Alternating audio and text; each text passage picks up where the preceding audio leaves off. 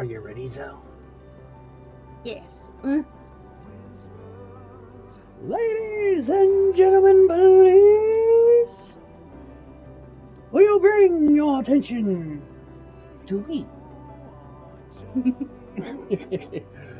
Hello, boys and girls. Guess what? We're back. Yes, even she. Hi, Zel. Hello, my blazers. We're back! We did it! 2 back-to-back weeks of stream. What the hell?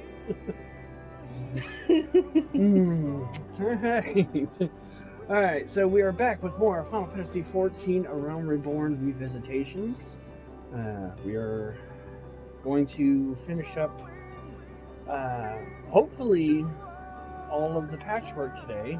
Zel does not have D&D, and I do not have anime night tonight, so we both can stream a little bit longer if we so choose to. So the end goal is to hopefully get through the rest of the A Realm Reborn patchwork, or as far as we can, because there is there's going to be a lot of cutscenes and everything, so with it, building towards Heaven's Word. So the end goal is hopefully the end of the patchwork content, bare minimum, as far as we can before somebody's like, all right, can't do no more, got stuff to do, or something. Yeah. Since there is a lot, we're pushing, but we're leaving room just in case. Correct. So, are you ready to? I'm curious. It will actually let me resume New Game Plus right here. So. And Zel actually finally made it back over to Siren after the DDoS and the server congestion, so. Yep, finally made it over. Alright. So, I'm gonna go ahead and flip over to main screen. Don't mind the Sandra. I knew I was forgetting something, because I had D&D this past Thursday, and I forgot to go back and exclude myself from the group view. There we go. It happens. So. Nothing like a little bit of scuff. yeah. No stream would be complete without some type of scuff. Alright, so I was able to trigger New Game Plus. I'm right here. So. Hey, yeah. Was able to as well. Hell yeah. Hello, Rain. As we said, there is a Rain here technically in-game in the form of Sandra, but Rain is not feeling good, so he will not be joining us in chat. So he's going to be here to kind of watch us suffer through the slog that is ARR, so... Yeah. Hi, Rain. Go ahead, wave to the camera, Rain. Wave to the camera. Wave to the camera. Let everybody see the pretty Sandra. There we go. Hi, streamers. All right. All right. So that being said, I'm gonna get out of first person. God damn it. All right. All right. So if I remember correctly, we left off in more donuts for this. I do believe we have an instance coming. More than likely. I do vaguely remember one here coming up, so I just don't remember if it was technically at the end during this part of the patch or the beginning of the next part. So. One way to find out. Let's go. Let's get to it before my mind changes.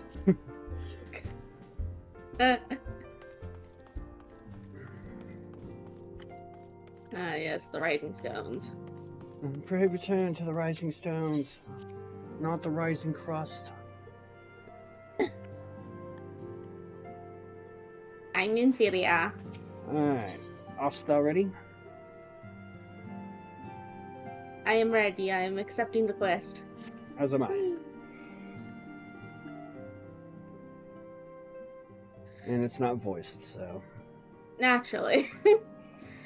Now the matter of Ramu has, for the present, been put to rest. There is something I would show you, Nocta and Strife.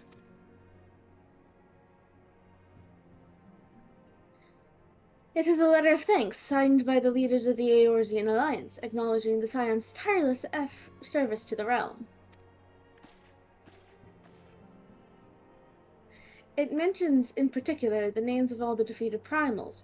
Ifrit, Titan, Garuda, Good King Mugamog, the 12th, Leviathan, and now Ramu.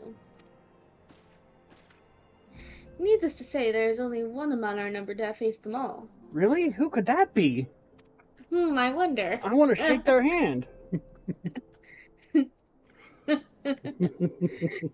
And though these words of gratitude were addressed to our order as a whole, I feel that they were meant for you above all others. Oh, that's what it was. Now I know why Sandra didn't want to come with us. She didn't want to be humbled. I too must offer my heartfelt thanks for all that you have done. In the course of your duties, you have never once failed to answer my call to arms. You, too, are true heroes, Nocta and Strife, and Eorzea is that much the safer for your presence. PTSD stare. Yeah, just Pray, do not misunderstand me. I said safer, not safe. I know only too well that we can ill afford to lower our guard. The Ascians may be relied upon to sow chaos in this realm until such time as they are forced to stop. Why, even without their encouragement, you may be assured that man would foment strife. Hey! Hey! On his own. And that is to say nothing of the beast tribes. Unless we learn to live in harmony, the primals too will return to plague us again and again and again. The way they keep using my name in vain, I'm almost starting to feel like, am I a primal? Oh my god. They're taking my name in vain and summoning me time and time again. Yeah. And yet, despite all of this, your deeds serve to inspire the people, to give them hope for a better tomorrow. And there is no greater gift. That we have the courage to strive for what might otherwise seem an impossible peace. We owe in no small part to the dangers you have faced on our behalf, and the people you have won over to our cause in so doing. Our list of enemies has ever been long, but think of the allies with whom we are now blessed. Of the sylphs of little solace, who wish not of conflict. Of Alize, who strives to unearth the terrible secrets of the calamity. Hey, Alize mention. Okay. And then there is Sid and the Fellowship of Noah racing to unlock the mysteries of ancient Alag that we might be spared the horror of another ultimate weapon. Of course, when speaking of our greatest allies, we must not forget those closest to us, by which I mean our fellow Scions. Thanks to their many and varied talents, our order is uniquely equipped to combat the far-reaching corruption of the Ascians, and combat it we shall. Now that I think about it, that's probably like one of the first examples of additional dialogue or altered dialogue based on whether or not you did side content. Hey.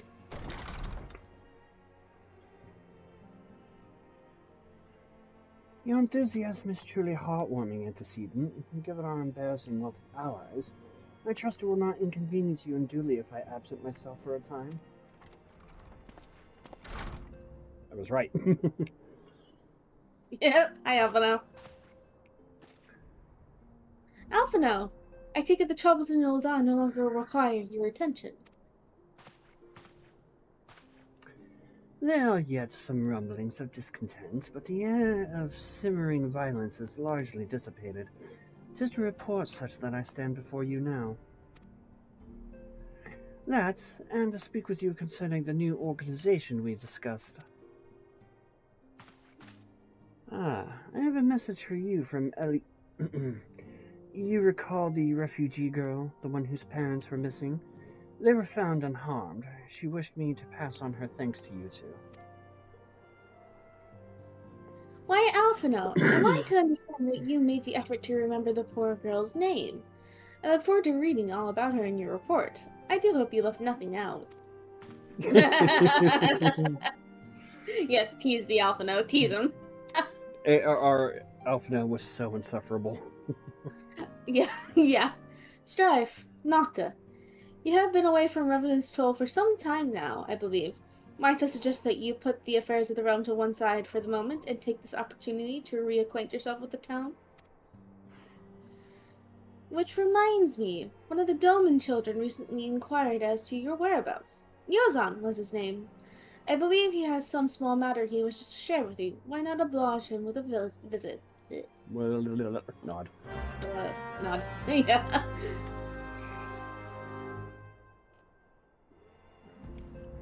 From savior of the lands to child entertainment.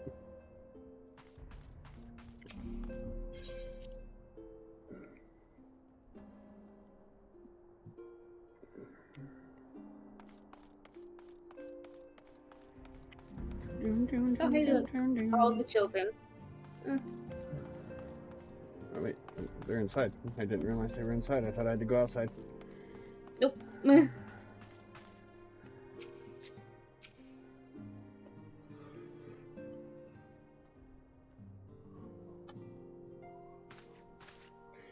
Look! It's Mr. Strife and Madame Nocta. They're back from their adventures. We heard you were off fighting primals, and that they're some of the strongest enemies you could ever face. I wish I could have seen you in battle. Anyway, we all want to be heroes too, so we finally formed our very own Doman Adventurers Guild to protect all the Domans. Oh, do you think you could train us today, Mr. Strife and Miss Nocta? Maybe you could show us how you fought the primals? What's all this commotion then?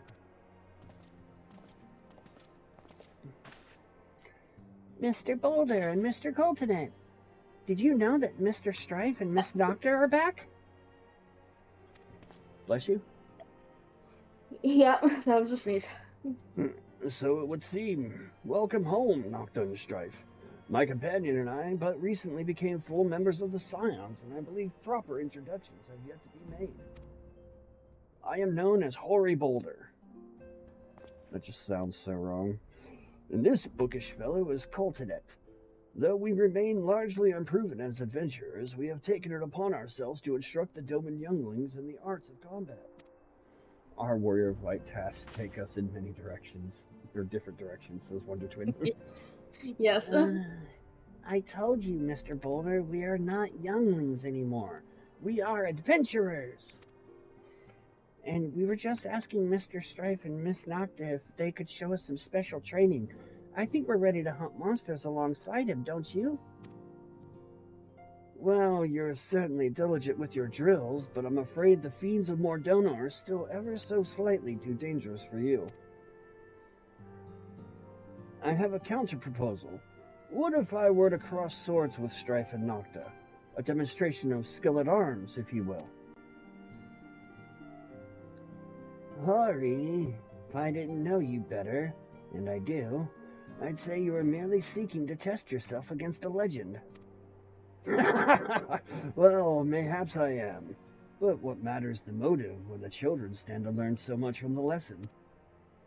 What say you, Nocta and Strife? Would you consent to a spar with me? Sure. Nod. Nod. Yep. Hurrah! We're to have a tournament! Come on, everyone, we must prepare our gear for an outing!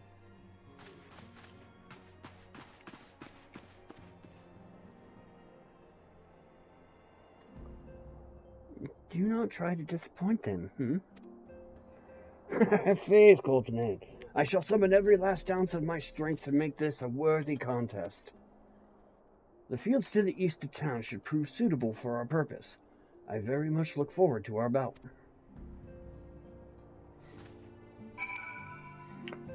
Yep, you were right about the solo instance in this one. Yeah, I do of all the instances from ARR, this one for some reason stands out to me. Yeah. Yeah, so they are fledgling adventurers and they want to lock arms, and we're about to humble the hell out of them. Correct. Want to ride? I have Purgle. I have car. Puppy. I have puppy. Oh, I landed on the children. No, no. No! Sky Strife, you monster. Nobody saw that. Nobody saw that. Delete the video. Delete the video. Talk about bad driving from Sandra, man. I just murdered children. In the game. In the game. In the game, yes. 'Twas good of you to agree to this, Nocta and Strife. I trust you are ready to begin. Yes. Proceed.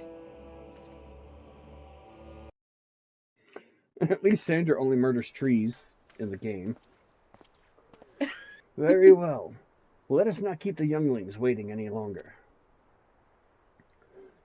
Hori, are you certain you wish to fight him alone? That is Strife and Nocta you face. What better way to test my mettle? Pray allow me to attempt the first round unaided.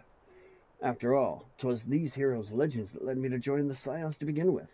Without Strife or Nocta to inspire my efforts, I would not be half the warrior I am today. Your point is well made, but remember, this is for the children's sake as well as your own. Should it appear the contest will end too swiftly, I shall add my spells to your blade work. Hello? You haven't begun yet, have you?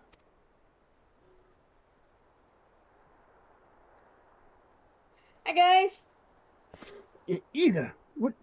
Who are all these people? What about your sparring match? I told everyone I could find. Thought you could use a crowd to cheer you on. Yes, and there are still more to come. When I mentioned Strife and Nocta's name, the reaction was quite enthusiastic. Why, my own popularity seems but a sickly shade in comparison. You'd best claim victory, Bringer of Light. Your burgeoning reputation is at stake. Well, our teacher won't be beaten so easily. He's a master swordsman. You can win, Mr. Boulder.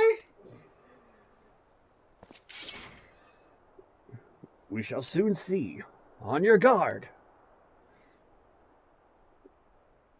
The smile of, I know I'm about to get my ass kicked, but I'm going to make this good. Yep.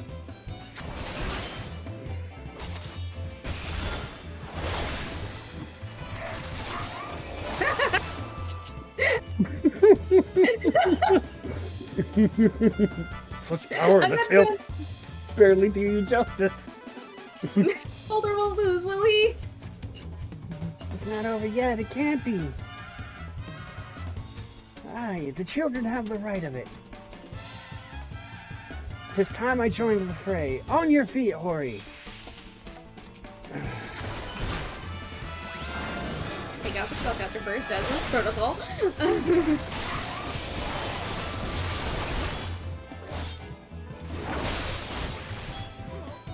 I must admit defeat. 'Twas an honor and a privilege. Oh, he looks hurt.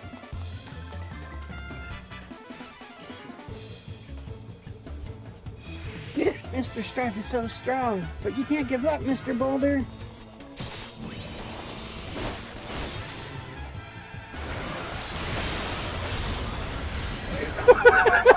Maybe that was a bit overkill. I love the solo instance. I just fucking finished him off with the dragon fire dive. Maybe that was a bit overkill. You have bested me. I yield.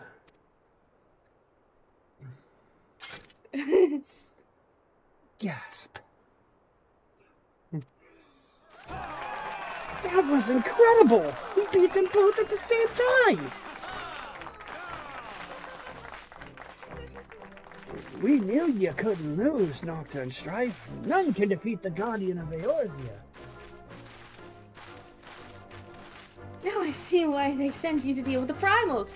I have much work to do if I'm ever to attempt the same. Another female Ellison. Woohoo!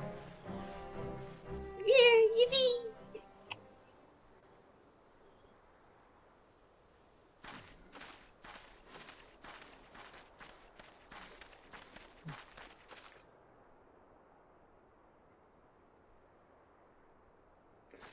Impressive, as always, Nocta and Strife.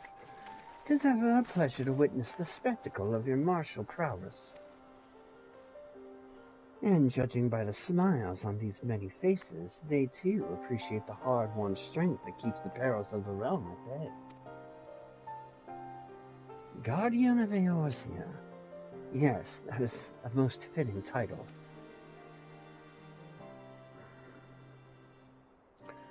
Do you recall when we first met? 'Twas at the memorial service for the Battle of Cartano. At the time, I was yet attempting to understand this land of Eorzea. I sought to grasp the reason why my grandfather willingly sacrificed himself to protect it. I shall speak plainly. My initial impressions were less than favorable. Dire problems abounded, and yet the effort I saw expended towards their solution was haphazard and half-hearted. I thought Eorzeans a foolish and childish people. Considering the shambles their home was in, I would not have been surprised if some had chosen to swear allegiance to Gaius and the order he proposed to enforce.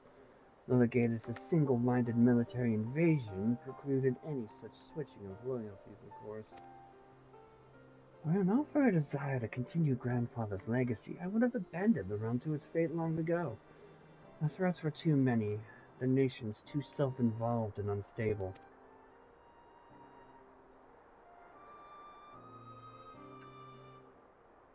'Twas you who convinced me the salvation of Eorzea was possible. 'Twas you two who taught me, through countless acts of bravery, that what my grandsire sought to preserve was not the land nor its history, nor any single nation. It was the people. These wonderful, oft infuriating, stubborn people that suffer blow after terrible blow, only to drag themselves back to their feet to face another day. Though he never put such feelings into words, I believe grandfather's admiration for this inextinguishable courage grew into a fervent wish, a wish to aid Eorzea and its inhabitants into charting a course for the future. A wish that has now become my own. I, too, will endeavor to take up the mantle of Guardian of Eorzea and champion these people who toil towards a better world.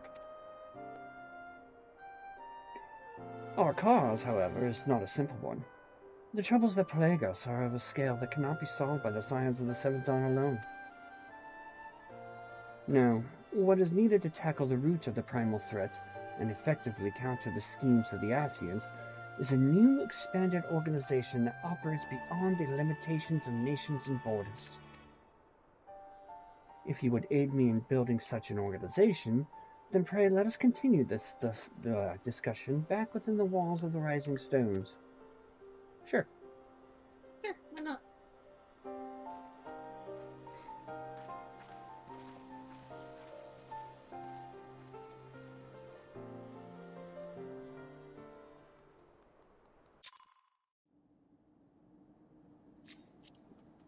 And we'll get Nocta back into the group. And I have summoned Omega. Fat chocobo. Do do do do do do do. Yep.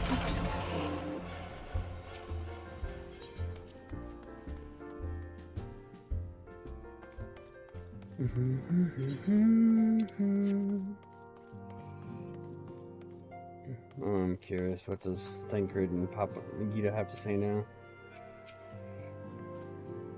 Your bout with Hoary Boulder was more stirring than 100 lines of my more passionate poetry. Perhaps I should arrange a sparring match of my own. I can't wait for Alfner to start his new company. I love making new friends.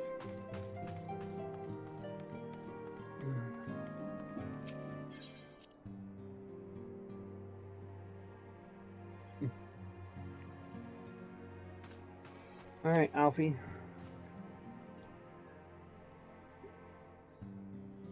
Thank you for coming, Nocta and Strife. The world shifts and alters, and we, my friend, must ever be one step ahead of the chaos. What I propose is the formation of a new organization, a group that shall pave the way for a truly united Eorzea. You don't say. This could only go well. Yeah, what could possibly go wrong with a group with such a purpose? Alright. The condescension is evident. Yep. Pray forgive me if I tread over old ground, but I would first speak on the grand plan. Since the advent of the 7th astral era, the leaders of the three nations have been deliberating over an accord that seeks to bring the disparate forces of Eorzea together into a single entity.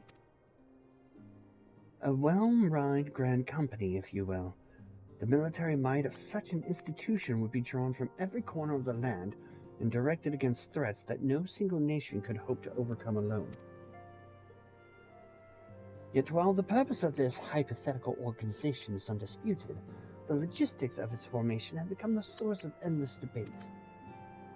And the longer these discussions continue, the more I sense the impetuous nature towards unification draining away.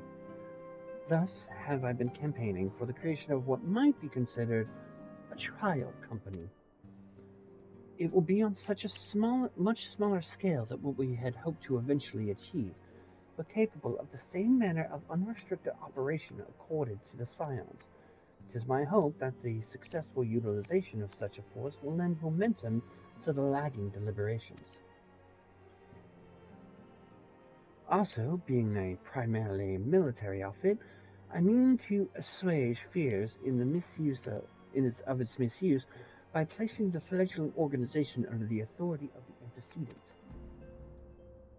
The Scions work tirelessly to protect Eorzea and its people. But as you yourself have witnessed with the refugee revolt, there are limitations to what even we can achieve. With this new company under the Scion's command, however, we will be capable of responding to a wider range of difficulties without straining our resources or overtaxing your formidable talents. The goals of my proposed organization and those of the Scions are ultimately identical, a point conceded by all concerned. But before I can move forward with establishing this precursor to true border-spanning grand company, it is yet necessary that I visit the three leaders and gain their official approval. A tiresome and time-consuming task, which is why I would ask that you accompany me on the journey and attend to the business of recruiting our inaugural members while I am otherwise engaged with bureaucratic formalities. Sure. Thank you. It is reassuring indeed to know that the bringer of light and his discerning eye will be selecting our future allies. Way to throw the blame on me. Our first destination will be Limsa Laminsa. Let us rendezvous at Bulwark Hall. Okay. Yeah, way to put the blame on me. I know, right? Considering everything. I'm a one-man wrecking crew. Alright, we'll go outside and I'll use a ticket. I'm a one-man wrecking crew. You expect me to identify talent? The hell do I look like? A fucking NHL scout? No comment from you, Rain. Even though I kind of purposely set that up for you to do it, but no comment. Like, of all the sports that you could use a scouting term and you expect that you don't expect me to respond to, and you use that one? I need somebody who's good at high sticking.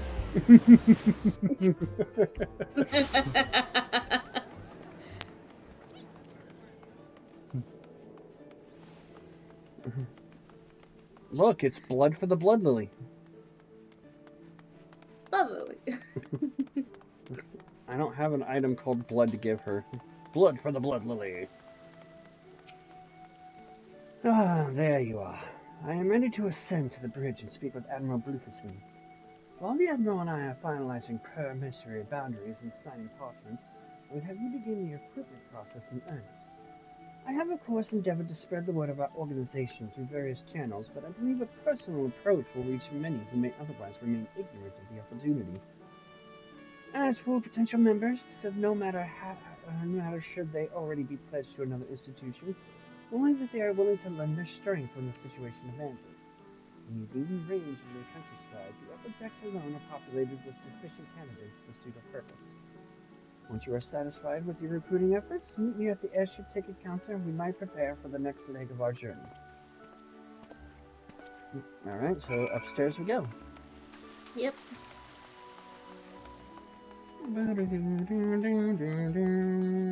I will delete that comment, sir.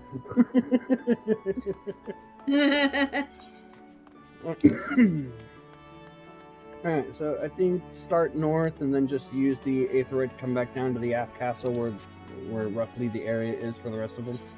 Yeah, that works.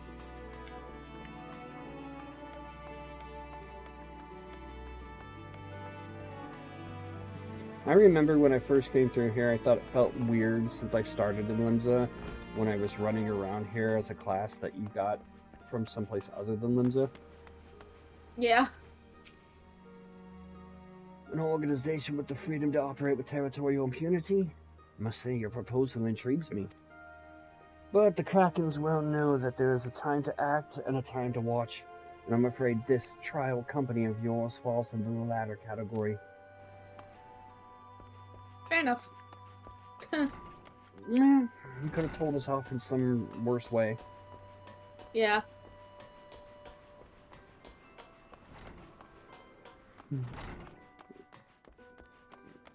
Commodore Rainier. Ah, yes. Master Alphaner's new organization. Yes, I had heard the formation of this trial company was in the offing. 'Tis with regret, however, that I must decline your invitation. As commander of the Yellow Jackets, the protection of Limsa Lominson must needs receive my full attention. Okay. I mean, I get it. Yeah, makes sense.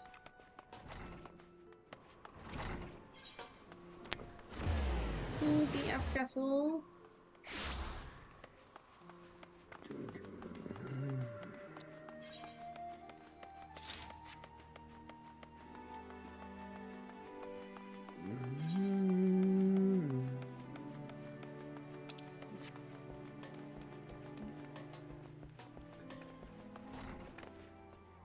Roswin. Yep. I'll pick her, I guess. Sure. Eh? Who in the bloody hell do you think you're talking to, Drylander? I'm a pirate, not some sodden knight in shining plate. If you're looking for a self-righteous fop, try knocking on the dandy Carvalin's door. We already talked with him. He basically told us to go away in a nicer way than you just did. Yep.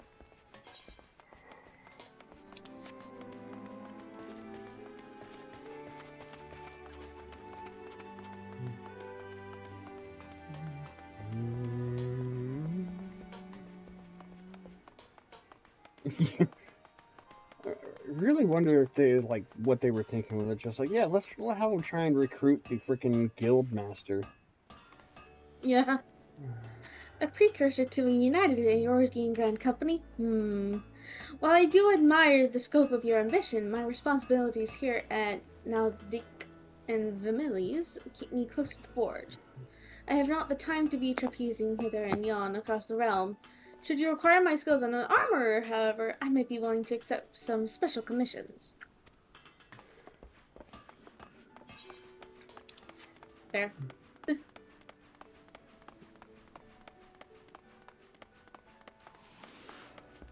Speed is key! Yeah. Sprinting.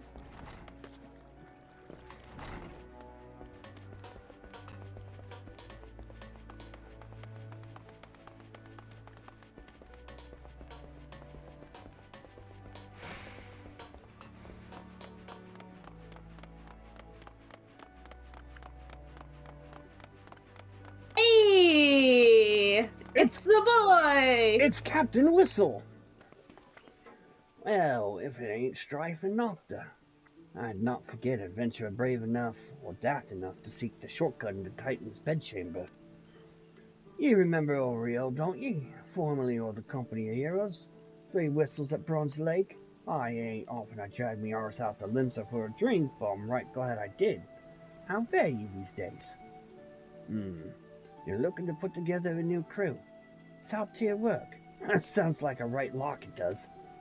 Alrighty, lad, count me in. The arrows may have gone their separate ways, but I ain't ready to climb into me grave just yet. Yay, we got 1 out of 5. Yeah, 1 out of 5 ain't bad. It's better than 0 out of 5. This is true.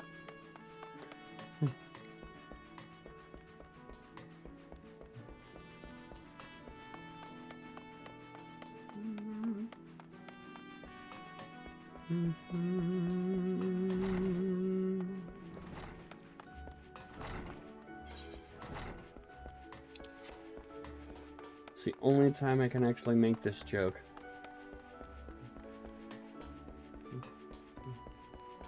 Hey, look, Rain! There's not a shit ton of people in the Aetherite Plaza!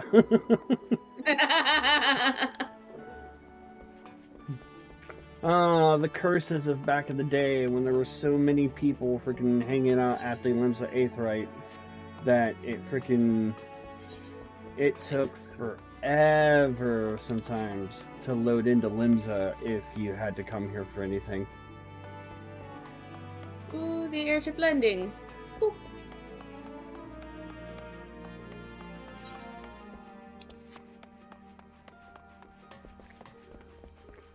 Especially like back in the day on my PS4, it's just like sometimes it felt like it took me like a good 30 seconds just to load into Limsa, and then it would take like another 10-20 seconds for it to spawn in enough to let me have movement. Alright.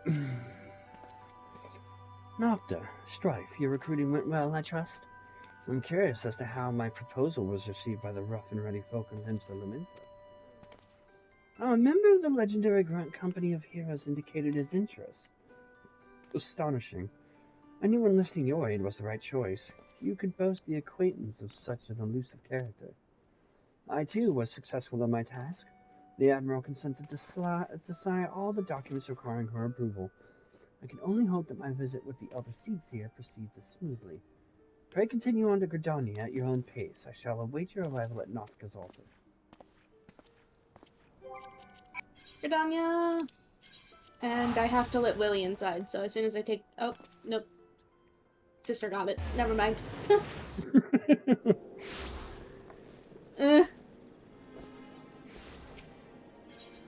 I just see my sister walk past and I'm like, oh, never mind. Never mind! Not to mention the perpetual debauchery.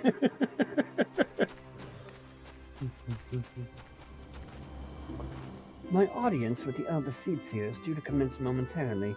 I would be grateful if you would once more seek to the task of recruitment here in Gridania. After you deem the well of potential candidates as run dry, let us rendezvous at the airship ticket counter as before. Okay.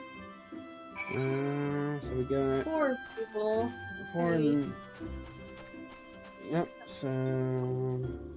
Easiest way to go would be... Lancers Guild... Start Lancers Guild, work all the way around the Makoto's Amphitheater, and then just use the Aetherite near there to go to the airship landing, I think. Yeah, that'll work. Lancers Guild.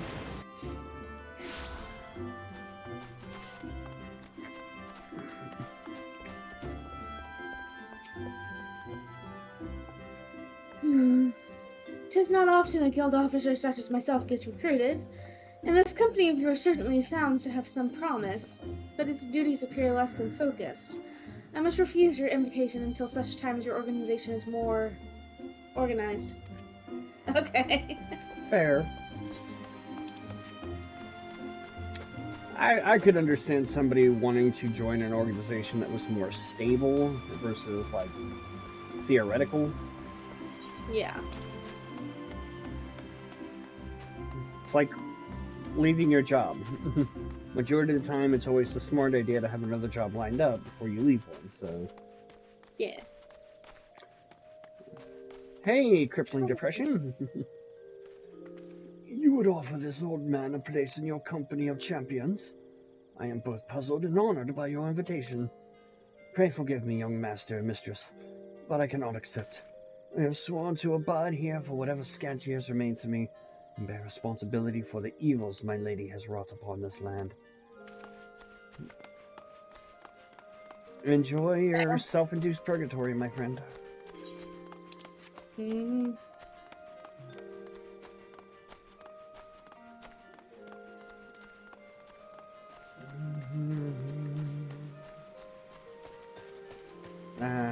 Probably one of my favorite recruits outside of Real.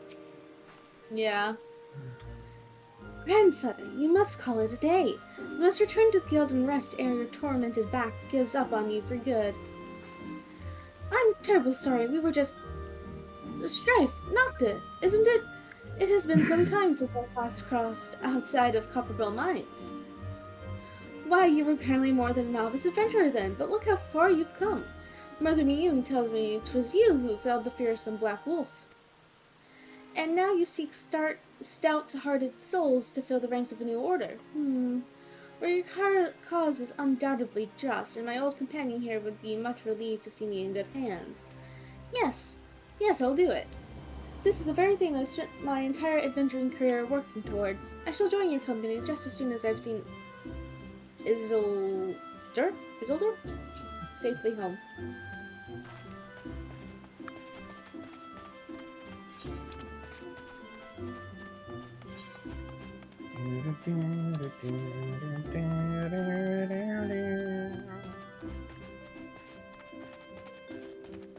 How far we've come indeed from those novice days. Yep. First picking up adventuring. Ah, yes. This asshole. Let me jump over the fence! It won't like you. It never lets you. Isn't this the guy who called you an Ellison bitch? Yes, correct. I want to slap him. Oh gods, can it truly be you? By what fickle fortune must the first face I see upon my release be yours? Eh? Could it be that you don't remember me? It is I, Laurentius, the man whose crimes you exposed. I was a whaler and a regular patron at Biscarin's. Yes, now I remember. Who? Well, of course you do. I was beginning to wonder if jail had changed me more than I realized. Not that I have any particular wish to be recognized after my shameful conduct. The less said of my past, the better, I suppose. And what of you, adventurers? What business brings you to this part of Gdania? Recruiting, eh? What is your policy on reformed convicts? As matters stand, the wood whalers will have not more to do with me. This may be just the second chance I was looking for.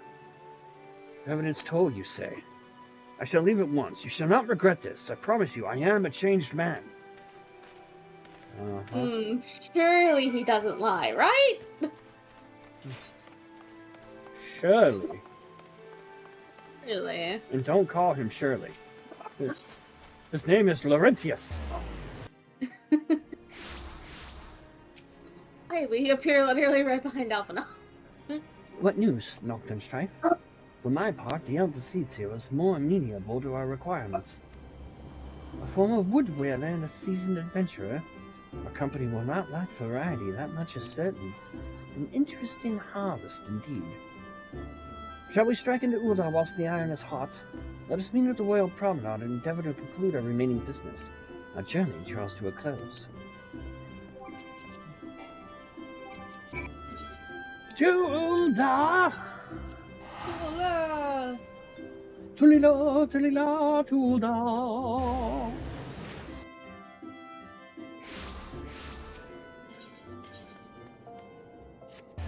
The Chamber of Rule.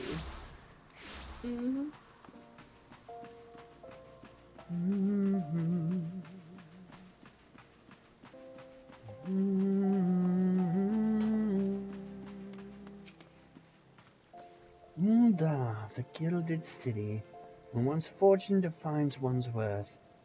I hope some men have fortunes with us, and that this final leg proves as successful as the previous two. Might I suggest descending to the lower level before beginning your recruitment efforts? Do not think the Sultana will take kindly to us poaching from her personal guard. Let us meet back here at the promenade when our respective tasks are complete. Good hunting, Strife and Nocta. Woohoo! Ow, my leg! Ow. I guess we can start in the Gladiators Guild, then move over to the Mining Guild. Miners and Yeah. Weavers. Via Aetheryte. Yeah. Wrap up in Sapphire, and then go back here. Wilrid! Hey, buddy. It's been a while. Hmm? Wait, you're the man and woman who came to Little Alamigo looking for the masked devil. Who knows what might have happened if you hadn't? I'd probably be dead, and a whole lot more of my friends besides. We were such fools. Anyway, the disaster really got me thinking about our homeland and about the outsider who saved us from ourselves. I realized how easily I'd been manipulated and vowed to make of myself a more worldly man. So here I am. A new company of champions, and you say it will take me to all corners of the realm. That sounds exactly like the kind of opportunity I need. Don't worry, I'm not the same stripling that you met in Little Alamigo. I've prepared myself to fight the evil I now know is out there. You're a good man, Morin. You're a good man. Mm-hmm. You do not deserve the fate that shall soon befall you. Mm-hmm. Am I not given?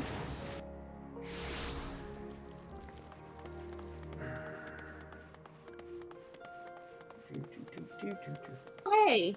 It's Orson! Hey. Oh, what a happy coincidence. Do you remember me, perchance? I'm Orson. You literally just said it and my brain just goes bleh. That's how it works with names with me, for the most part. Orson or Arson. Arson. Orson. Of the Church of Saint Adama Landama.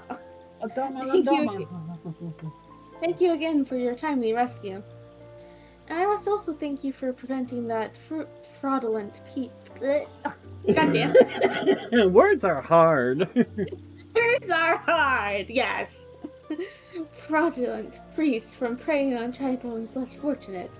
A most upsetting business. Are you here with your companion? Tancred, wasn't it? Ah, 'tis new companions you seek then. Your proposed organization sounds a powerful force for good. But my place is at the church with the children. Nevertheless, I wish you well in this undertaking. We understand, sister. Yep.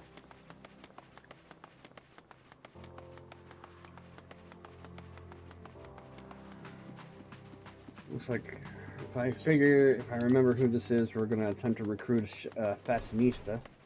Yep. Yep. I'm sorry. You wish to recruit me. Is this some new fashioned manner of... Propositioning. Words hard. Propositioning a lady. Propositioning a lady. Well, I'm afraid you are wasting your time. This lady is already spoken for. Good day to you, Mr. and Miss. That's not what we were trying to do, but okay. Whatever.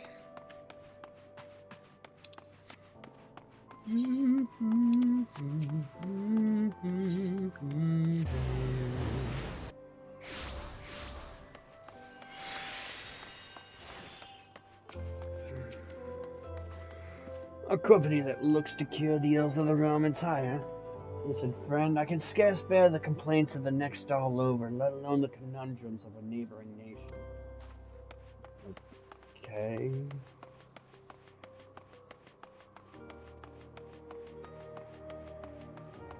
Landabat. Nah, you'd be surprised what rumors drift down to Pearl Lane. I know of this glorious new company of yours and just how far I'd go to avoid getting involved with it. Whispers on the street say your organization is funded by corrupt coin, by syndicate money. You think you're recruiting for a just cause, and you're a bigger fool than I took you for.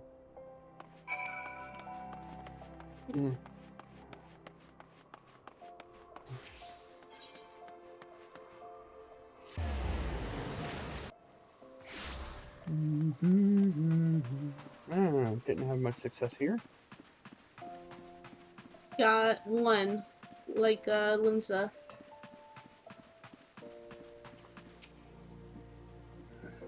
Scene. How fared you, Nocturne Strife? What hidden gems did the streets of Uldar offer up to your unrelenting gaze? Not much. A single Alamegan youth. Well, you've certainly given us an admirable start, even if our ranks are yet somewhat thin.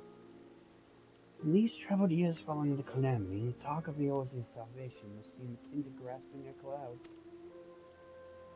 But there are those who have risen to the challenge, nonetheless, and the hope that inspires these people was born in no small part to the victories you yourselves have won. Thank you, Noctem Strife. I will not squander the precious gift you have placed in my keeping. These recruits will become the foundation of a new beginning. Ah, yes, we are free to begin.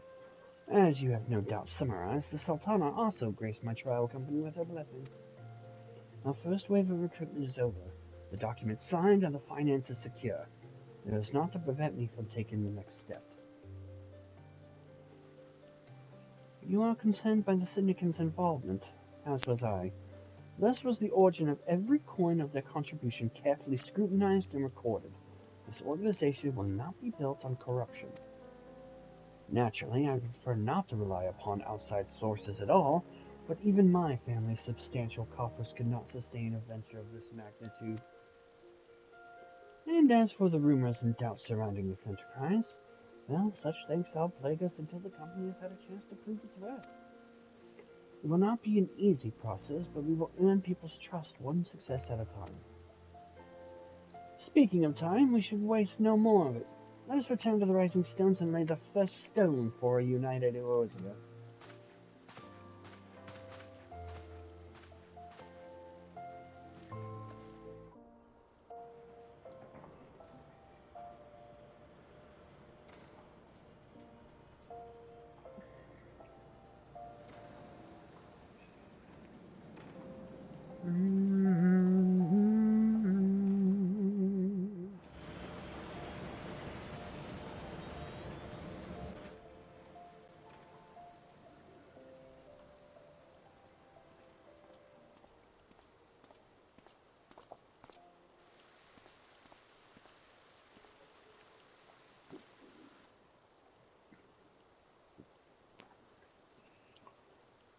Tell me, General, what think you of Alfino's bold endeavor?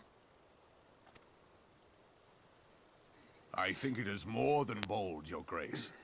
His organization would pave the way for a united Eorzea. Well do I understand his impatience, since facing the common threat of the Ultima weapon, our nations have seemed farther apart, not closer together. Considering the many problems we face, should we not be glad that someone else is taking the initiative? We have all pledged our cooperation, yet the grumbling continues behind closed doors. Ul'dah is not alone in her duplicity. I myself have doubts as to the good this organization will achieve. With the inclusion of the finest soldiers of the 3 grand companies, it promises to be a fearsome military body. But whom will it serve? Even under the watchful gaze of the Scions, it is not unthinkable that such a force could perpetrate a great wrong. Does it not concern you that a significant proportion of its financial backing came from the coffers of the Syndicate? That those unprincipled worms might forge this extraordinary gathering of warriors into a private army?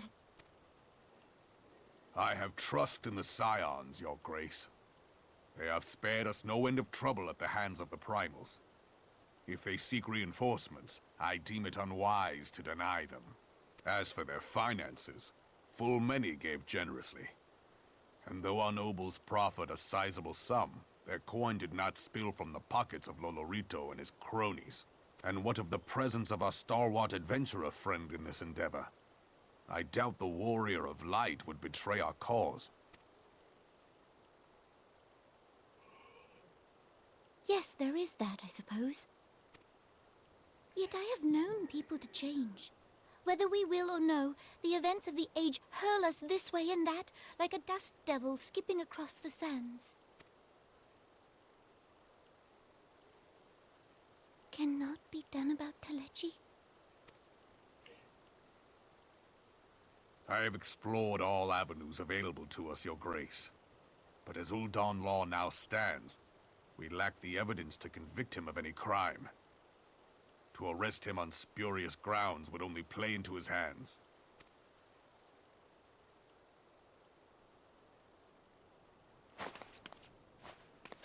He has all but committed treason, and yet we can do nothing?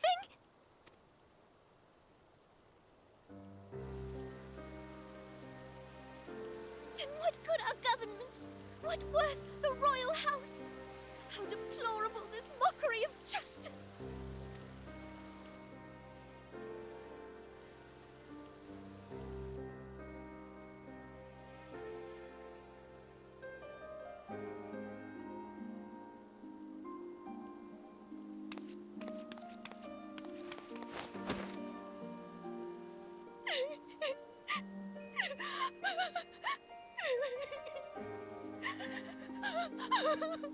Have faith, Your Grace. It is not over.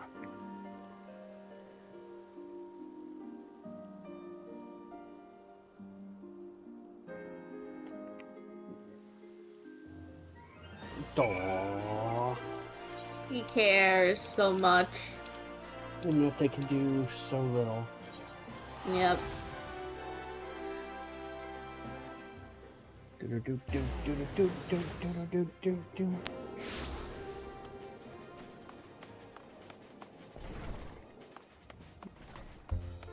To the Rising Stones, home of the Rising Crust Pizza.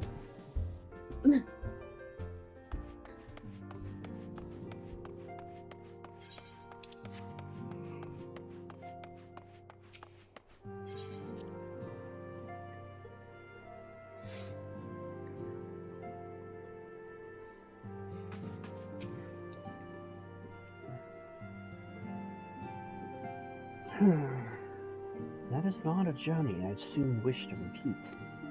But I cannot pause to rest. The culmination of all of our effort is at hand. I must see to the preparations for the inaugural ceremony. Thank you for allowing me to monopolize your services, Nocturne Strife. I am certain the XIV will be relieved to see you free for other duties. Right. Sure. Minfilia, do you have anything for me? Minfilia. Greetings, Nocturne Strife. Alphinaud tells me all is in place to begin his trial company. The Scions shall certainly be grateful to have the support of such an organization. The inaugural ceremony is set to take place here at the Rising Stones. Tataru is cooperating with Alphinaud to see that all is in readiness, so I'm afraid the recruits themselves have been left to their own devices for the time being. Quite a number of new faces have arrived in Revenant's Toll of late, and I wonder if Slaffborn might not find himself overwhelmed. Would you speak with him and see if there is aught he requires? Sure. Slackborn's alright, I don't mind helping him out. Exactly.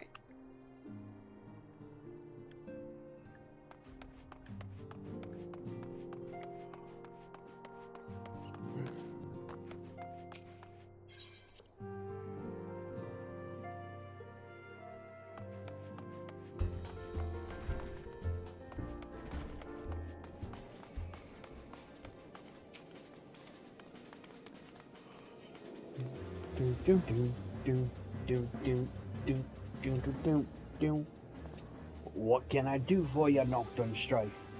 I thought you'd have your hands full helping out with this new arm of the Scions.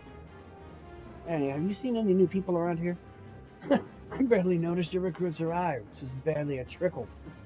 It was barely a trickle compared to the flood of treasure hunters we have passed through here every day. Well, I appreciate your offer of aid. 'Tis more your burden that concerns me. I told this trial company wanted to directly be the antecedent, so I trust that means less work for you in the long run.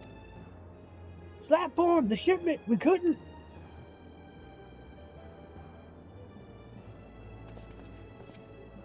Gods, woman, what befell? We were bringing a shipment to Revenant's Toll, provisions and earmarked for the frontier effort. But just as we sought to cross over into Mordona, we were set upon by brigands. I believe they may have been heretics. They were many, too many. We only escaped with our lives by abandoning the supplies. Pray forgive us. There's naught to forgive. Provisions can be replaced, but smart soldiers are hard to find. Take your rest and I'll have someone along to tend to those wounds. What to do? If heretics are involved, and this is like to be more than a case of simple thievery, Ishgard will need to be informed. Whence did these supplies originate? As for Tom's, we collected the provisions from Camp Dragonhead proper. Understood. I shall see that they are appraised of this development. Nocta, Strife, were you not on good terms with the Knights of House Tom's? I'll be sending them a missive immediately, of course, but I would also have you travel there and offer your considerable talents. Yes, I realize I contradict my earlier hopes to lighten your load, but I need someone who can help bring this incident to a satisfactory conclusion. Our favorable relations with Ishgard are far too important to risk half measures. Don't worry, I got it. It's fine, we don't mind. Thank you for your understanding. I'm certain Lord Harshenfont will be glad of your assistance. Harshenfont!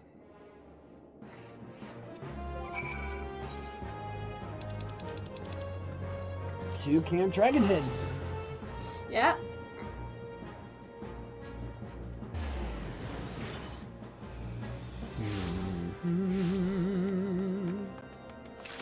Whee!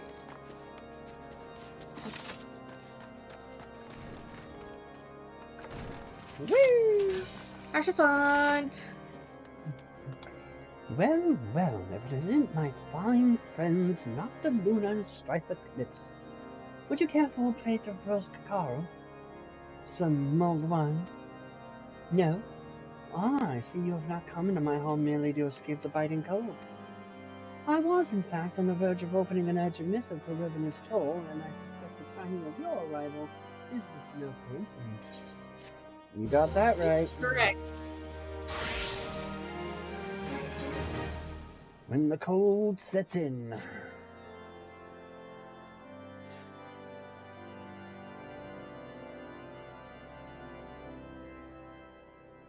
The incident with the new frontier hands?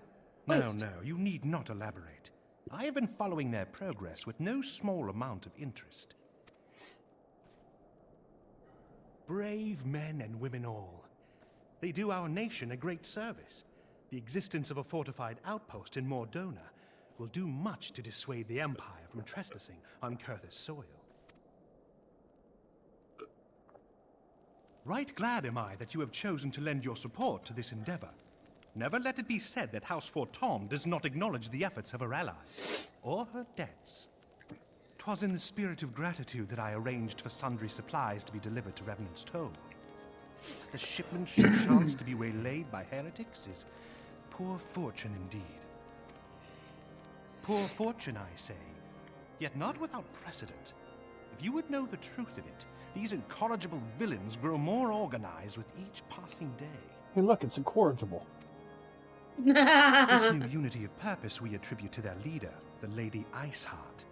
But though I have devoted significant resources to the task of identifying this woman, we have yet to learn so much as her birth name. What we do know is that the heretics speak of Iceheart in reverent tones, and would gladly embrace death rather than betray her. Such loyalty is rare indeed, and I fear to imagine what so committed a collective might achieve. He's such a good word, Ring says. The brigands have not yet been so brave Yeah. as to risk direct confrontation here in Dragonhead. Some few of their number have, however, been sighted not far to the west of here, and with ever-increasing regularity. A visit to Whitebrim Front may bring you the answers you seek. Will you brave the snows, knowing what implacable foes may lie in wait? Halone's blessings be upon you! Though I take no pride in the admission, many of mine own countrymen are not so well suited as you adventurers to dealing with such foes. Were they dragons, it might be otherwise. But truly, I could not wish for a finer ally. You have done much for my house in the past, and I have no doubt but that I shall have cause to celebrate your deeds again ere long. Should you learn aught of value, pray return to me forthwith. A warm hearth and a warmer welcome shall be waiting for you. You're a good man, Ashenfont. You're a good man. Mm-hmm. Noctis just like, ooh, a warmer welcome.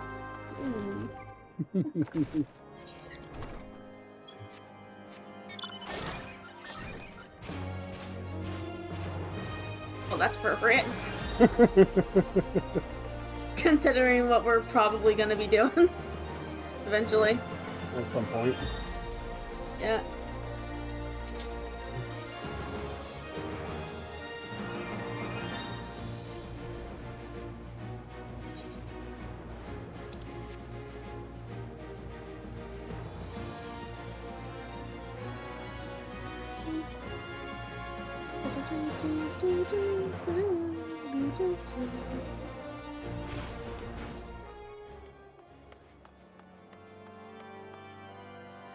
This figure lands right on top of Tremont. Oof, did that look like it hurt? Just a little. Nocta, Strife, welcome, welcome. You'll be pleased to know that the repairs to Stone Vigil proceed apace. We shall rebuild sure and strong, that the Germanians might batter themselves senseless against our field in the west. I would venture, however, that matters of masonry are not what brought you to the White Brim. On the trail of a band of thieving heretics, you say? By the Fury! But you do seem destined to cross paths with those villains. I must confess, then, 'tis a sad truth that the wilds hereabouts have indeed grown thick with their number. They strike swiftly, without warning, and are canny enough to evade our most able trackers. But 'tis not merely their newfound organization that confounds us. The heretics themselves seem somehow changed. I know not what matter of influence this Iceheart wields, but the men we face seem utterly lost in the grips of righteous fervor. 'Tis an unsettling and unnatural zeal. Mayhap you would care to question one of their recent victims. As fate would have it, your arrival came moments after a trader was laboring on the road. A patrol found the unfortunate fellow lying senseless in the snow and carried him to our infirmary. Assuming he has regained the use of his faculties, the merchant might recall some small detail that could aid you in your task.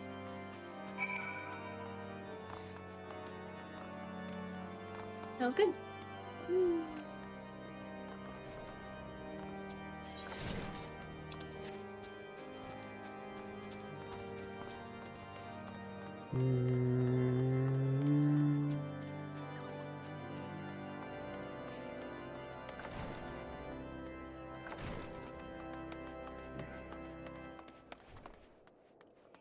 The mistreated merchant.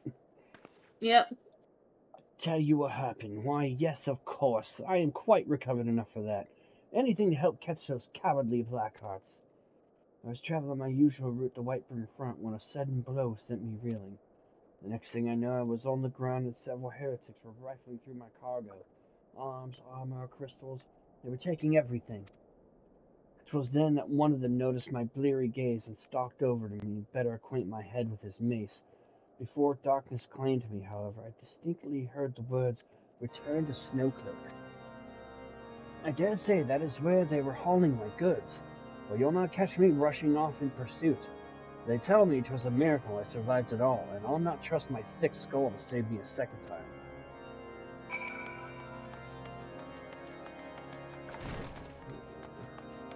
Yes, indeed, your skull was thick. Eden Ramu.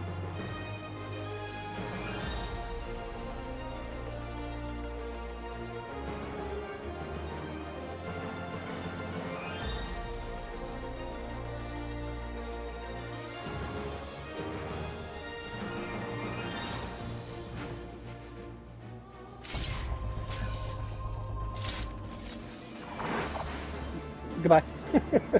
Bye-bye. Too bad your skull isn't as thick as that merchant's. Yep. Bye-bye.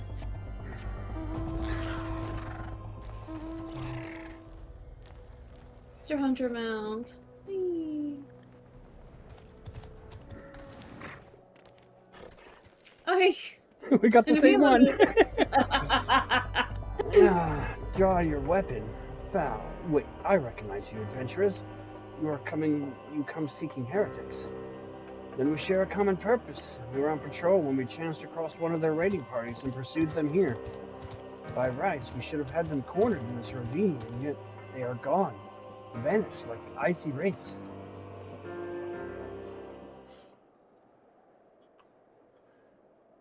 The appearance of Iceheart. Probably one of my favorite NPCs for such a long time.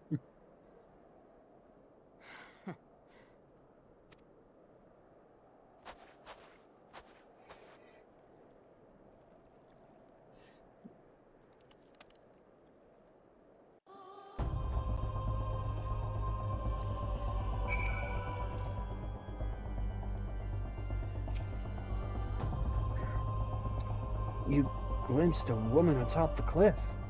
Could it be Iceheart herself come to sneer at our folly? And to where did she disappear? The heretics must have discovered a passage through the frozen wall, some hidden tunnel that escaped our notice.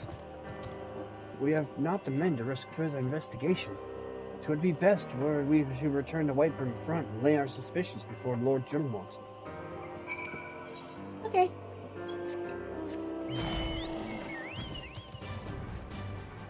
Drought Chocobo! Eh.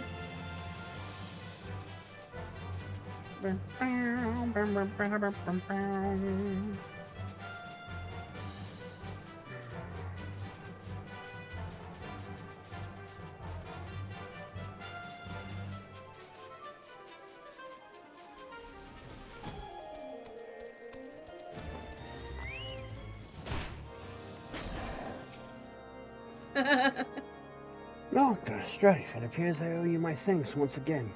The surviving knights spared no detail in the report. The men you found out near Snowcloak were some of my finest, and that they should be bested so handily. I fear I may have woefully underestimated the threat these heretics pose. While I understand you might balk at the notion, I must ask that you put aside your mission and consider the stolen provisions lost to us for now. 'Twould be ill-advised to blunder unprepared into what may well be the very lair of our enemy. Pray return to Camp Dragonhead and inform Lord Harsherpon of your discoveries. He will wish to plan contingencies of his own. As for Iceheart and her fanatics, the freezing heights of Snowcloak will not shield them from our justice for long.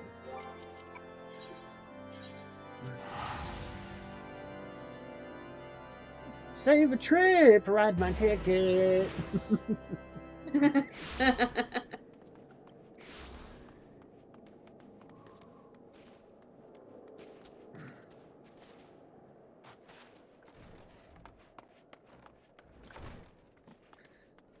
Archifont. This bun girl or Ellison is way too underdressed for the weather here. I know.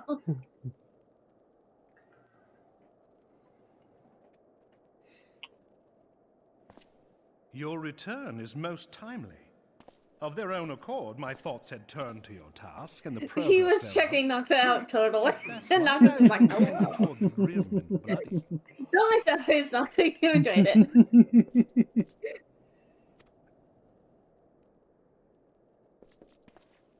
But you are here now, and I suspect such frivolous wonderings do little justice to the reality of your travails. Tell me, what did you learn of Iceheart?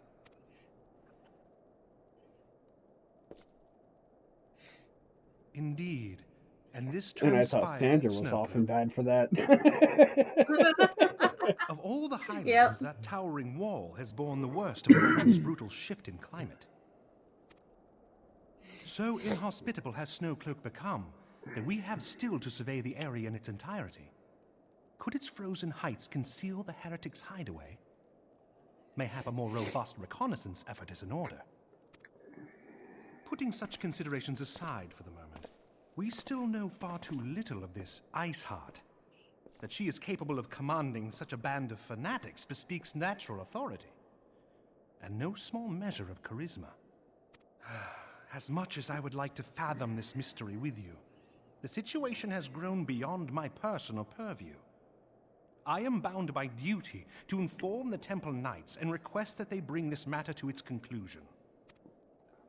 Given the glowing reports the new commander has garnered thus far, I am certain that they can be relied upon to take appropriate action. Though Iceheart's true identity yet eludes us, you have provided us with a point from which to begin. Sometimes it takes but a single stone to prompt an avalanche. On the matter of the stolen provisions, I have already made arrangements for a second shipment to be sent to Revenant's Toll. I could not well allow such an honorable venture to be undermined by one miserable setback.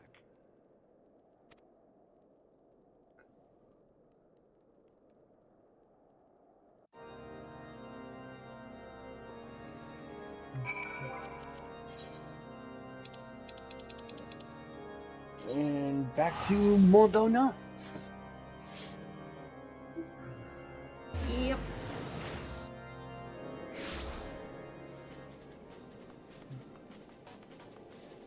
I instinctively went to go into the Rising Stones. Hi, Ishi. Come first. Hi, Ishi. Nocta, Strife, it's good to see you return to the Toll.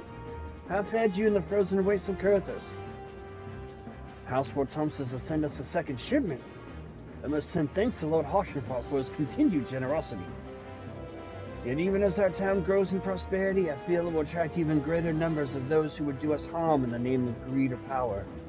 All of us, Athenur's new recruits included, must remain vigilant against such threats.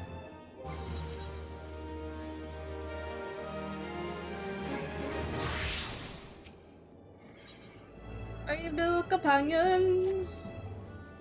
While you were away in Kurthus, preparations for the inaugural ceremony were all but completed, although Tartaru does yet seem somewhat flustered. I've taken enough of your time. Why don't you head into the Rising Stones and see if your frantic receptionist can do with her hand? Sure. How have you been, Ishi? Good to see you.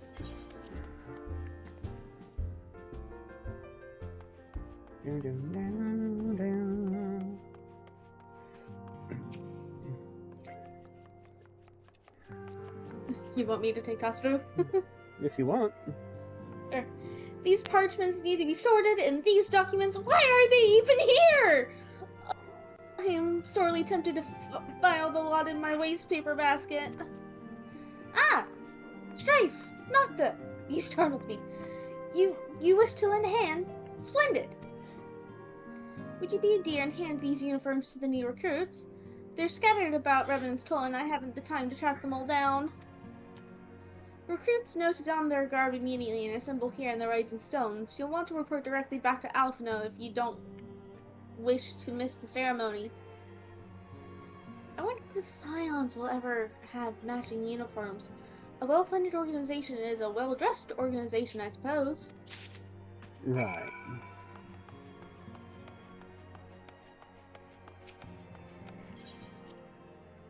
You're doing okay, just got back from the doctor and we're gonna switch up some medications. Everything else is going good. That's good.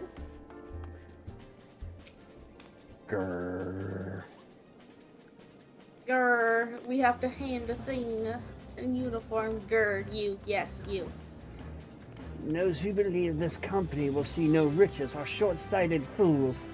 The giving of oneself 'tis an investment in the future, thus did I sign my name to the cause. Take this uniform.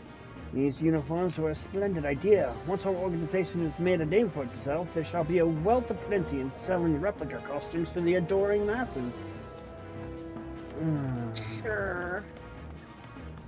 I want to smack him. Can I smack him? Can I punch him? I want to kick him.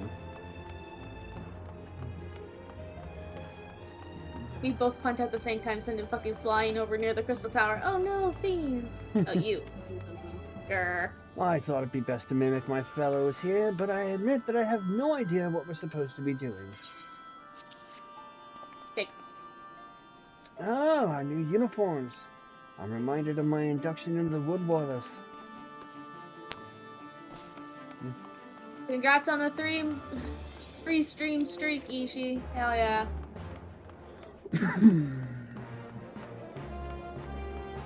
Erdemus!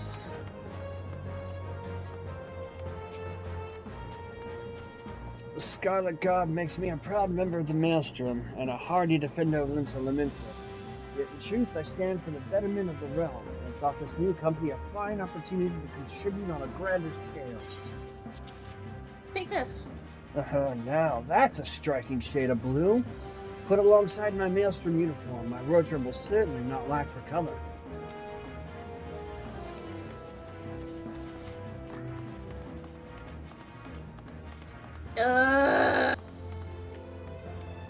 You. You're looking, I want to slap you. You look awfully sloppy. I don't believe we've met. I'm Ilsbed. Ilbed. I will have the honor of leading my fellow recruits as captain. Much did I lose to the calamity. I look forward to aiding others in rebuilding their lives. The uniforms are a shrewd decision.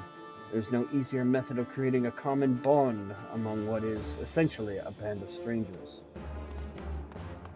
Sloppy. Grr.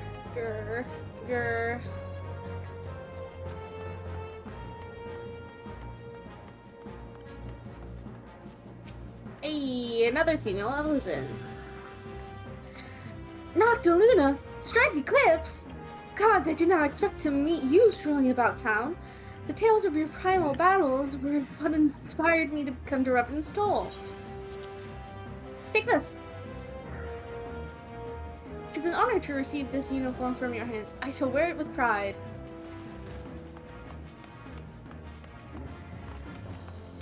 Over to Wildred. I don't know if I can say his name.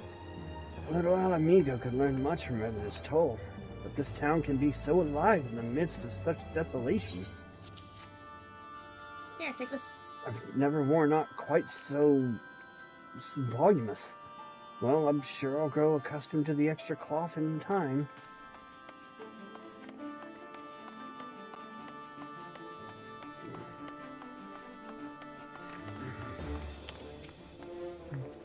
Hello there, lad and lass. Looking for me, was ye? I suggest giving a whistle, but I'm sure not as I'd hear it amongst all the bustle. Oh, proper uniforms and all. This thing will cut off the blood to me head. Not to worry though. I'm sure she'll be fine after making a few adjustments.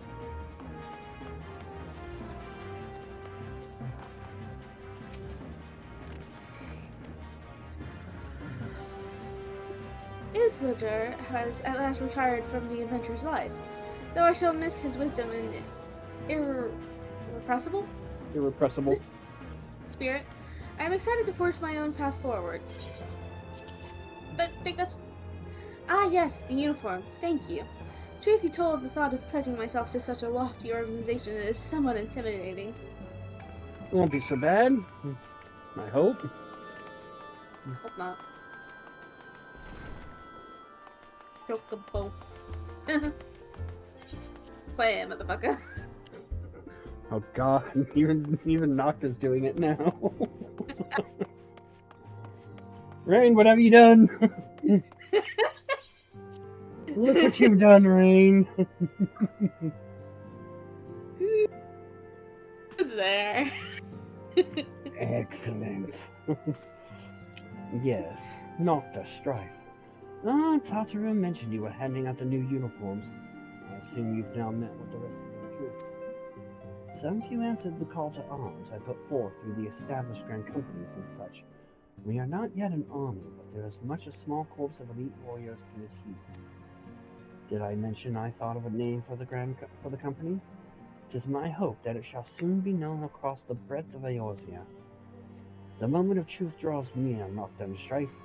Once the last of the recruits have gathered, I shall make the official announcement.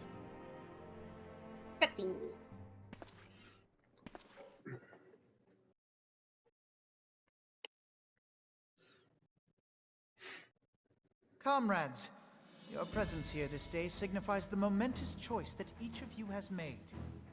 With your strength now pledged to the scions of the Seventh Dawn, you are beholden to no single nation. You stand as the vanguard for a united Eorzea.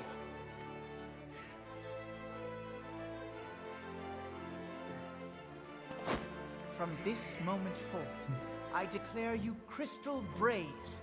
Let us mend this fractured realm and face our enemies as one. You see that comment, Whether it be Rain? the Beastmen and their primals, or the conflict in Carteneau, It is plain that the nations of Eorzea cannot solve the problems which plague the realm. Thus does it fall to some few heroic souls to succeed where they have failed. Come, take your place at the Scion's side as guardians of Eorzea, and together we shall fight for the freedom of all! For the freedom of all!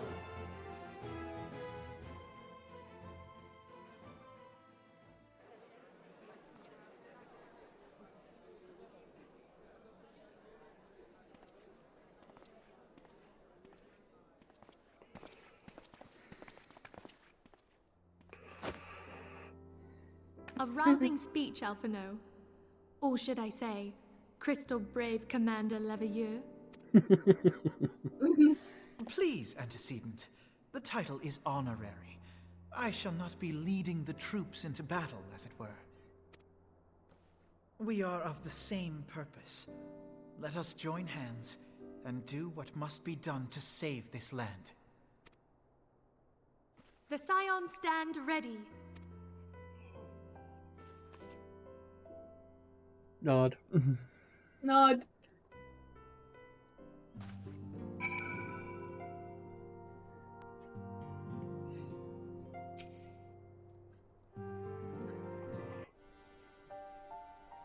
I'm eager to see what the Crystal Braves might accomplish. This shall prove an interesting time indeed for the Scions. Yes, I'm listening. So our worst fears are confirmed. The entire Isle. Such power defies comprehension. Truly? Kryl is alive? Thank the 12. I see. Pray, inform me if her condition changes. Yes, I shall pass on your words to Urianger. My thanks. I shall contact you anon. When I learned of the loss of the Isle of Val, I dared not hope that my friend had survived. Yet, by some miracle, it would seem she has. She's still to regain consciousness, it is true, but better that than death. Putting this happy news to one side, we must now endeavor to make sense of the readings taken by the survey party. It appears the etheric disturbance which accompanied the Isle's destruction is of a magnitude alarmingly close to that of Ultima. Could the Ascians be responsible for this devastation as well? Such devastation! That was their intention. I wonder. Have you heard aught from the Mother Crystal since the battle with the Garleans? Nope. Then she speaks to neither one of us. Heidelin's silence portends naught but ill, I fear. Nope. Louisoix, I pray you yet watch over us.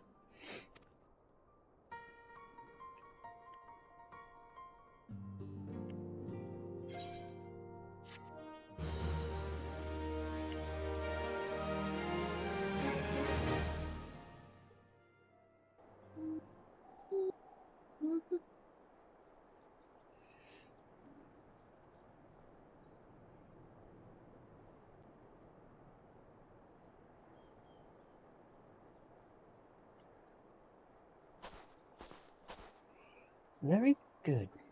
See that the provisions are prepared for transport. Let us hope that this shipment has spared the fates of the last.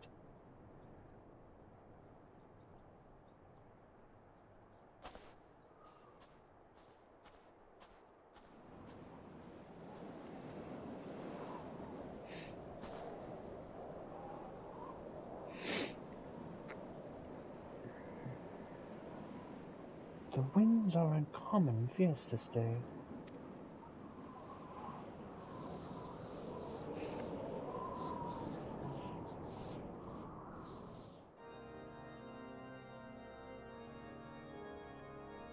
Our first tease of Ishgard. Yep.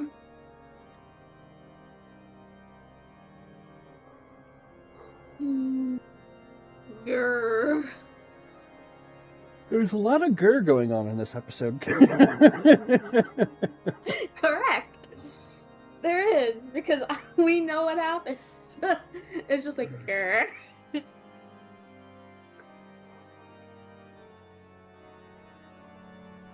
I was watching a video of Flo Pixie going through the story for the first time, got to this part, and she's like, "Oh no, I have a bad feeling in my tummy." I'm like, you have no idea! You have no idea, I'm gonna wait.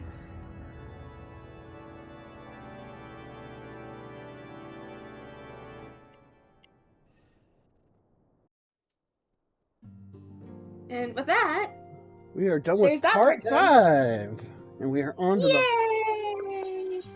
It's funny because Minfilia just completely disappeared. I know. You know where it exited out. It's just like Ninja vanished. Just poof. Alright, can we trigger New Game Plus? 6. Alright, we'll take a quick BRB because I'm getting a phone call from work, so... Okay. BRB. BRB. Oh, man. This is great, though. It's just like, grrr.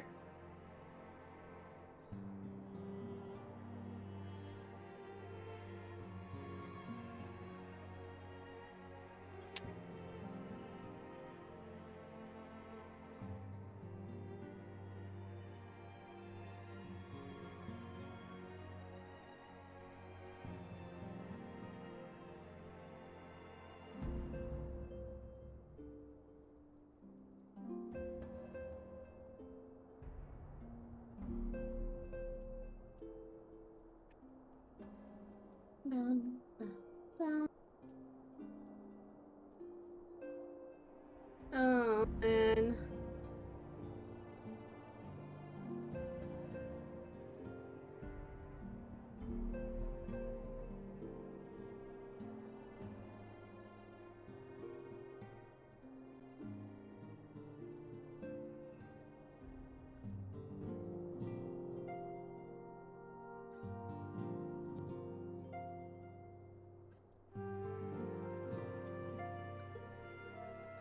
Ah, yes. The Rising Stones music is kind of calming.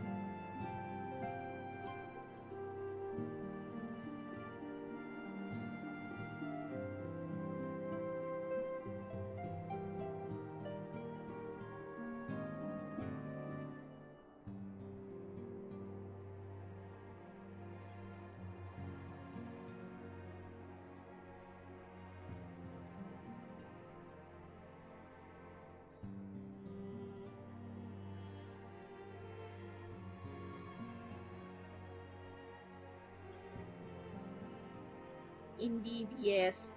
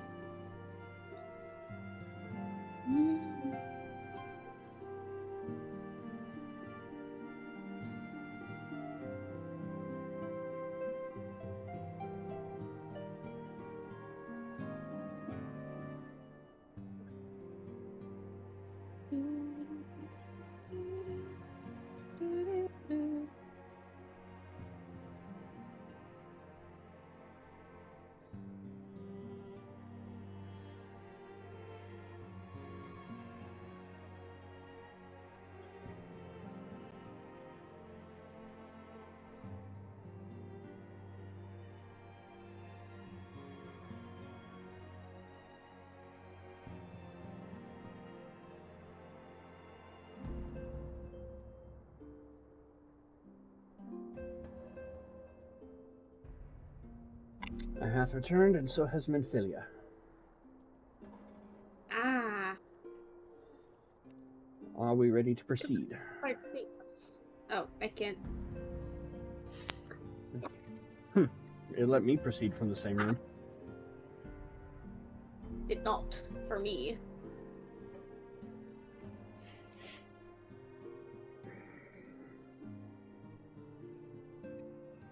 There we go. Had to walk out. For a while it was like, your character did not spawn in, neither did your abilities. I'm like, Nani? Yeah.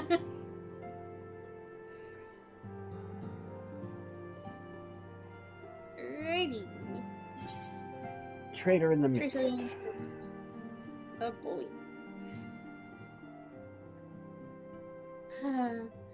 Try as I might, I cannot shake a creeping sense of dark foreboding. But it avails us not to fret about the unknown. We must concentrate instead on the problems of the present. The primals have been relatively quiet of late, and the beast tribes who summon them are under constant surveillance by the grand companies.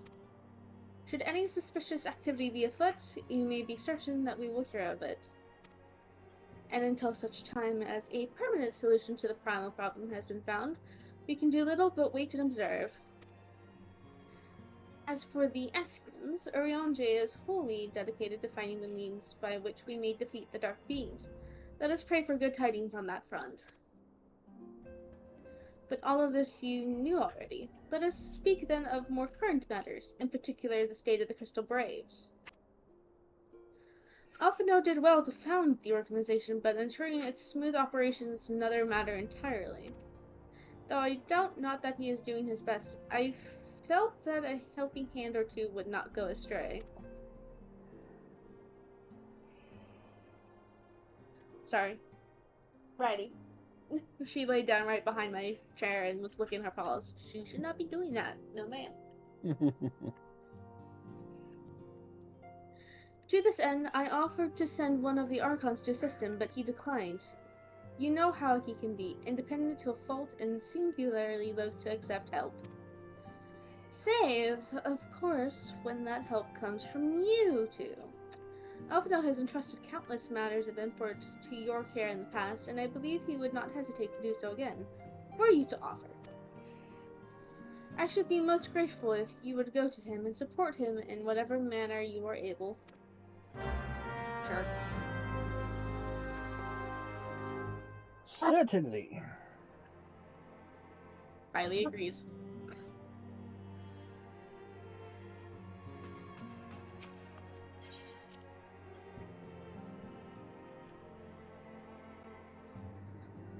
Borf! Yep.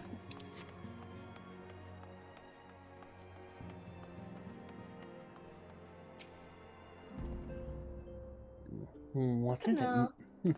What is it, Nocturne Strife? And do be concise, I am rather busy. You would lend a hand, you say? I see. Well, now that you mention it, there is a matter that wants for attention. Given its sensitive nature, I was hesitant to entrust it to my braves, but the demands upon my time are such that I have little choice. Which is not to say that my men want for labor.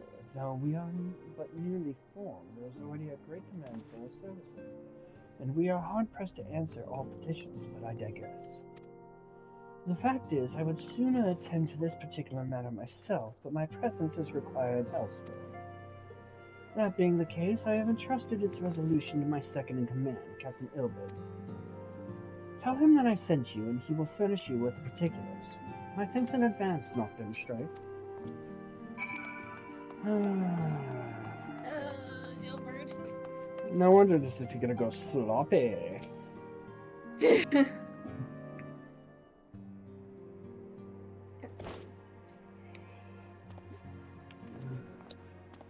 Hail to you, Scion.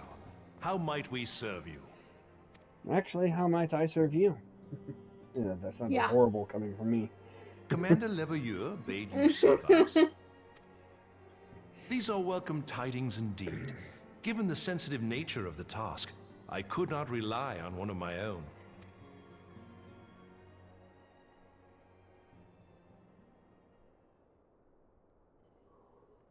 Huh? That which I'm about to tell Oh. you, I tell you in the strictest confidence. Okay. Some days ago, we received certain documents from an anonymous source. They notified us of the presence of a Garlean agent within the ranks of one of the Grand Companies. Following some discreet inquiries, we identified a suspect among the Immortal Flames, whom we detained for questioning. Alas, the man was not our agent. He was but one of many men in the agent's employ. We pressed the traitor for a name, but he had none to give. He claims never to have met his master, whom he knows only as the Ivy. He was, however, certain that this Ivy had coiled itself around every part of the Immortal Flames. It would seem our quarry joined the company some time ago, and gradually recruited others to his cause. These conspirators are the vines by which he learns our secrets, all without exposing himself. It won't be easy to identify the Ivy amidst this tangled mass of subterfuge, but we have a tendril in our hands, and we shall follow it all the way to the gnarled root. Now, much as I would prefer to proceed with due discretion, circumstances demand that this matter be settled post-haste. Garlemald's War of Succession nears its end, and it is feared that the Empire will soon resume its march on Eorzea. When it does, we can ill afford to have traitors in our midst. The Ivy must be rooted out now. We must begin by apprising General Reborn of our findings. I would ask that you accompany me to the Hall of Flames, and remain on hand to see that things go smoothly. Assuming the Ivy's tendrils are as widespread as we believe, he will be aware that an investigation is underway, and if that is the case, he may well move against us.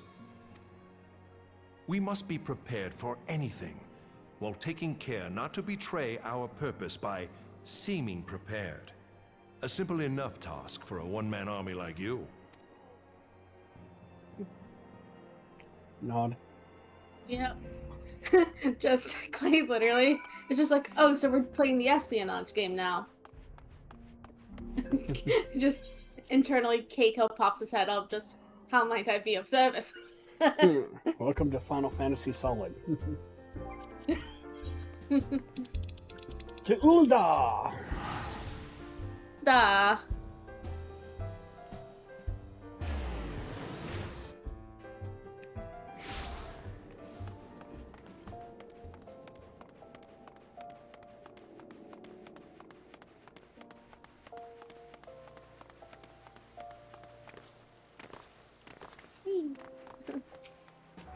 Hey, Reborn.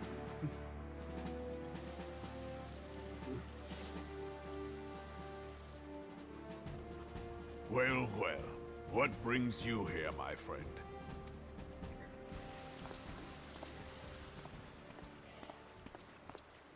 He is here at my behest. Greetings, Reborn. It has been a while. Hilbert, you old scoundrel. When they told me you'd be visiting, I scarce believed my ears.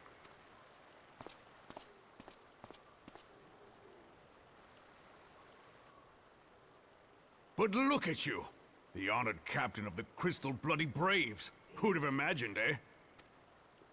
Not many, but fewer still would have imagined your destiny lay in politics, old friend. Aye. We've both come far, have we not?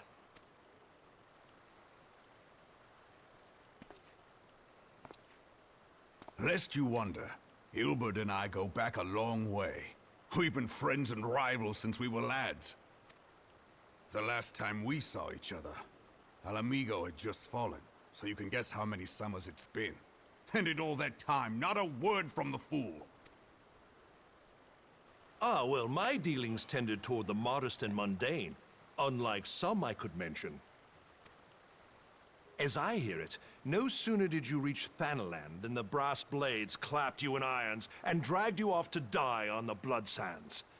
Being a stubborn sort, you won 1,000 matches and earned yourself a place in the people's hearts while you were about it. Then, with your mountain of prize money, you bought the Colosseum and secured a seat on the Syndicate. Those balls, brother! Rags to riches does not do it justice. You're a hero to the common man. Bah, spare me. I am no hero. If anyone is worthy of that title, it's our friend here. Next to him, I'm little more than a glorified butcher. But you, Wilbert, you sell yourself short. By all accounts, you are an adventurer of some standing. I like to think that I did my part for the greater good. But if you're no hero, then I'm no adventurer, not in this company. Anyway.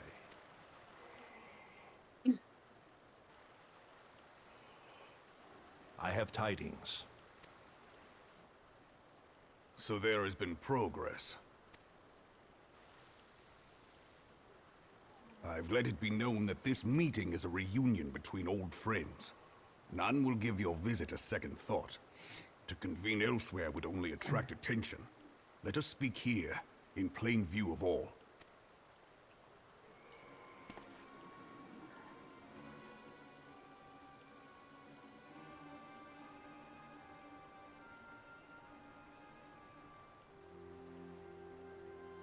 So it is we who have been compromised.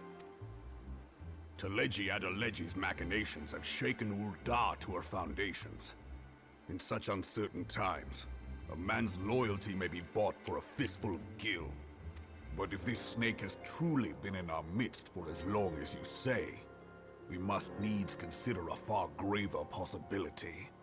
Conspiracy. Could it be that the monetarists have been in league with the Empire from the first? Very well. I will have my most trusted men investigate the matter.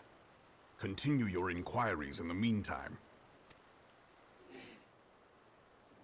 It does me well to see you again, old friend. When next we meet, let it be over a flagon of ale. I look forward to it. Let us reminisce of bygone days, and drink to the future of our homeland.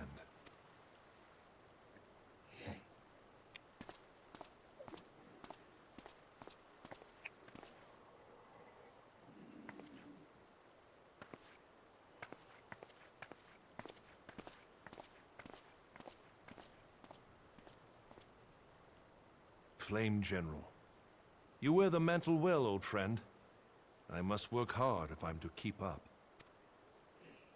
Well, it would seem your services were not required after all. I dare say we have Roban's prudence to thank for that. Still, I was glad of your presence. My thanks, Scion.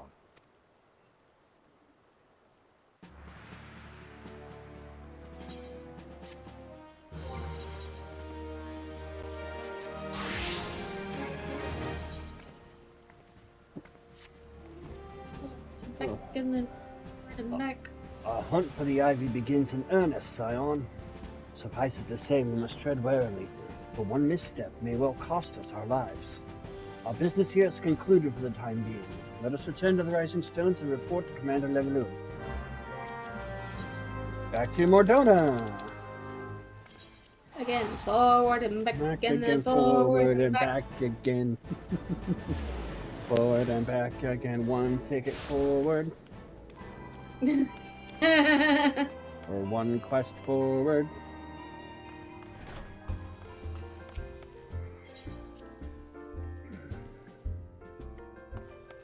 Now, or should I say Commander Leviar? Commander! Oh, Commander! Commander! I would salute you, but I don't have the email. Right. Say what you want about the Crystal Brace. I thought the salute was kind of cool. Yeah. We are returned from Ul'dah, Commander. Not a moment too soon. Something has happened. Trouble? You will recall that the Fourth was tasked with reconnoitering the rendezvous site used by the Ivy's minion in his Imperial context. Soon after you left, we received word that the unit was ambushed en route towards the destination. God damn it! According to the reports, one of ours has been taken captive. The Guardians are not wont to treat their foemen with dignity, and I have grave fears for her safety. We must dispatch a rescue party at once. Recall those braves who are afield. Begging your pardons, Commander, but we have not the time. I'm afraid I must ask for your aid once more, Scion.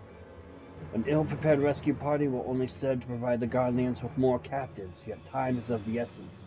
Simply put, you are the best chance we have. Captain Ilbert has the right of it. I trust you are willing. But of course you are.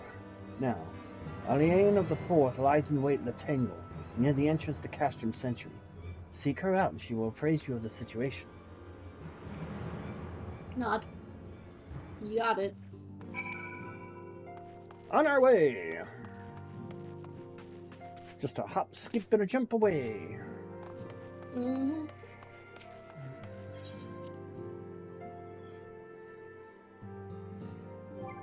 Ba-dum. Tin Eater. I got stuck in the wall. Nah.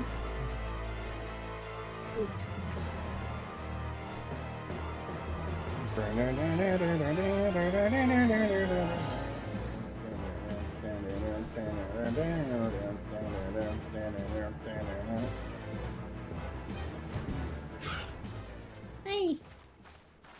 Other female Ellison. You would aid us in the rescue mission? We are in your debt, warriors of light. Now time is against us, so allow me to brief you on the situation. The Garleans fell upon us without warning, wounding poor Rahish, and hauling her away to the castrum yonder. Outnumbered as we were, it was all we could do to flee and regroup. Even as we speak, the Garleans may be interrogating Rahish. Or worse, with her hurts, I fear that she will not long survive their attentions. We must rescue her without delay. Our order may yet be in its infancy, but the bond that binds us is strong as mithril. None of us will stand by while a comrade suffers. We, the remnants of the Fourth, will infiltrate Castrum. Please help us find Resh before it's too late. You got it. I wish I had that fucking emote. Just ba-doop.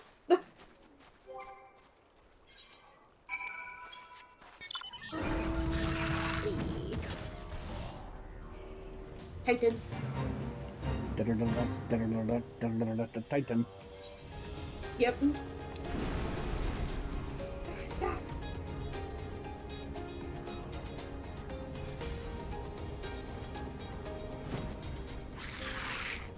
Shall we? Let's do it. Streaming. Oh, thank you. Ball. Thank you. 80.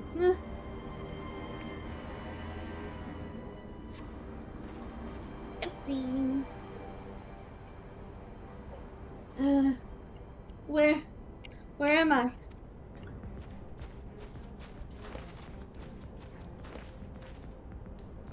Resh, because we found you.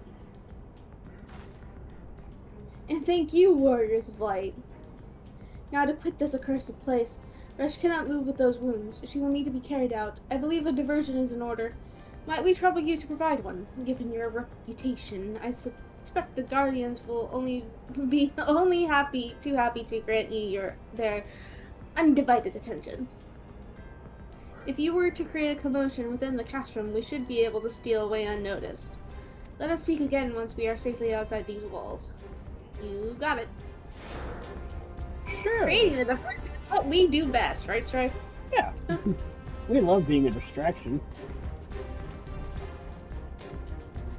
Especially when it comes to Garleans. Noct is just like, Grr. No, I didn't mean to hit that.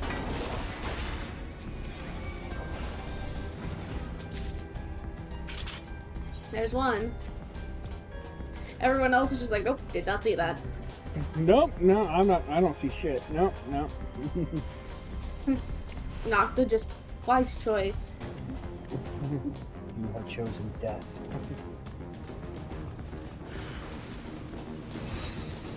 Whack.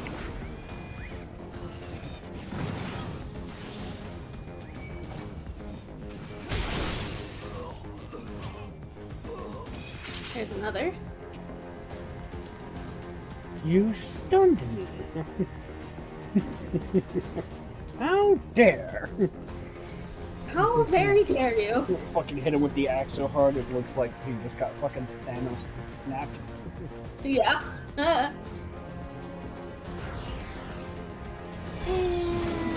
ta-da! Oh, there's more.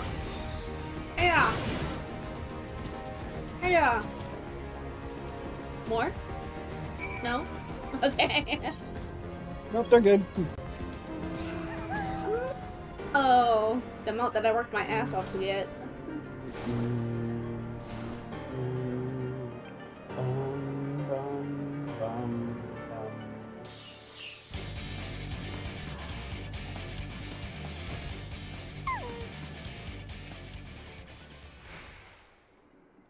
I have awaited your return most anxiously, my friends.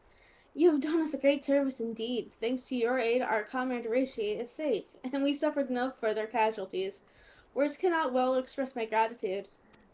All that is left is to report the mission's success to Commander Levior. I shall go on ahead to the Rising Stones. Okay. Pod.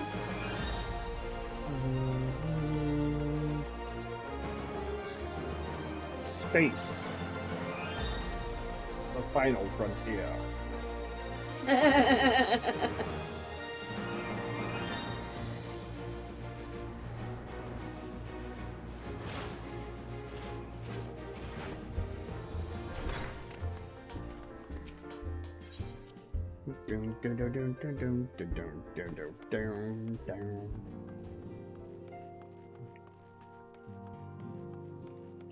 Oh, Commander!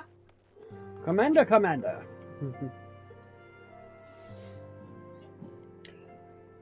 It does me well to see you thus returned.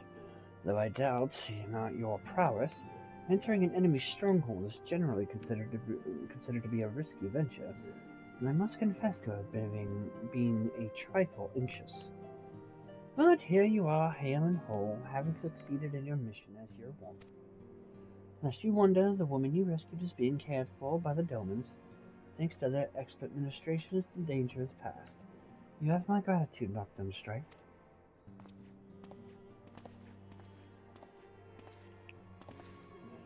Allow me to thank you also, Scion. Resh owes you her life. We escaped with minimal casualties this time, but we can ill afford to be caught off guard again. The Empire is not an opponent to be trifled with. As you say, Commander, I will see to it that the men keep their wits about them. And it may yet take time, but I will not rest until we have identified and apprehended the Ivy. I have every confidence that you will succeed, Captain. As for you, Nocturne Strife, I realize you have scarce caught your breath, but I'm afraid there is no rest for the weary. I require that you accompany me to Kurthus. I have been granted an audience with an Ishgardian dignitary, you see, and the man expressly requested your presence. Oh, do not look so surprised. You should be familiar with the trappings of fame by now. We shall depart as soon as you are ready. We both know who that, who it is. Mm-hmm. You have been blessed with a rare opportunity, Nocturne Strife. An audience with an ambassador of the Holy See of Ishgard. We are to treat with Sir Aymeric, Lord Commander of the Temple Knights in Camp Dragonhead. It is considered a great honor to serve the Holy See directly as a Temple Knight. Needless to say, their leader wields tremendous political influence. We would be wise to court his favor. For that reason, I consider your attendance essential. If Sir Aymeric wishes to meet the man behind the legend, or the woman, I would not deny him the pleasure of your company. The antecedent should see the wisdom of this plan when you request her permission to accompany me to Kurthus. Mayhap you feel this to be a waste of your talents, which could doubtless be put to nobler use. If so, I should remind you that more good can be accomplished with the stroke of a pen than the thrust of a sword. Minfilia, or Minfilia. Waving that sword when the pen won't miss, falling apart in a watch like this.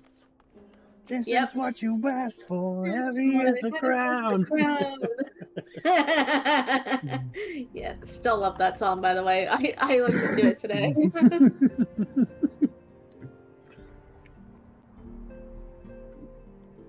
A meeting with an Ishgardian ambassador. By all means, I think it a wonderful idea. We have received no reports of etheric disturbances or unusual beast tribe activity of late. If Alphino believes your presence may help him to secure more favorable terms, I see no reason to deny him.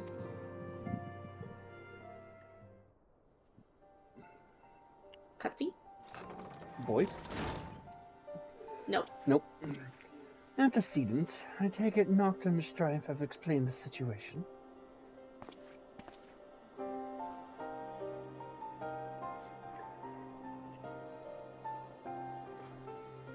Oh yeah, that's me. My brain just went bleh. This is what I mean when ARR makes my brain go bleh. We're almost done. We're almost done. We're almost there. Yep, I know. They have. Yet, welcome though these overtures are, I cannot help but wonder what prompted them. The Asgardians have spurned all contact with the other city-states for decades. Why reach out now?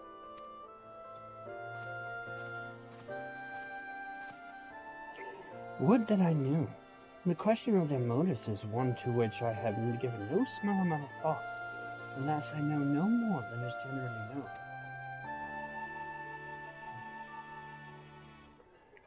The notoriously reclusive nation of Ishgard, situated at the center of Albathia's spine. Ruled by the Ishgardian Orthodox Church, at the head of which presides the Archbishop. Members of the original Eorzean Alliance formed in the wake of Alamigo's fall some 2 decades ago. Friends of convenience who withdrew from the Alliance as soon as the Imperial fleet was routed at the Battle of Silver Tear Lakes, skies. Bleh.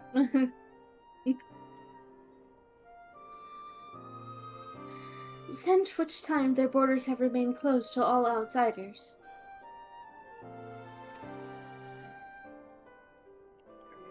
They have rejected every one of their former allies' calls to reopen dialogue, turning a deaf ear to the neighbors' pleas, even when the calamity loomed large.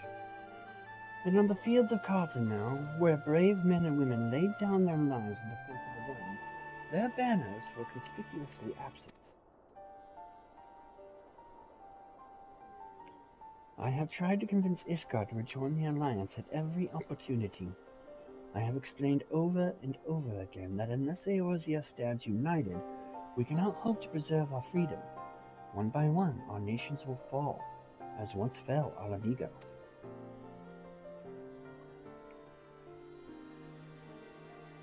And what have mine efforts yielded? Why not? Surely this can be considered a step in the right direction. I should hope so. Rather than the lowly messengers we have been fobbed off with in the past, this time we shall meet with a man of genuine influence.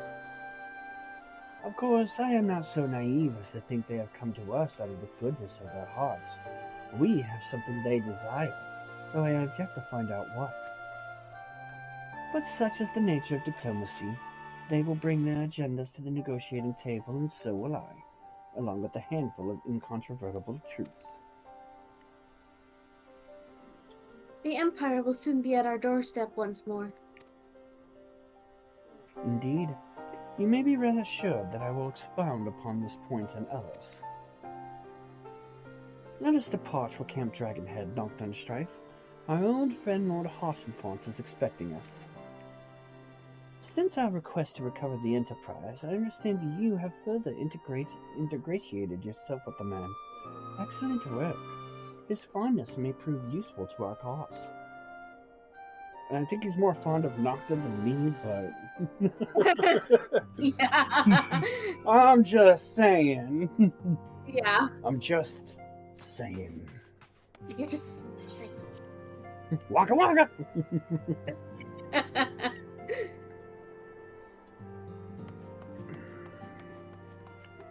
Not that I think Nocta would necessarily mind the attentions of Harsenfont. Yeah. Just Harshmont looks at her, she just goes, Looks right back. Wink. Nocta's looking at him kind of like Glenn just looks at a sad person. Dude, that's fucked up. Oh my god.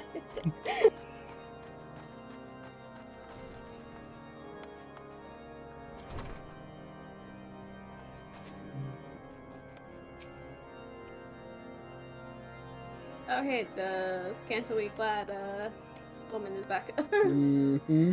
Hey, Harshafont. Fucked up but true. Ah, Yep. Strife, Nocta, ever a welcome sight. Our hearths have been stoked to blazing in preparation for your arrival. It would not do for such a distinguished personage to catch cold whilst enjoying our hospitality. The gesture is much appreciated. I fear I shall ever struggle in cold climes. Ah, good Master Alphinaud, an honor as always. Likewise, Lord Harshenfont, forgive us yet another imposition. I fear we have relied overmuch on your aid since you so generously assisted us in locating the Enterprise. Good evening, good to see you. How you been? The Blind Empire, wanna be? Hey, Nonsense. Have any debts incurred have long since been repaid. Besides, who can say what the future may bring?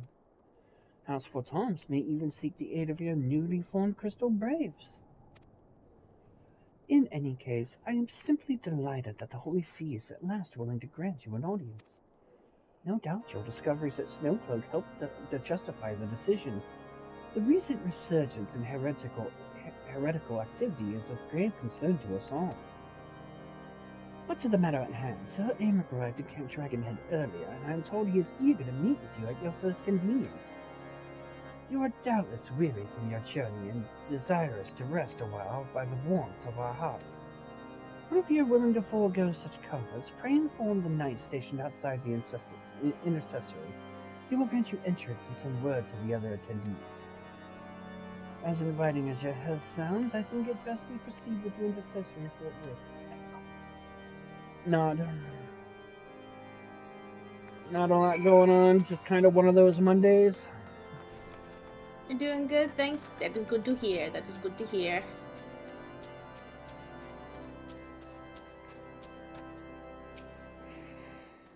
We have been expecting you, sir. Pray take your ease inside, and I shall summon the others. Let me in.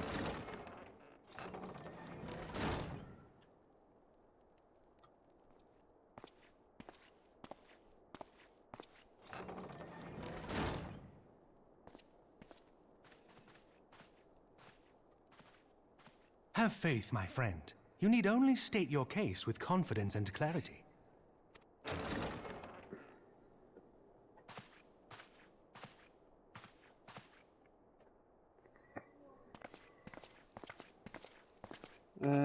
The next frickin'...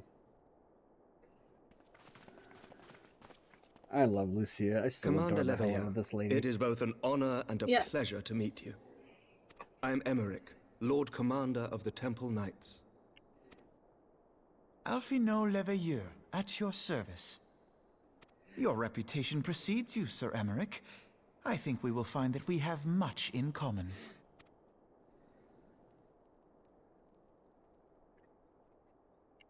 Speaking of reputations, yours towers over us all. Does it not? It does indeed, Lord Commander.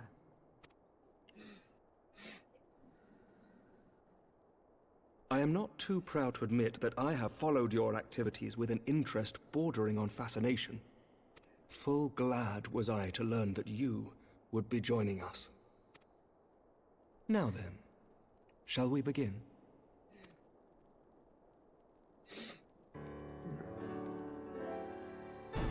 We know full well that the Garleans will return in force ere long. What is more, we have yet to achieve a lasting victory over the Primal Menace. The Beast Tribes continue to summon their gods, and each incarnation is stronger than the last. Ishgard is not immune to these threats. I must reiterate that it would behoove your nation to rejoin the Eorzean Alliance. Once again, I must respectfully disagree. On what grounds?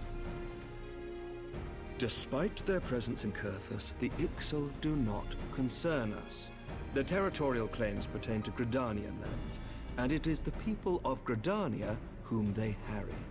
Consequently, the Holy See judges this to be a Gridanian affair, and Ishgard does not intervene in the internal affairs of other nations. Even were that not the case, our forces are wholly committed to the Dravanian conflict. We have not the knights to spare. As for the Garleans, we are not ignorant of history. We have observed the rise and expansion of the Empire, and we agree that it is only a matter of time before they resume their campaign in Eorzea. Then surely it would be in our best interests to present a united front. Mayhap one day, but not yet. Gaius van Belsar is dead, and the legion of conscripts he left behind lacks the will to fight. We think it highly unlikely that they will emerge from behind the walls of their castra for some time. Forgive me, but if Ishgard's position has not changed, why did you agree to this meeting?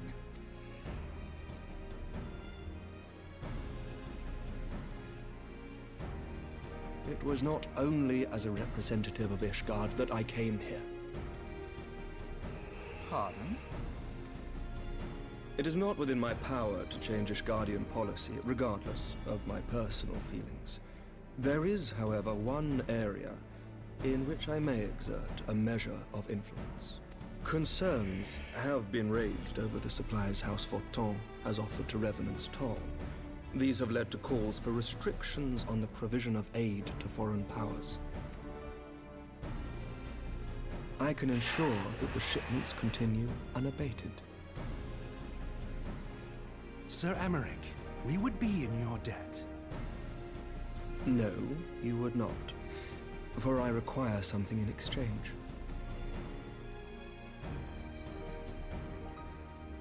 Of late, there has been a flurry of Dravanian activity, the purpose of which was not immediately clear. However, our astrologians have since observed alarming changes in the heavens. The dragon star waxes unnaturally bright, and there are whispers that it portends the resurrection of Midgard Sorma. The fallen guardian of Silvertear Falls? That's absurd. Full many times have I gazed upon the dragon's corpse still wound around the Agrius, and wondered how different our world might be if it yet lived to plague the skies. I do not know, and I do not wish to know, nor does any son of Ishgard. Yet the mere presence of Dravanian forces is not sufficient grounds to send knights to Mordona, whatever our astrologians say.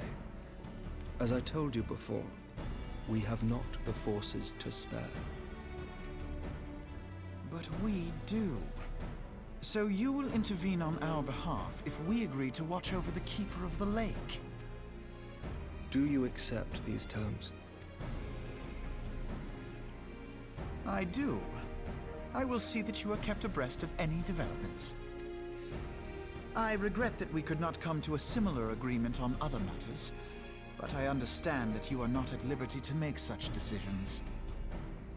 Nevertheless, I hope that what we have accomplished here today will serve to demonstrate to your countrymen that we can work together towards a common goal.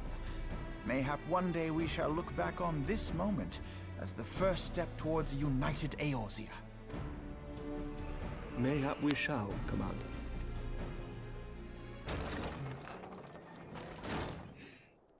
What is the meaning of this? The caravan, my lord. It's been attacked. It was Iceheart, my lord. What? By the Fury! All our precautions were for naught?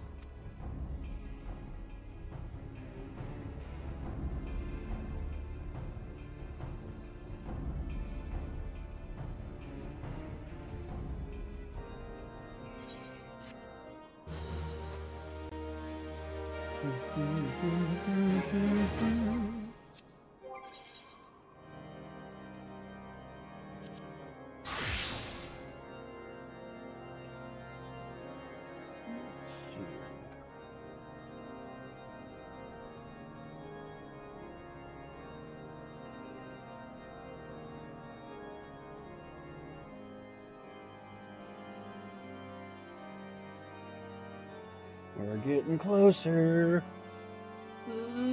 We are.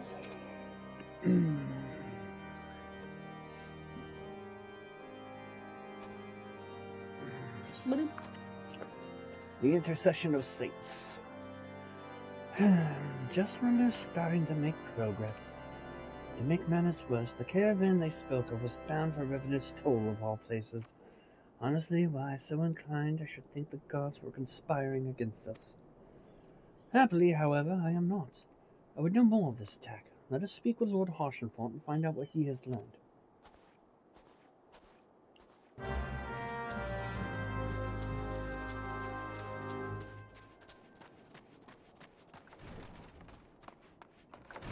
And she's still here. Yep.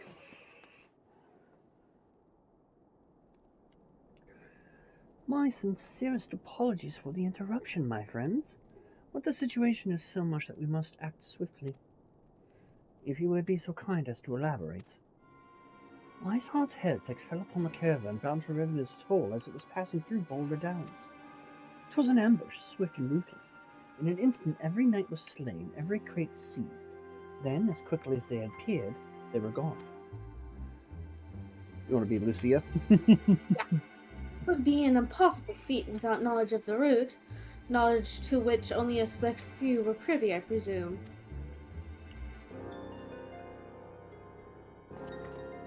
Quite. We can pursue the avenue of inquiry in due course. Seems to me that examining the scene of the ambush should be our first concern. The trail is yet warm. We must act swiftly. As Lord Harshenfont said, lest crucial evidence be lost. You have a knack for discerning hidden truths, Nocturne Strife. Why don't you go and inspect the ambush site in person?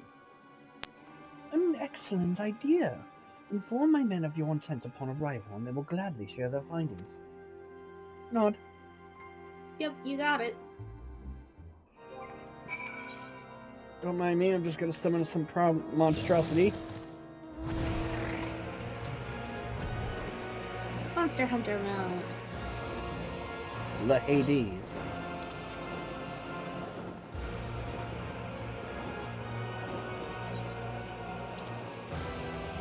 How have you been, Hope you're doing well.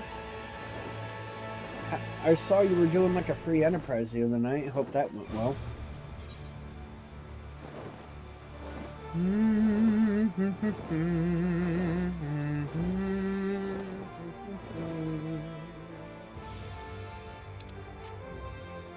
I was talking with my coworker on Saturday, and he's just like, dude, I'm already level 57, and I just beat Garuda. Yeah, that's the way of it. Like, it's easy when you're only leveling your class or two.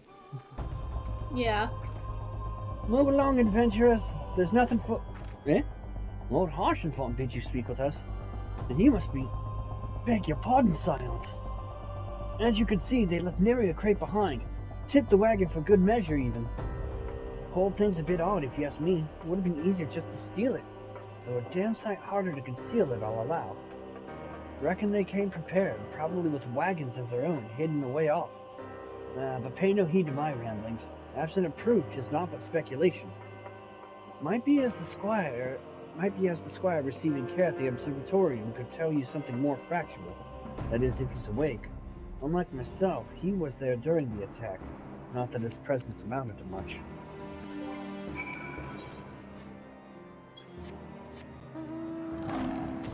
Titan. Gunbreaker mount. Hey.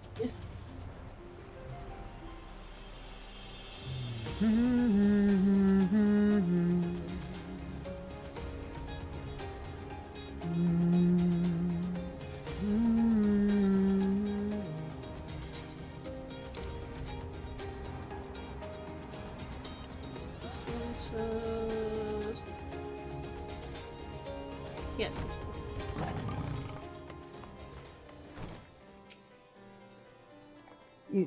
You called to ask me about the attack, haven't you? We came upon them before the entrance to the Hall of the Seven Echoes. Pilgrims, we marked them as, lost and ill-equipped for their journey further north. Our leader called out to them, and one stepped forward to answer. Slowly she approached, her silver hair flowing in the wind like melting snow. Just a young girl, I thought. Some poor lost lamb in search of salvation. Our leader must have thought the same, else why would he let her draw so close? They exchanged some words I couldn't hear, and she leaned forward as if to kiss his cheek, and then he sighed and crumpled to the ground. I didn't know what had happened till I saw the snow turn red, and then there was red everywhere I looked. I tried to fight, but took a blow to the head, and by the time I came to, the others were dead and the heretics were unloading the wagon. I couldn't. I mean, they'd have killed me, so I just lay still and listened. Iceheart's people spoke of deliverance and resurrection, and they spoke of Shiva.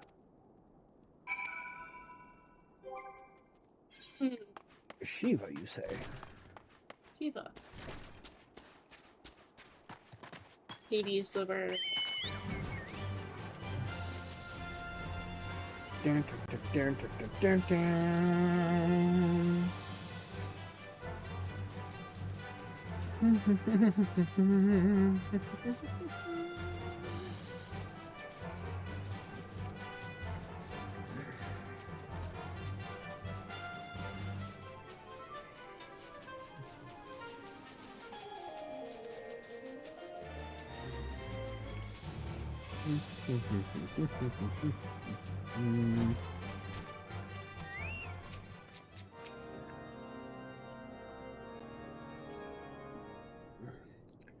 Ah, you've returned.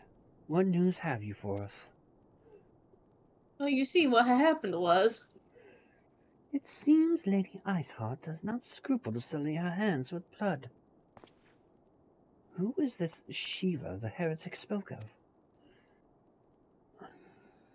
Have you not read a single line of the,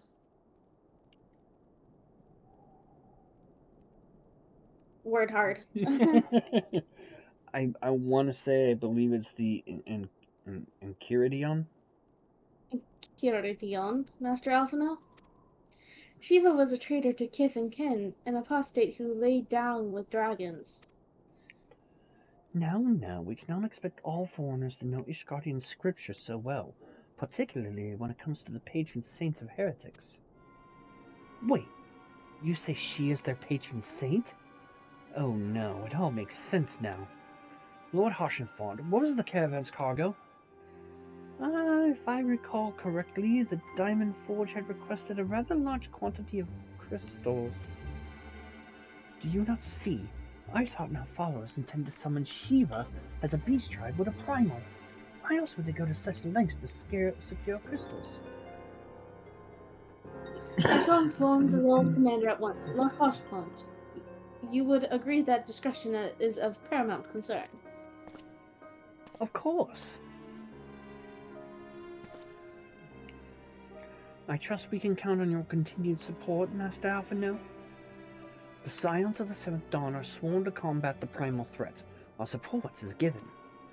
I will send word to my brethren in Revenant's Toll. Our entire order must turn its efforts to the prevention of this summoning. Naturally, that includes you. Though I'm sure you would not miss this for the world. You got that right. Damn right.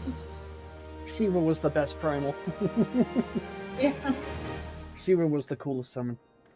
Every pun intended. The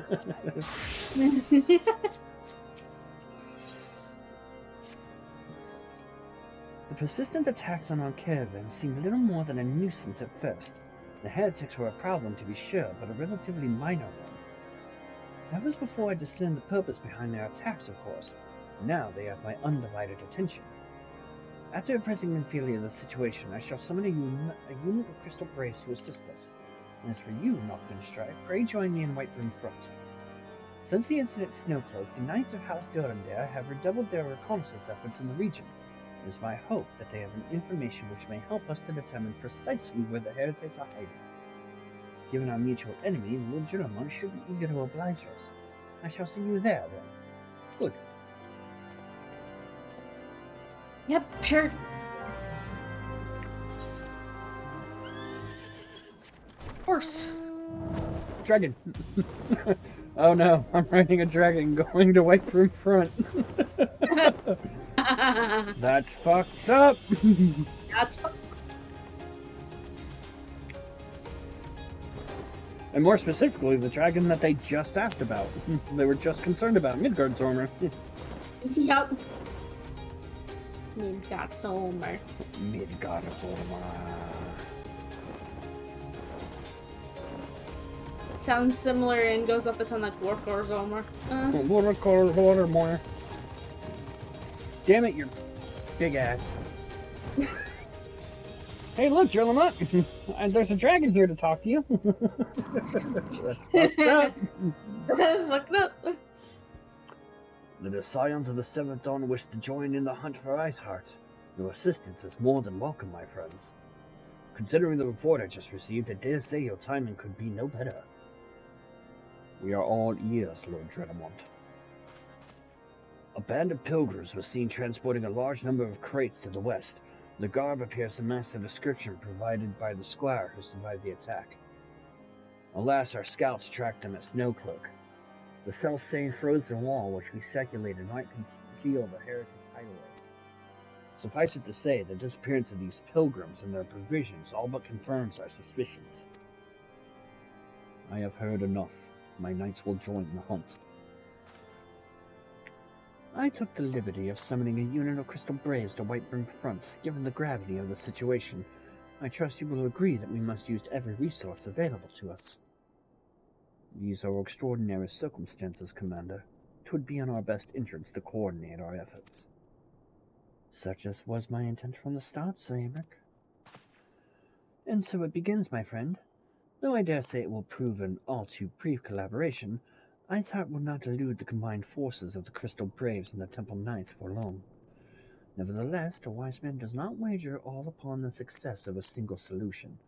There may yet be subtler means by which we can locate the heretic's lair. Mayhap Lord Dredamont has one in mind? Nod.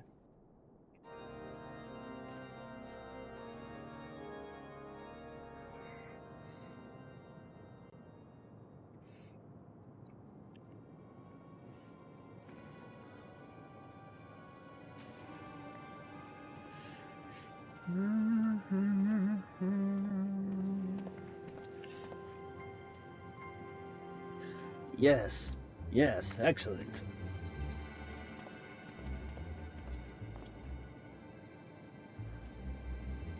My lady, everything has been accounted for. If there is aught else you would have us do, pray speak, and it shall be done.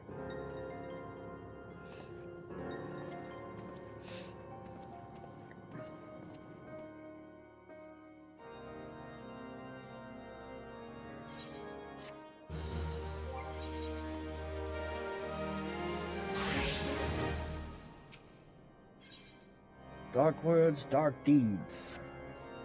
Hmm? It seems as though we are always one step behind our quarry, ever just beyond our reach. Though I would like to believe that the tables are about to turn, I must confess to having certain doubts.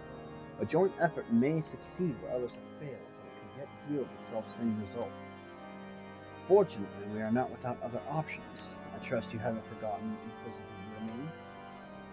We have not. The mystery of how the heretic remained undiscovered for so long has been much in our thoughts, as has the question of what steps might be taken to prevent a similar breach of security in the future.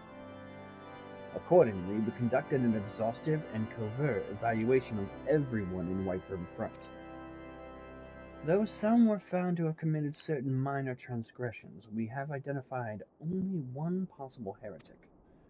If this man has pledged himself to Iceheart's cause, he will have taken note of the movements of the Temple Knights and the Crystal Braves, and upon recognizing their intent, he may attempt to warn the heretics. The man's watch is to end soon, at which point he must report to Sir Gentremont in the yard. I would have you keep an eye on him. If he ventures beyond the walls, follow him discreetly. Should he meet with a heretic, do not interfere. Simply watch and listen. I have seen to it that the suspect knows nothing which could endanger our plans. Okay.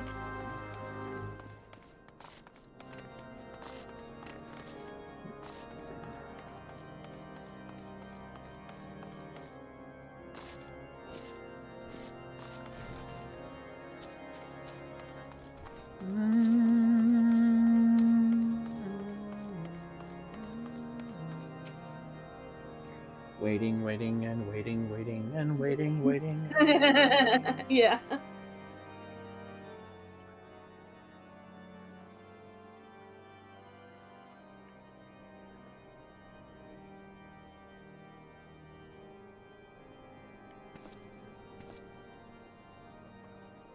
There he goes.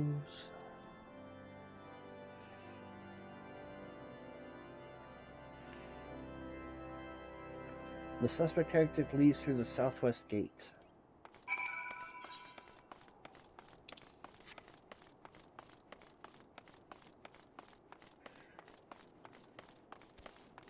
This is what stealth missions were before they became actual stealth missions. Hmm.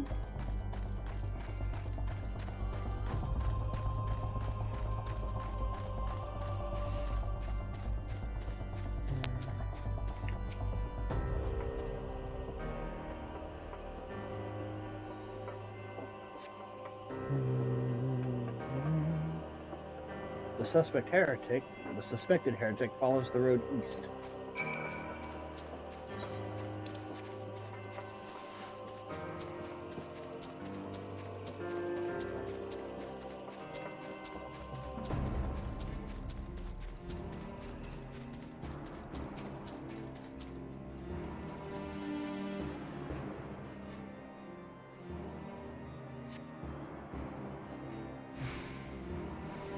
The suspected heretic heads south.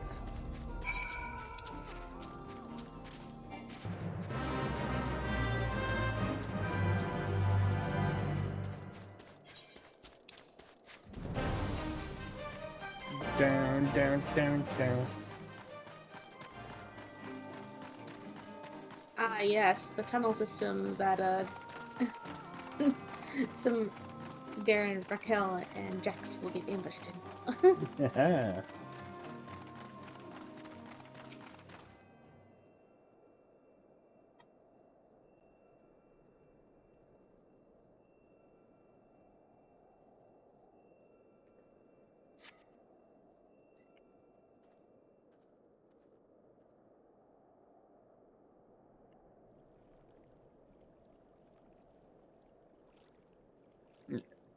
Hey, where in the seven hells are you? I'm freezing my bollocks off here.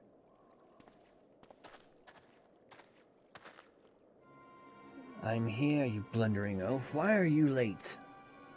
Standing on the wall? Why else? I have duties to fulfill, you know. Your sole duty is to the... bloody echo. Lower your voice, or they'll hear us in White Brim Front. Yes, of course, the Temple Knights are... mumble, mumble, and Snowcloak. This is what you bring me? We already knew about Mumble Mumble. Our comrades in Boulder Downs will use the tunnels, Mumble Mumble. Dead before they know what's happening. Nevertheless, Mumble Mumble, if you waste my time again, is that clear?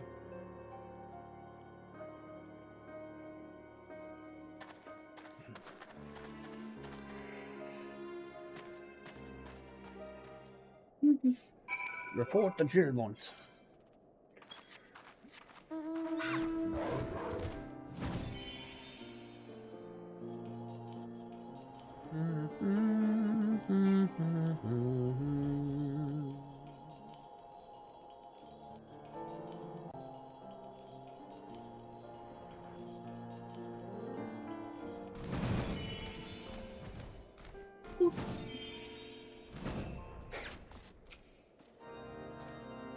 Well, did your investigation bear fruit?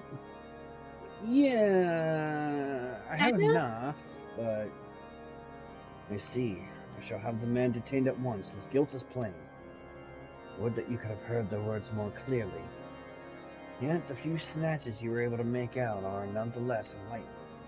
It would seem the heretics are aware of our operation and confident that they can thwart it. Their comrades in Boulder Downs are key to their plans, which means it is key to our plans that they be rooted out and put to the sword.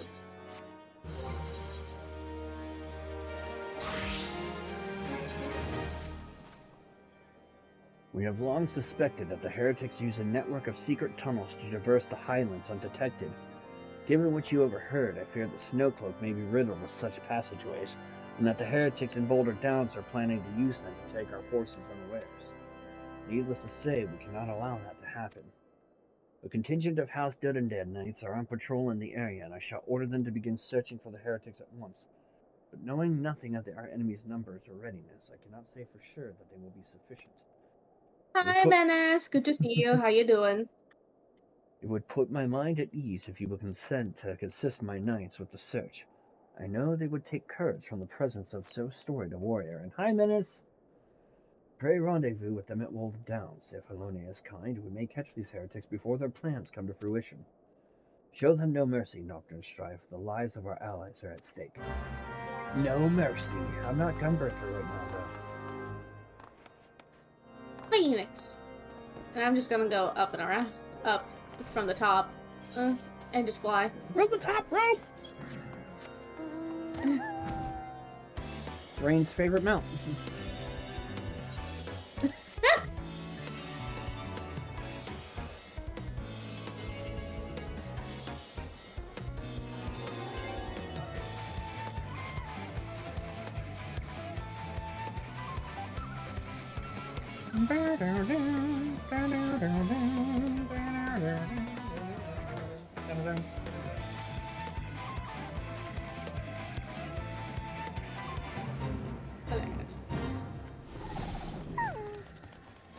Let's go, beat them up. I got one. 2, 3. It'll kill like overkill, I say. Any more? Nope.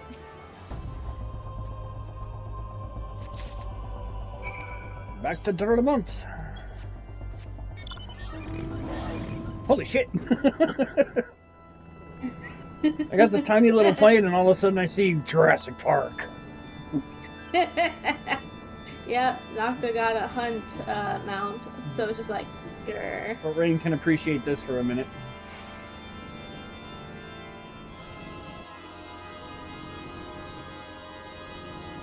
Yes, I realized the mount can't fly any higher. Shush.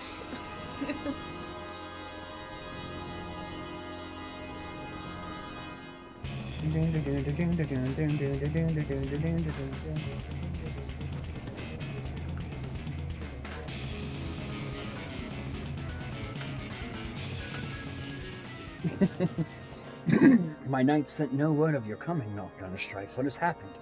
What is that in your hand? Here, take this.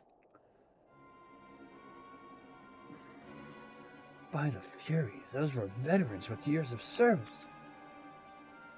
And now they're like dead in the snow. Their bodies must be recovered and... No, we have not them in despair, not now. Not while Iceheart prepares to summon Abomination.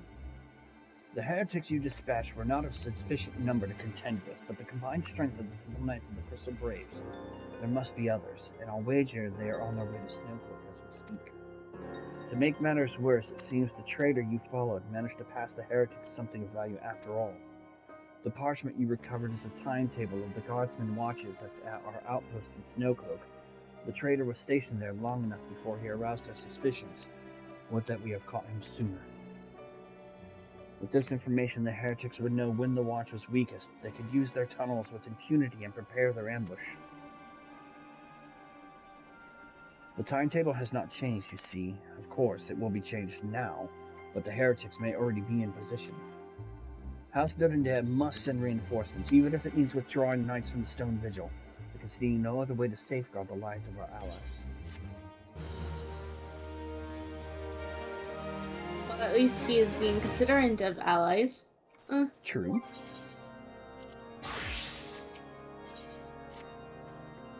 Time is of the essence, Strife and Nocta. While my knights make ready to depart, the heretics may take our allies into Snowcloak unawares. Superior training and equipment will avail them not if they are cut down ere their swords are drawn. The law is not yet lost. If you leave now, there may still be time to warn them. Make haste, I beseech you. Fly to Snowcloak and tell Sir Aymeric everything we have discovered. Fly, you got it. Fly, you say.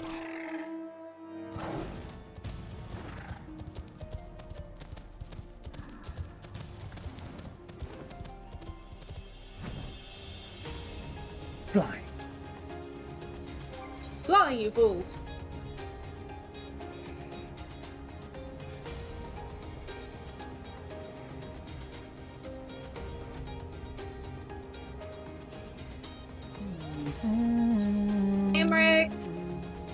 Aymeric, we have a problem. We have a big problem.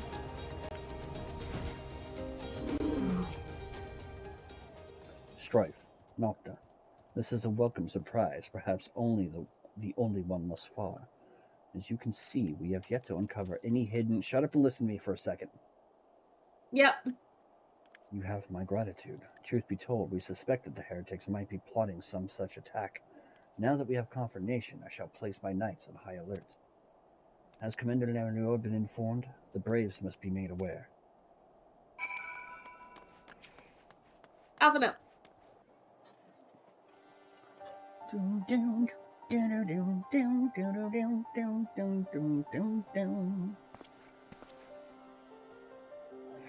It must be here. I am certain of it. Why else would they go to such lengths to defend Snowcloak? 'Tis but a pity this discovery comes when our enemy has us at such a disadvantage. Forewarned though we be, the heretics know the terrain far better than we. I dare not think how many are watching us at this very moment. Confound it! This is all wrong.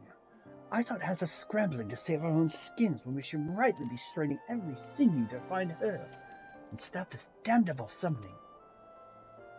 There she is! Come here, girl!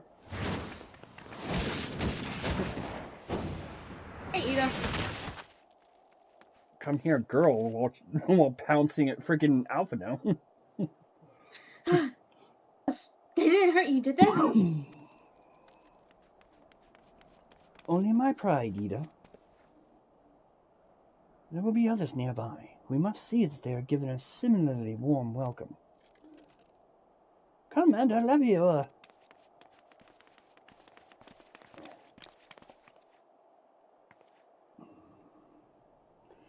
There's been a development, sir. Together with the Temple Knights, we have secured the entrances to some half-dozen tunnels, after spotting the enemy breaking the surface. But that is not all, sir. We think that one of them may be important. Certainly the heretics near flung themselves upon our swords to defend it. Aha! Just as I suspected. Amongst this ward of tunnels lies the entrance to Iceheart's lair. Summon the others. We're going in. A moment, Alphino. The tunnel in question is barely wide enough for 2 men abreast. We cannot say with any certainty where it leads, much less what is waiting for us there. Furthermore, we have no way of knowing how many heretics are still lurking here on the surface. What if they were to converge on this point after we enter the tunnel? For all we know, we could be funneling our forces into a trap. I take your point. If the tunnel is indeed as narrow as you say, greater numbers would be more of a hindrance than a help. Should we encounter difficulty, our own allies would become an obstacle to escape. A change of plans. While we rendezvous with Sir Amric and keep the heretics at bay here, you will go whenever that tunnel leads. If you find Iceheart at the end of it, do not let her escape. You venture into the unknown, so see that you are prepared for anything. I suggest you call upon your allies, though not too many, or Papa Lima will sulk. You got it. Poppy!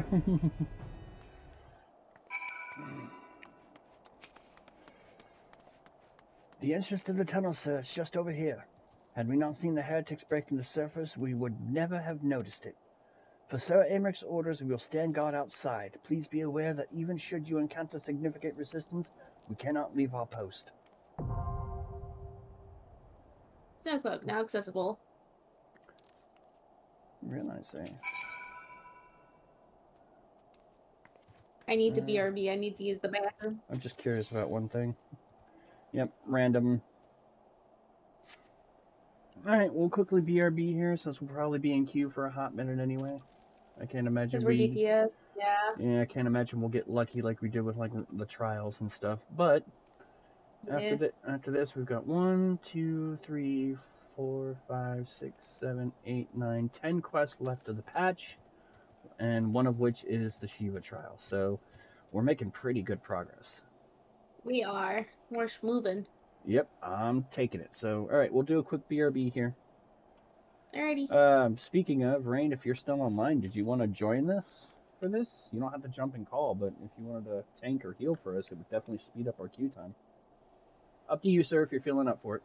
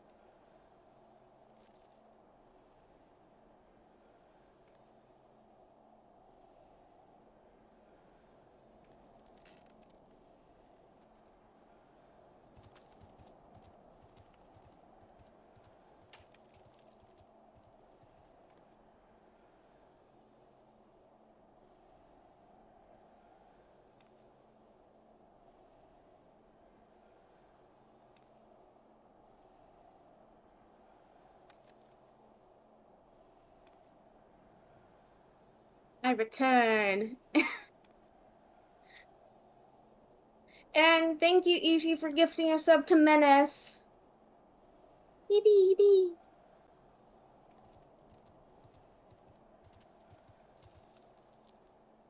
This. Thank you, Rain.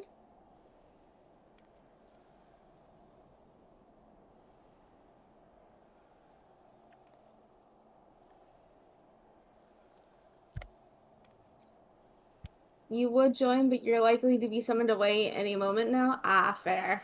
Gotcha. I'll tell Strife. Unless you've already told him.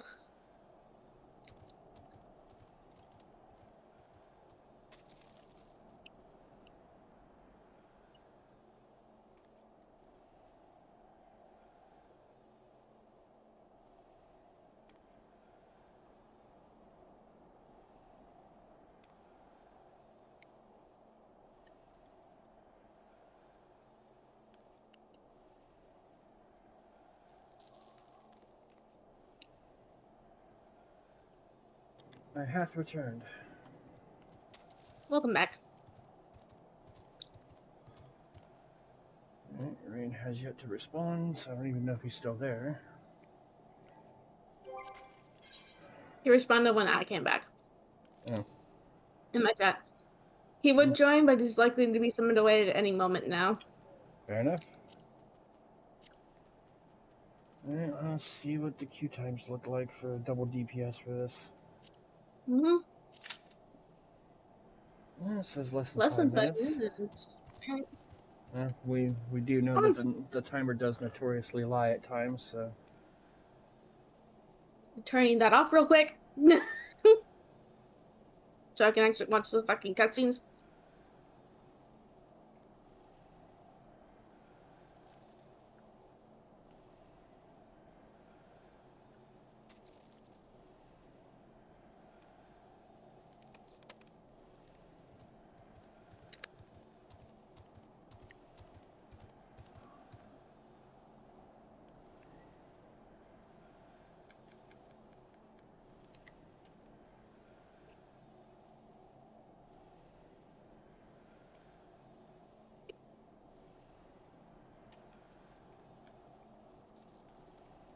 And just freaking I finally got around today to uploading our stream from last week.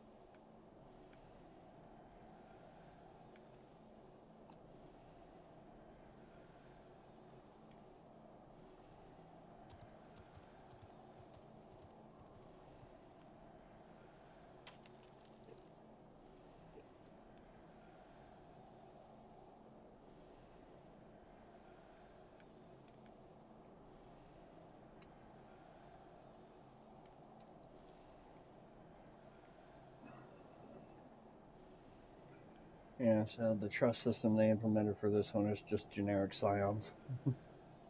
Mm-hmm.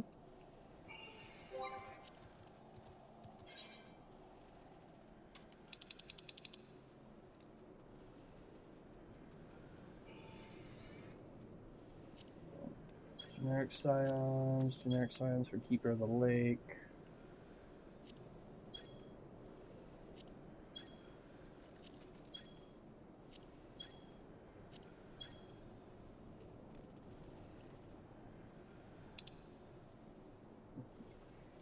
Heavensward, though. Mm-hmm. They have not gotten support system for Duck Vigil yet.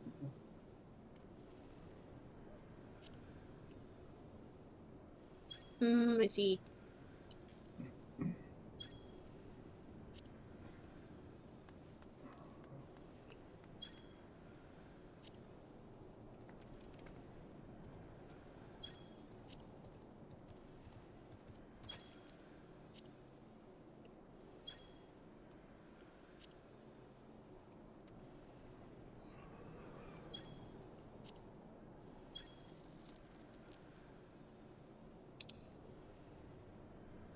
And they have not gotten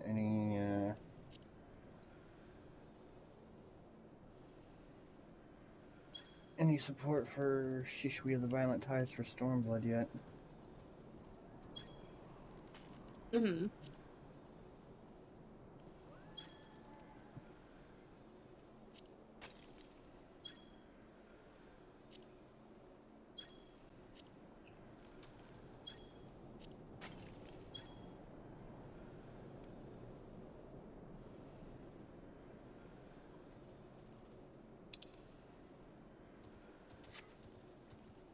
The timer lies. Yep.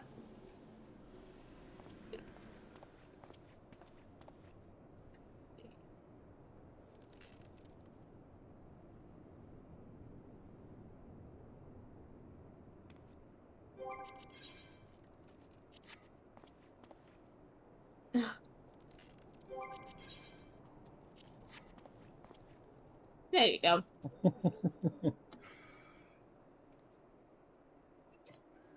good. I have noms anyway. Just letting it cool. Got an omelet. Mm.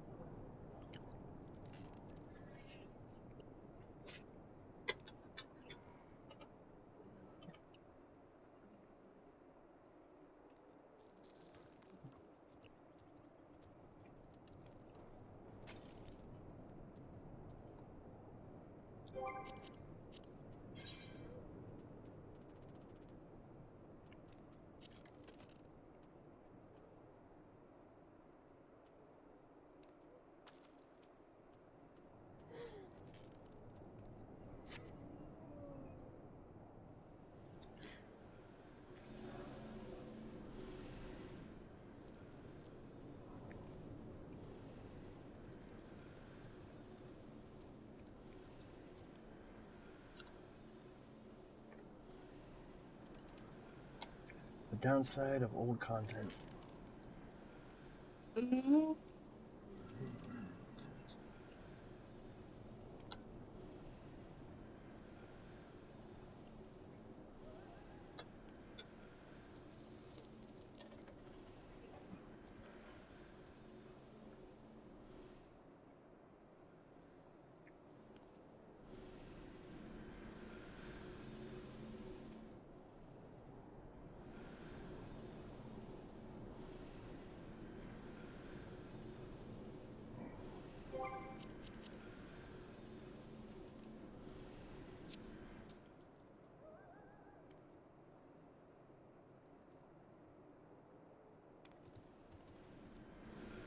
I remember feeling like it took this one forever to pop back in the day.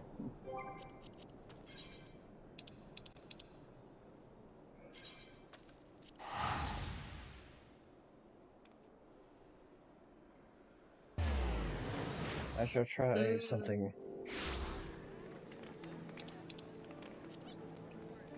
I see, I see.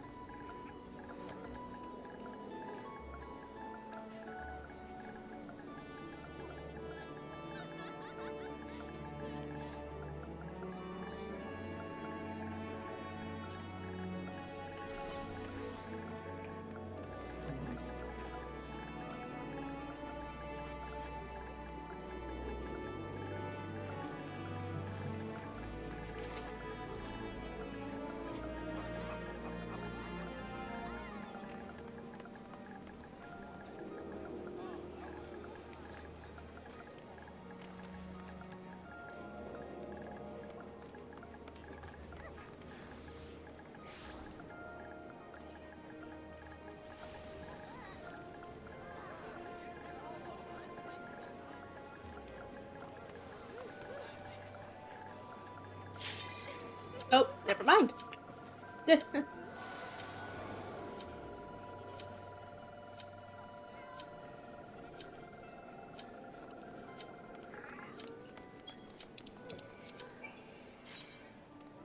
I'll take it. Mm-hmm.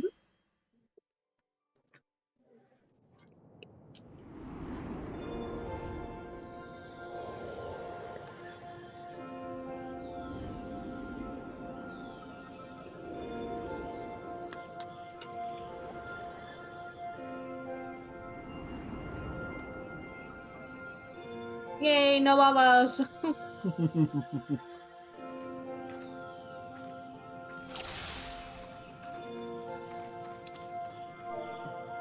And no D&D portraits. Oh, hey, look, they have your axe. Good taste. They have good taste in axes.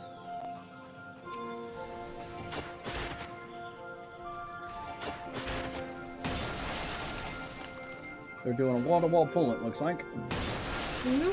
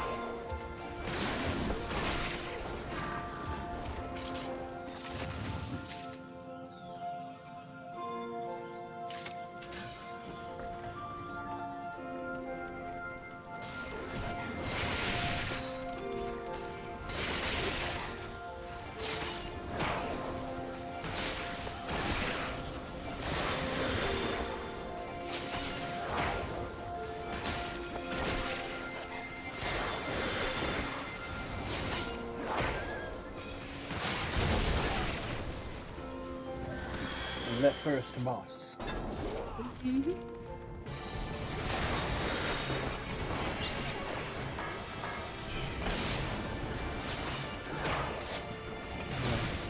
Look at how little that damage is compared to what we're used to lately.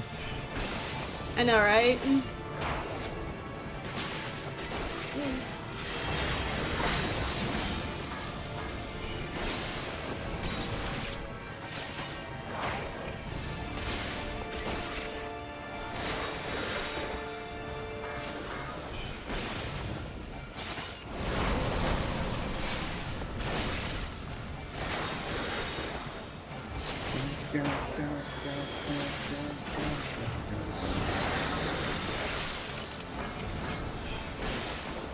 Wow, there's a good crit. There we go. I can trade that in.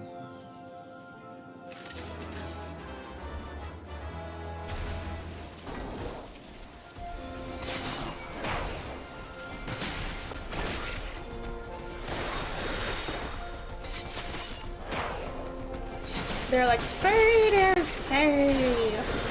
Yeah, why not? I just hope they can keep themselves buffed through it. Yeah, I hope so too.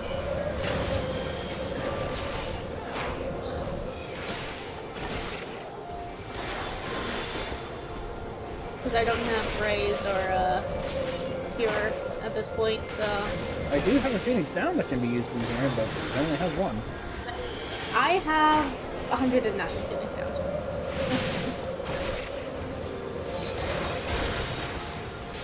I'm stocked up.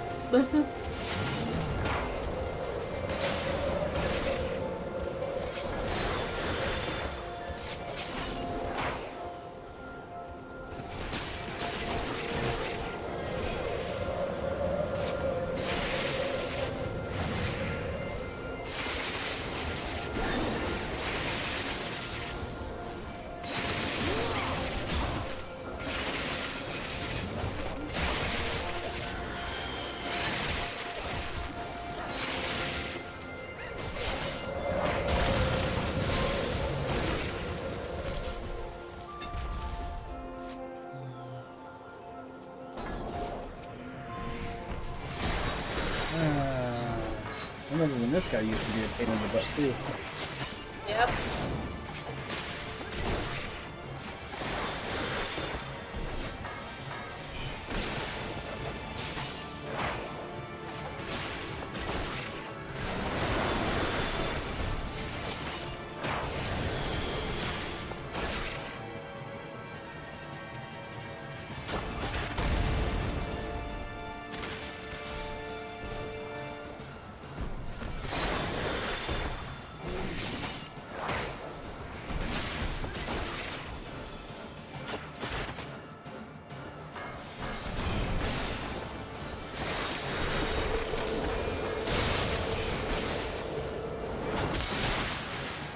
Owie.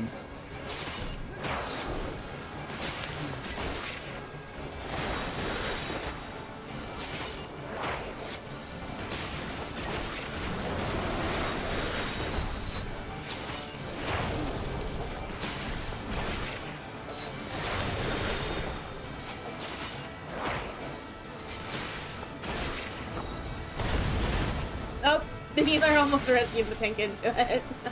Whoops. I heard the rescue sound. I'm like, oh, ooh.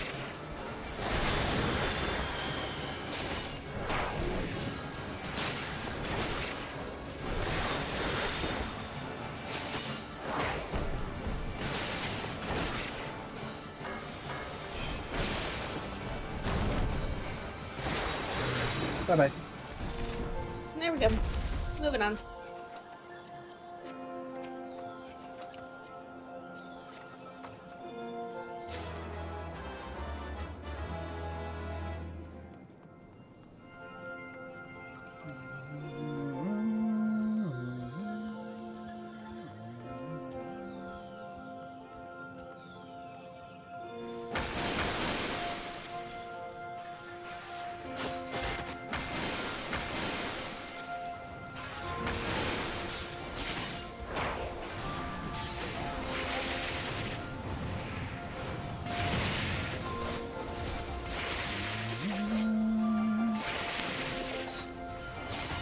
I think I remember this being like the first dungeon. I really recall having some really just very calm and relaxing music. Yeah. Like outside of boss battle, the music doesn't change, so you get to hear it constantly. Yep.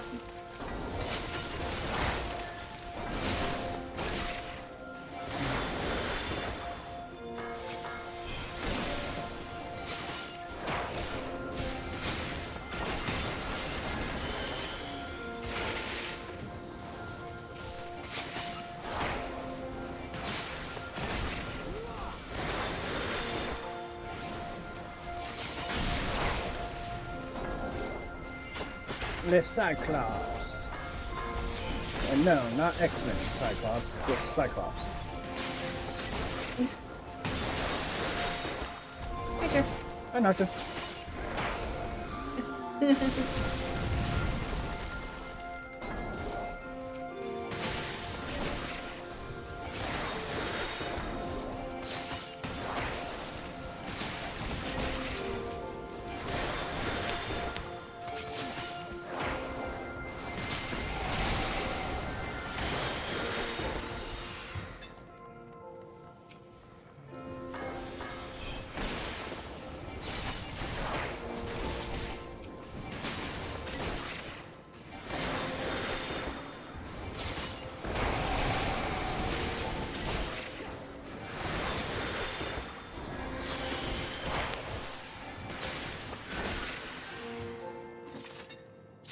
You found a finger. I'm gonna stick a finger into your door of oblivion.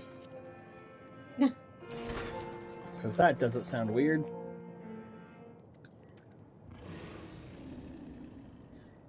Hi, Fenrir.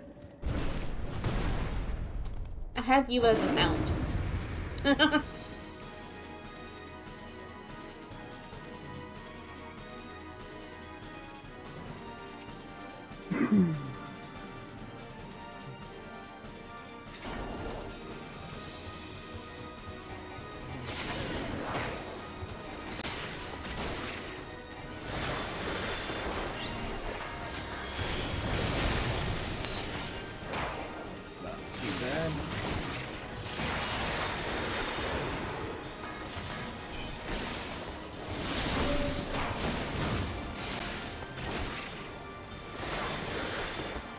Nocta. Hi. Stop.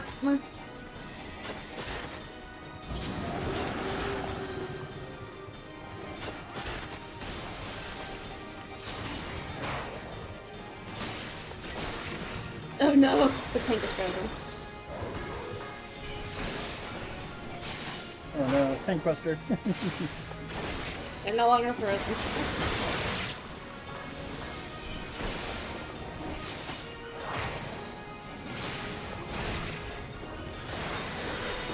Nope, don't want to be there.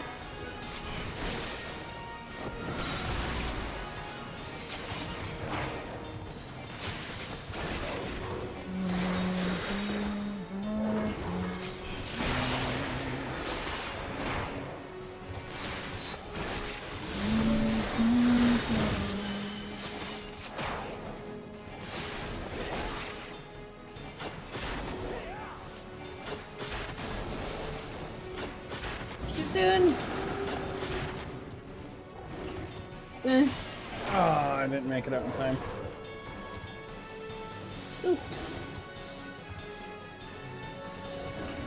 They're...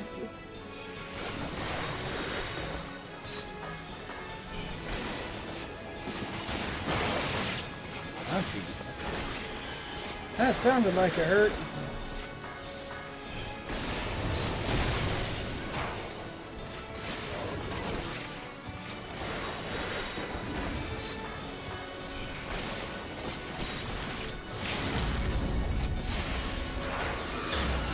Goodbye. Bye-bye. See you later, bye.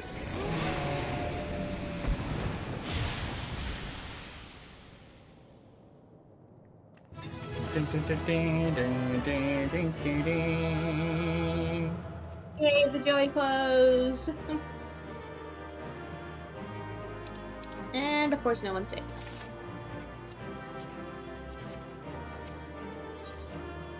I got a calm. I did not. How the hell did I get a calm? No clue. The tales do not do you justice, warrior of light. Yay, it's spoken. Yes, I know who you are, and you know who I am.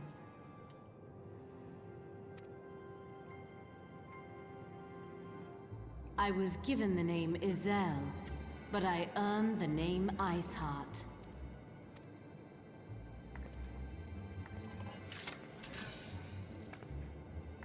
This endless cycle of hatred, of bloodshed, of sorrow. You would see it continue, O noble warrior of light. I would not. I will not. I will bring an end to this war between dragon and man, no matter the cost. In time, you will come to understand that what we do for the greater good.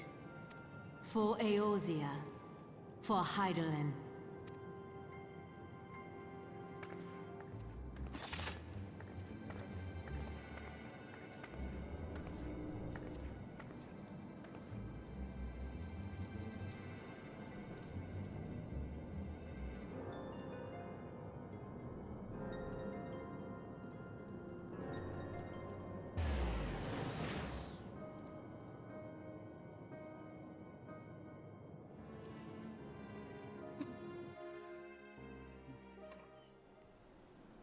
Uh-huh. That took longer than expected. What news, Nocturne Strife? She got away. So Iceheart is but a pseudonym. Not that it matters. That she managed to escape is regrettable, but from your description of that beast, you did well coming as close as you did. In any case, now that you have cleared a path, the Temple of Knights can begin to survey the tunnels in earnest. Maybe they will even find a route past the ice wall. Wouldn't that do wonders for the fight against the heretics? The Crystal Braves would certainly share the credit for it too, to well be praised, not that Strife. We may yet turn this situation to our advantage. Assuming we stop Iceheart before she summons Shiva, of course. Needless to say, our fellow scions have not been idle. Nymphilia and Oriange have been busy perusing the archives of House Four-Tops, gathering what information they can on Shiva. Which reminds me, if you were intending to trudge back to Camp Dragonhead to report on the day's events, don't. The antecedents should be here any minute. I can only assume some people enjoy subjecting themselves to this cold.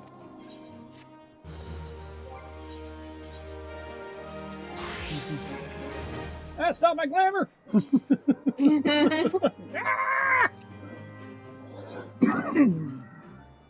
I will deal with it for now. Grr. Grr. Antecedent. You come to us straight from the archives of House Four-Tops. I trust your time there was proved fruitful. Would that it had. Oriange and I scoured countless texts, but what we found was of questionable veracity.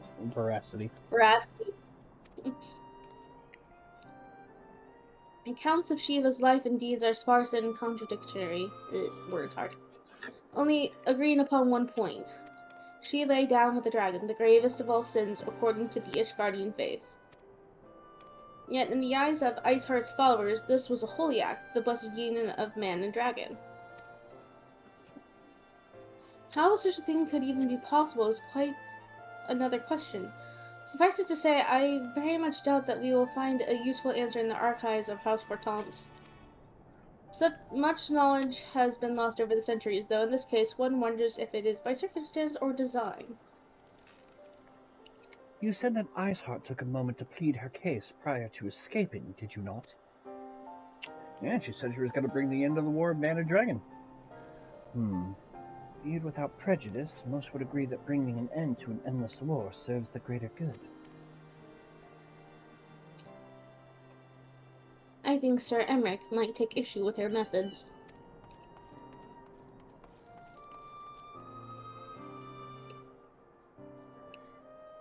I do not care if a few stragglers manage to escape. Until the sappers confirm the tunnel is safe, the men are not to search it. Yes, Lord Commander!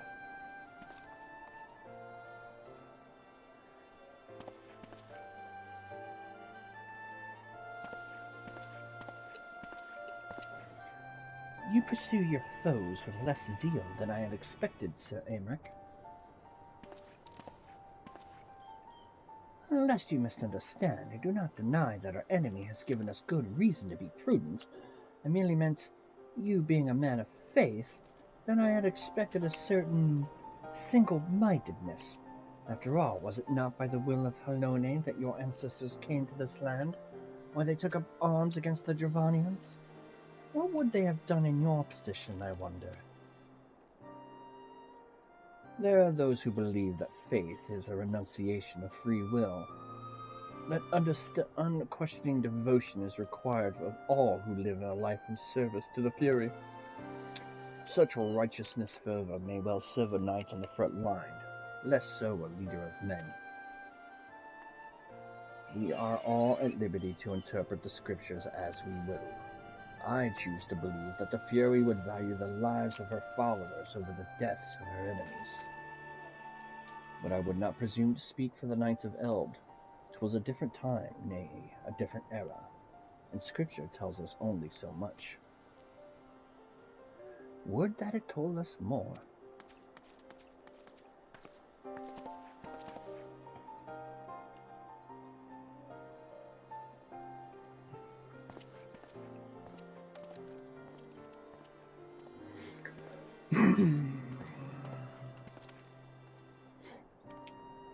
That man is awfully pragmatic for a servant of the Holy See. A welcome trait at the negotiating table, to be sure. Less so when one's enemies are making ready to harness the power of a god.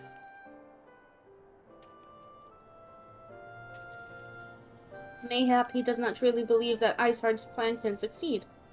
Truth be told, I too remain somewhat skeptical. Shiva was real, a living, breathing woman. Of that there can be no doubt. In this respect, she differs from every other figure to have been summoned, each of whom was worshipped as a god. The sole exception being Good King Mughal the 12th, the myth made manifest in response to the fervent supplications of the Mughals Guard.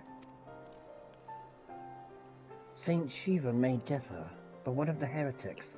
They are a tribe of outcasts at war with a mighty nation, who yearn for the resurrection of the one who embodies their beliefs.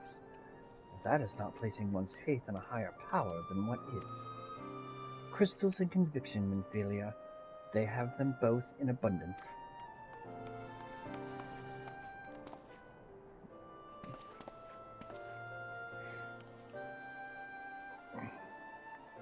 Can that truly be all that is required?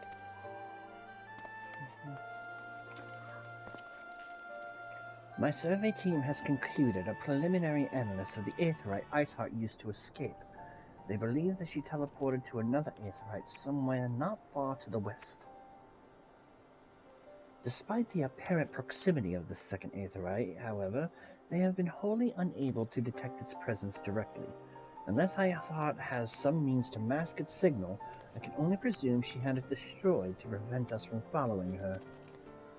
Without the means to teleport as she did, we have no choice but to search for an alternate route. Most likely a tunnel, assuming one exists. Let us not give up on teleportation just yet. One of our colleagues in Charlium may be able to assist us. I pray that you are right. I dare not think how long it will take us to survey the entire tunnel system. Me neither. It's cold out here. Brr. While Minfilia looks into our Aetheryte problem, I would like to request your assistance with another matter. The third unit is currently tracking the remnants of the heretic force which attacked us. However, the search goes poorly despite our numbers. Kurthus is vast, and Iceheart's followers know the terrain far better than you. Your knowledge of this region may serve to hasten the process. The sooner we capture Iceheart's followers, the sooner we can press them for their leader's whereabouts. Also, though it is admittedly a selfish request, I feel that my braves would benefit immensely from working alongside you. While we have our share of veterans, we also have more than a few less experienced recruits, many of them who look up to you, in case you were not aware. Okay. Sure. Good. I knew you would understand. Yu Hase can appraise you of the details. When the task is complete, come and find me at the observatorium. Captain Ilbert and I are meeting there to discuss the latest developments in his investigation. The Temple Knights shall hold Snowcloak in our absence. Let us leave them to their work. Ours is more pressing.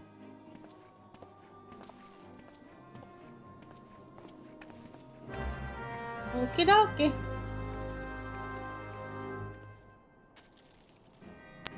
That means we gotta talk to him. Damn it. Yep. There you are, Nocturne Strife. Commander Leveler instructed me to wait for you. Your assistance is most welcome, believe me. Most of the Third hail from the Uldar, and for a man accustomed to the feel of sand beneath his boots, the crunch of snow can be rather disconcerting. But to the matter at hand, nary a moment ago I received word that the heretics we seek have been spotted making for Danafin Pass. My braves are already in pursuit, and I should be grateful if you would join me. I myself shall be taking part in the hunt. Never let it be said that I do not earn my coin. Mm-hmm.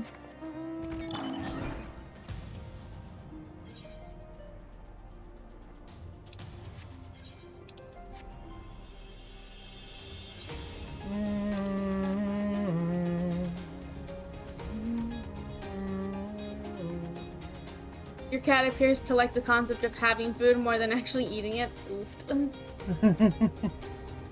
Nani? Ishi had to go feed his cat. Fowl's balls, my ankle is on fire. Caught my boot on a rock or something and twisted it as I fell. The others went on ahead through Danafin Pass. Hurry, you might catch up. If you aren't sure where to go, look for tracks. The snow is fresh, so they shouldn't be hard to find.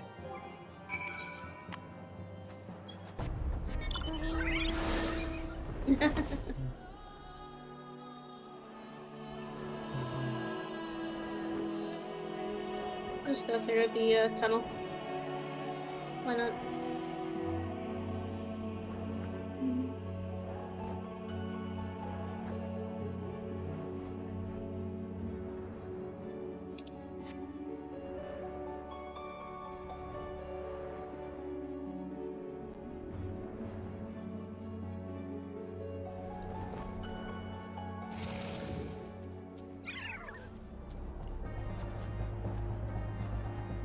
Strife? Oh. Walk right by it. Tracks lead southeast.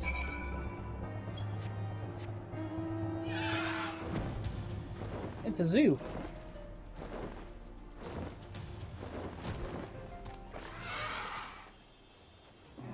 Scion, what are you doing here? The heretics? I'm not sure. There was a great scaled beast in Yahase, I think he went east on his own. The heretics split up, so we did too.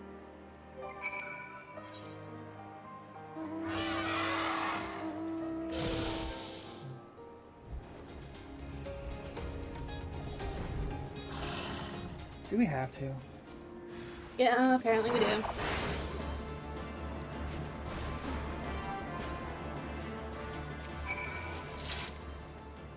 How embarrassing! I was so intent on following the heretics' tracks that I almost failed to notice that they had doubled back. Almost, mind you. One tried to sneak up behind me, and I got a knife into the gut for his troubles. I thought myself alone, so I started searching the dead man's knapsack for anything of interest, and lo and behold, before his friends found me, I came upon this. Withdraw in groups of 3 or less to the observatorium. Give the signal and wait. The merchant will be watching. Be late and be left for dead. Speaks for itself, does it not? They can't possibly mean to rendezvous inside the place, so we should restrict our search to the surrounding areas. Let me rephrase that. You should restrict your search to the wilderness around the observatorium. I will need more than a moment's rest to recover from these wounds.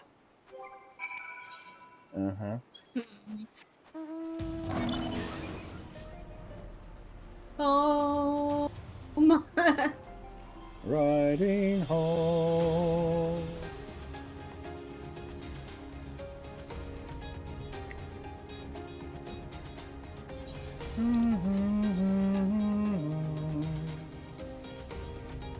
Oh, just curious about one thing. No. Yeah, this place doesn't count as a sanctuary. Damn it. Mm-mm.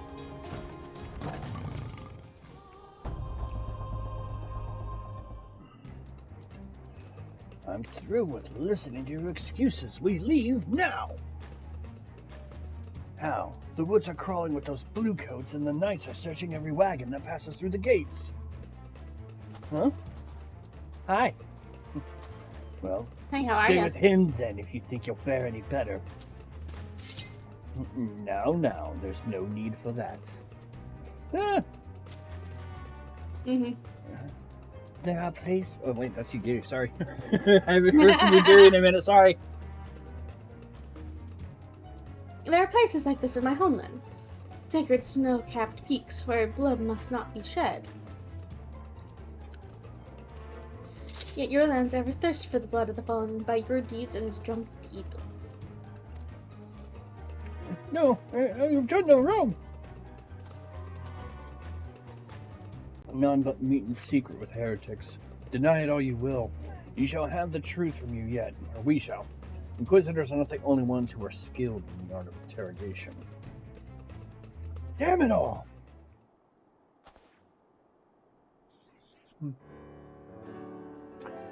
Fancy meeting you here, Strife and Nocta. I presume your work with the Third brought you hither? What a tangled web, lest you wonder. We came not for the heretics, but for the merchant who has been conspiring with them. He came to our attention during the course of our investigation into the Ivy. Beggars relief, I know, but it seems our favorite Gallian spy may have been providing assistance to Iceheart. Were it not for the efforts of Lady Ugiri and her shinobi, we might never have discovered its connection. Master Alphinaud is too kind. I fear my people and I have done little to aid your search for the spy. We long to strike back against the Empire and weaken their influence in this land, to prevent this tragedy which befell Doma from reoccurring. The days ahead and the work they promise will require a particular set of skills which I am fortunate enough to possess. If you will allow it, I would accompany you until the investigation is complete. Way to play Taken. I have a particular set of skills. A set of skills that make me a true father to someone like you. That is a most generous offer, Lady Ugiri, and one which I gladly accept. Thank you. Though I may disappear for a time, know that I shall never be far, and shall always be watching. A comforting thought. Come, Nocturne Strife, let us wait inside for Captain Ilbert to return to deliver his report.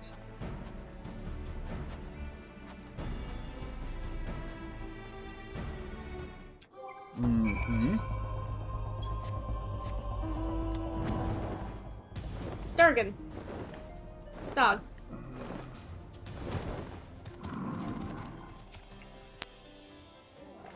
Captain Albert seemed confident that the merchant's resolve would swiftly crumble when pressed. If so, we should have new information ere long. As to whether it will bring us any closer to learning the Ivy's identity, I would rather not say. Given our adversary's cunning, I shall consider us fortunate if we are spared another wild dodo chase. The gods know we have had more than enough to occupy our time as it is. Yeah, no kidding.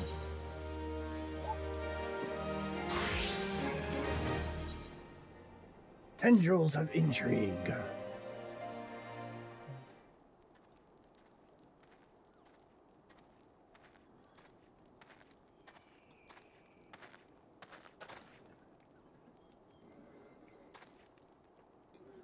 Captain Ilbert, your report, if you will. Aye, Commander. Firstly, with regard to the heretic we captured, I regret to say that the man could tell us not that what we'd already know of Shiva. We have since handed him over to the Ishgardian authorities. Henceforth, the Holy See will pursue the matter independently. Our inquiries concerning the Ivy, however, have proven more fruitful. We have ascertained the channel by which the heretics acquired the information on the shipment routes. Go on. You will recall the Flame we first identified as being in the Ivy's employ. From him, we were able to trace a trail of conspirators, each taking us closer to his master. Alas, the trail came to an abrupt end. Fearing that the investigation had been compromised, we took the necessary step of detaining all suspected of conspiracy. There were 5 on our list, including a Flame station at Revenant's Toll. The man's primary duty was to keep an inventory of donations from abroad, the particulars of which he would share with benefactors, thereby ensuring that means did not go unfulfilled. By virtue of his role, he was privy to the details of all shipments bound for the settlement. Needless to say, that included those originating from House Fortals. He knew the precise route the caravan would take, and he sold that information to a merchant. I think I can guess which one. None other. With a little encouragement, he soon confessed to knowingly aiding and abetting the heretics. Well, that is one mystery solved at least. Well, what of the Ivy? Are we any closer to pricing off his mask? I dare say we are, Commander. Our relentless pursuit has forced him to commit a grave error. In a desperate bid to cover his tracks, the Ivy resorted to exercising certain administrative powers available only to high-ranking members of the Immortal Flames. If you consider then that our investigation is known to barely a handful of them, the field of suspects is greatly narrowed.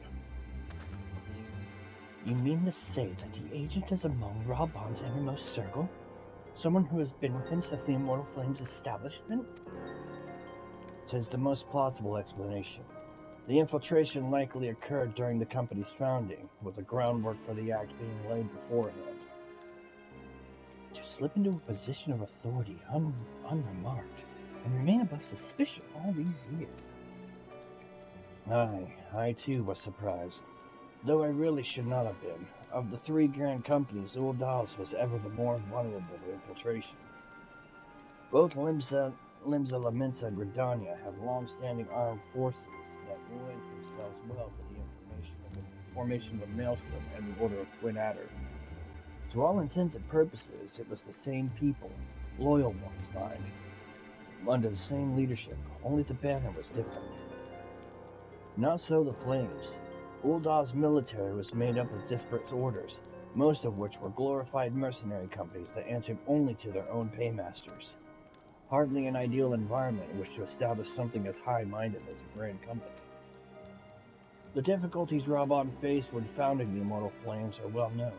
Even after he convinced his fellow syndicate members to share the cost, there remained the small matter of finding enough bodies to fill the ranks. Indeed, And given the pressing nature of the Imperial threat, that meant recruiting every passing sellsword. Amidst the chaos of its founding, it would have been child's play to infiltrate the company. A good deal easier than now. God, well, that is so hard to say. I know, right? The immortal flames have ever been caught between conflicting interests, the public and the private.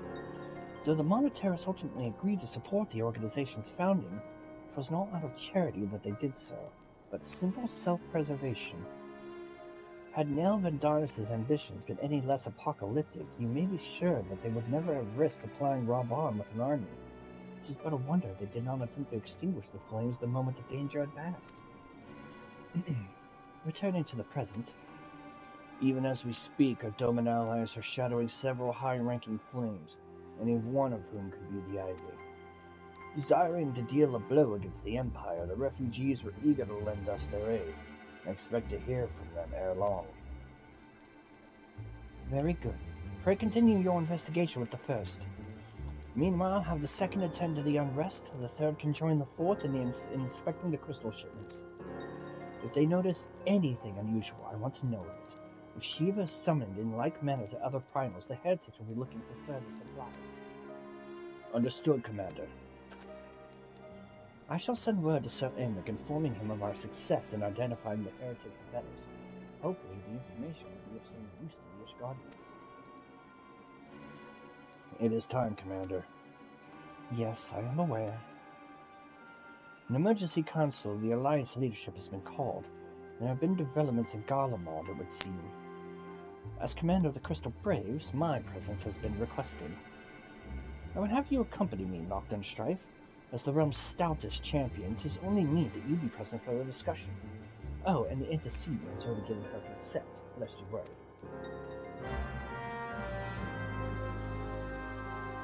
Yay, Mommy Minfilia gave us permission to go on a field trip. Like me, you are doubtless eager to conclude our business with Iceheart, but until another path to her sanctum is found, she will remain beyond our reach.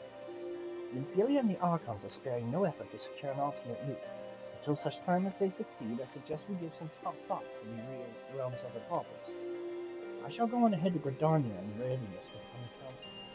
Meet me at Nothica's altar, and we shall make our way to the Lotus Stand together.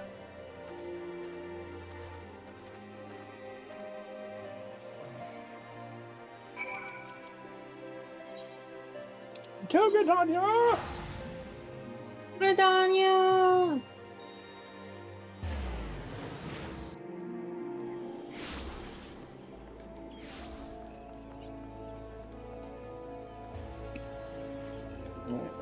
Hold on just a sec.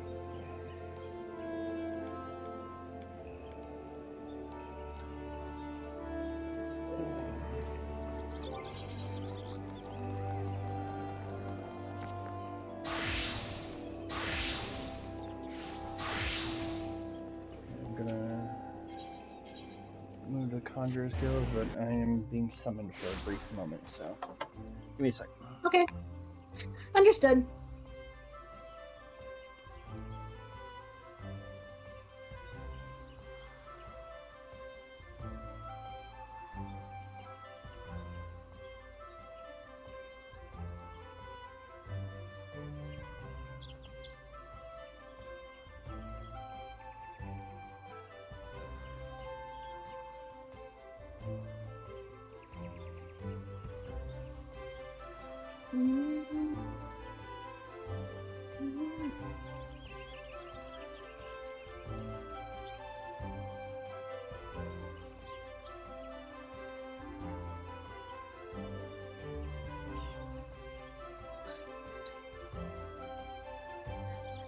Eight, 16.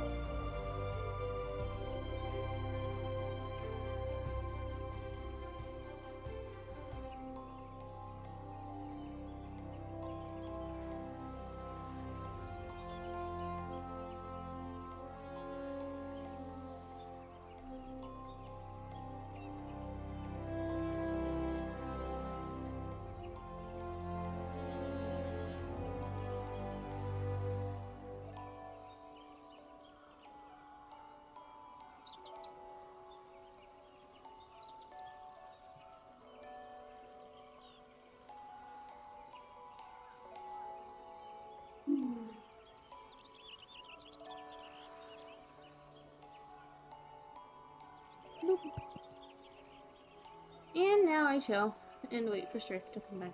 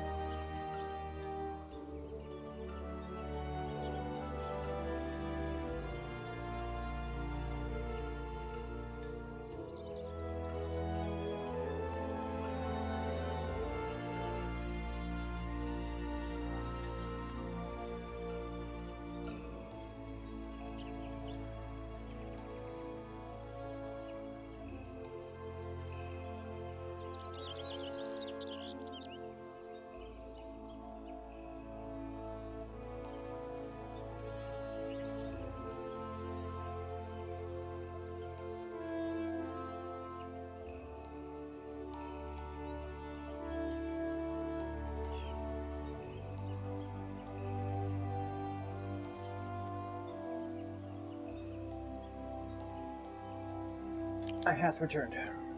Welcome back. Alright. There we go. My thanks for coming, Nocturne Strife. When you are ready, speak with the conjurer yonder. She will show us to the lotus stand.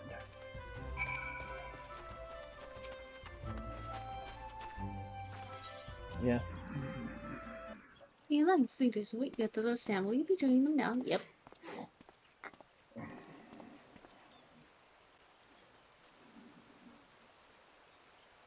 Change has come to the Garlean Empire, and we must discuss the implications.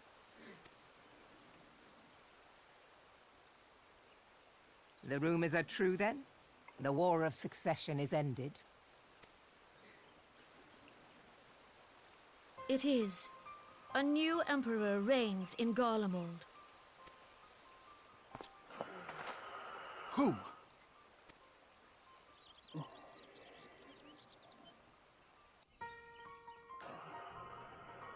The birth and all too rapid expansion of the Garlean Empire is commonly attributed to the strategic brilliance of Solus Zosgalvis, yet he did not rule alone.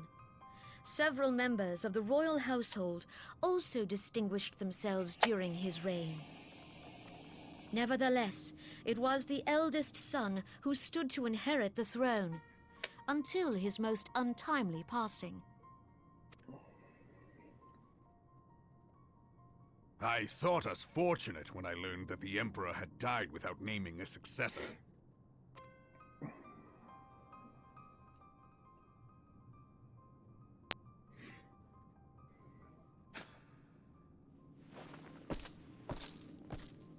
Would that the Garlean Empire had died with him.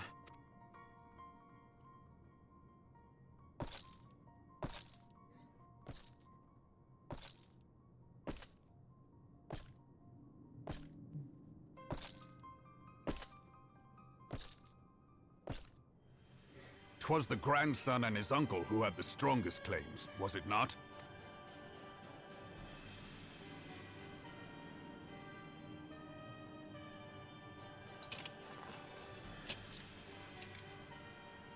Indeed, Yet claims count for little without the power to assert them. High Legatus Varus Ye Galvus is a respected military leader. Not so his uncle.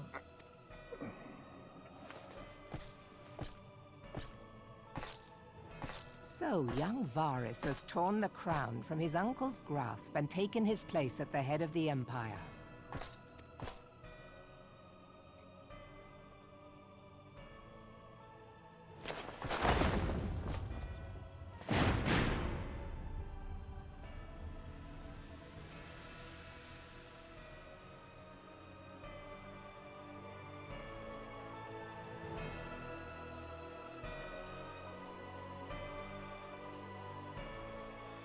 Given the troubled nature of his succession, the new emperor will require time to seal his grip on power.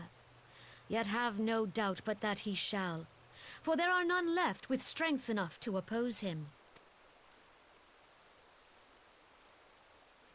Since the success of Operation Archon, the remnants of the 14th Legion and the forces occupying Alamigo have done naught but fortify their positions. But you can be sure they'll be ready to march on us again, if their Emperor gives the word. When, not if. They say this Varus was so set upon Eorzean annexation that he spoke out against the Meteor Project. Plainly, the new emperor's intentions are of great concern to us all.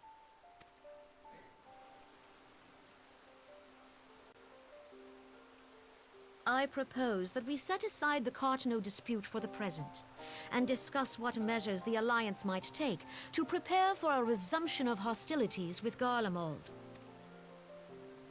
Moreover, I move that we re-examine the question of how our former allies in Ishgard might be persuaded to retake their place at our side.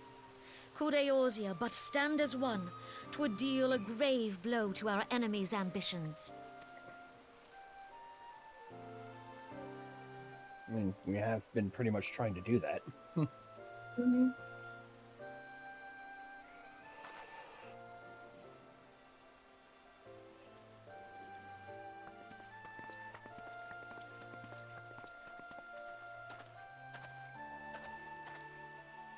Well, I suppose we should be grateful that they have finally acknowledged the inevitability of Imperial attack. Who knows? They may even do something about it. If only the leaders of Ishgard would follow their example and stop hiding behind their gates, praying for the coming storm to pass them by. But that is a discussion for another time. At present, I am more concerned by the fact that the Alliance's mooted preparations will be made known to the Garleans many moons before their coming. So long as the Ivy eludes our grasp, no secret is safe.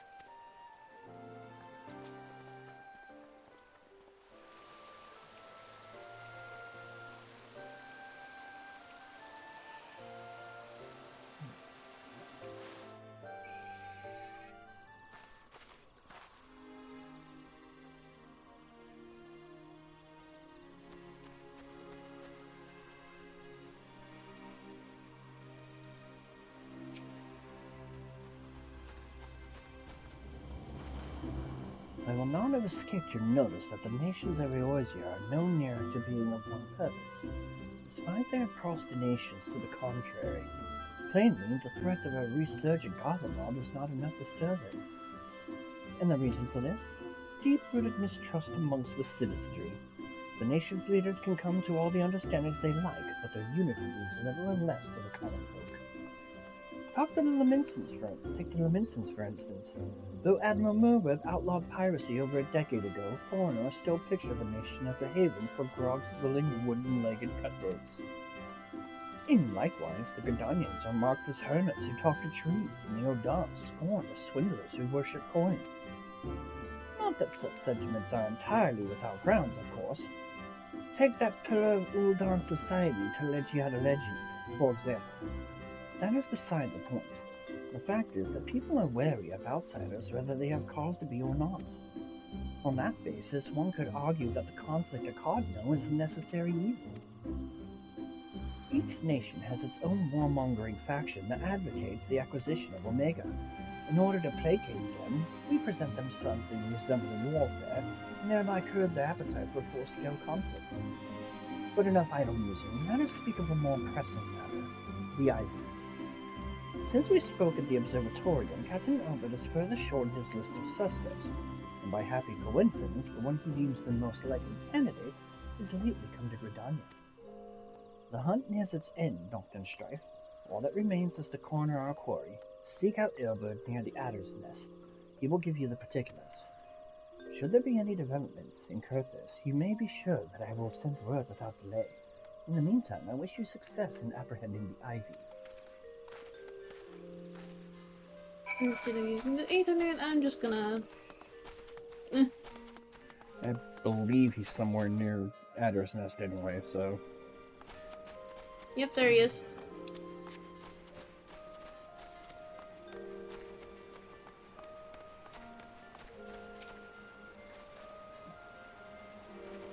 My thanks for coming, Scions. Doubtless the commander has informed you, but we have unmasked the Ivy. From this point on, we must proceed with extreme caution. Come on, tell us, who is the Ivy?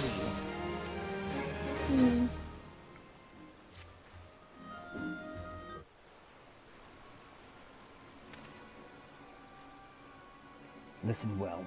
The spy we have been seeking all this time is none other than the Flame Marshal Aline Rohan, Reborn's second in command. Prior to joining the Immortal Flame, she was a mercenary of no small renown. They say her skill with a polearm had to be seen to be believed. Of Ishgardian birth, she is the highest ranked foreigner in the Immortal Flames, barring the Flame General himself, of course. When he formed the Grand Company, Reborn chose people based on their worth. Whence they hailed was of no interest. The Monetarists saw things differently, however, having funded the enterprise. They reserved the right to reject candidates nominated for high-ranking positions. And 'twas no secret that they did not favor foreigners, Ishgardians especially, after the way the Holy See forsook the Alliance. Yet the Monetarists did not raise so much as a murmur of protest when Ivaldi was appointed to her post. Passing strange, is it not? Could it be that the Ivy has some hold over the Monetarists?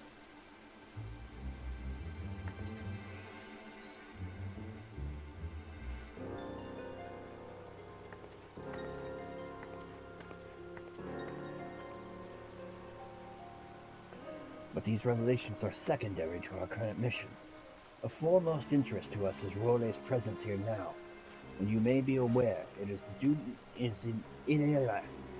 the duty of the Flame Marshal to command the Immortal Flames in the absence of the Flame General. While Reborn attended the Council of Alliance Leaders, she should have remained in the Hall of Flames. The woman has no business being in Gridania, and yet here she is nonetheless, on some pretense. She is up to something, mark my words. Even as we speak, I have a dozen men trawling Flame's records for evidence of Roddy's guilt. But if we can catch her red-handed, we shall have all the proof we need. Which brings me to the plan. I have people watching the city gates, the airship landing, and the docks. Every point of egress. She cannot leave without our knowledge. All that remains is to shadow her until she betrays her true purpose. Can I rely upon your eyes, Scions? Yes. You got it. You have my thanks. Let us go, then, and take care not to alert our quarry.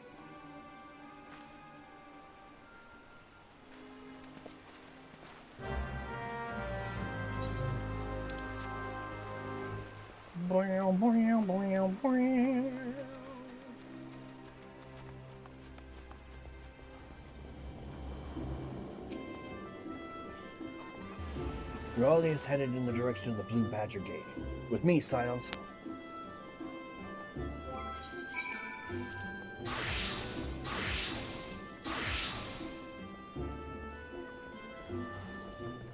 So many people just hanging out.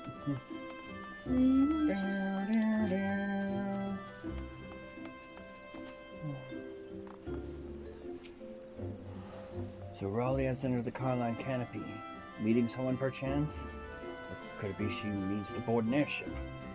Pray look for her within. If she is not on the upper floor, try landing area below. One of mine is stationed there. She may have seen something. Euphemie is her name. I shall remain here in case Raleigh reappears.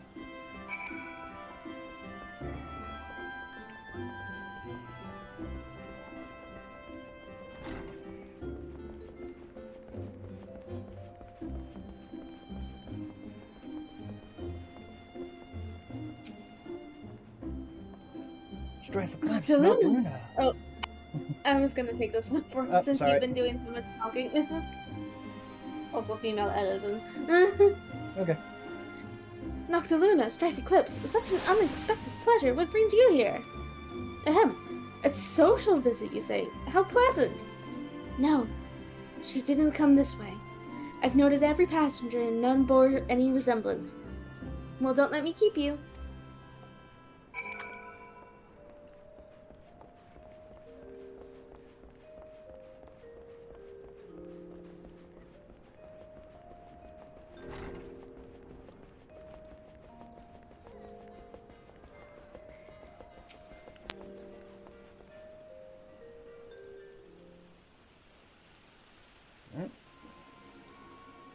Nowhere to be seen, you say? And you are sure she did not board an airship? She did not come back out either. Where in the seven hells could she have gone? The roost! How could I forget?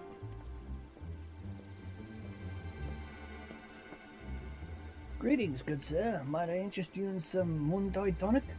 A cup of day imbues a man with great vigor, if you take my meaning. Perhaps another time, friend. Wait, that necklace. You are a shinobi of Doma. The woman you seek has left Gridania by way of West Shore Pier. She was attired as a merchant, but these eyes are not so easily deceived. You may wish to take your search to the East Shroud. Rest assured that we shall continue to support you from the shadows. Thank the 12 for the Domans. Were it not for their unique talents, Raleigh would have disappeared without a trace. Indeed. The Domans can be scary at times. Yeah. Very much so. In flagrante delicato. Our hunt leads us to East Shroud, Scions. I suggest we follow Raleigh's example and take the ferry from West Shore Pier. You'll doubtless wish to make certain preparations. See to them while I go on ahead. I shall await for you at Sweetmoon Pier. No, I'm all prepared. I'm ready to whack a hoe. Yeah. I'm ready to shank a bitch. You'll fucking cut a hoe.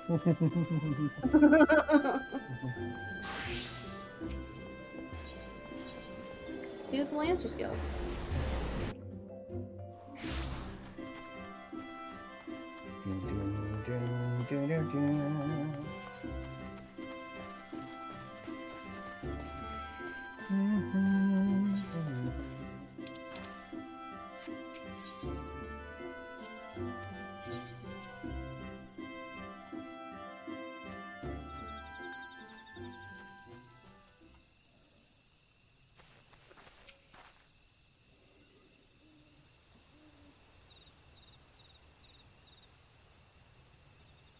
This way, my friends. Oh, that's you, Gary.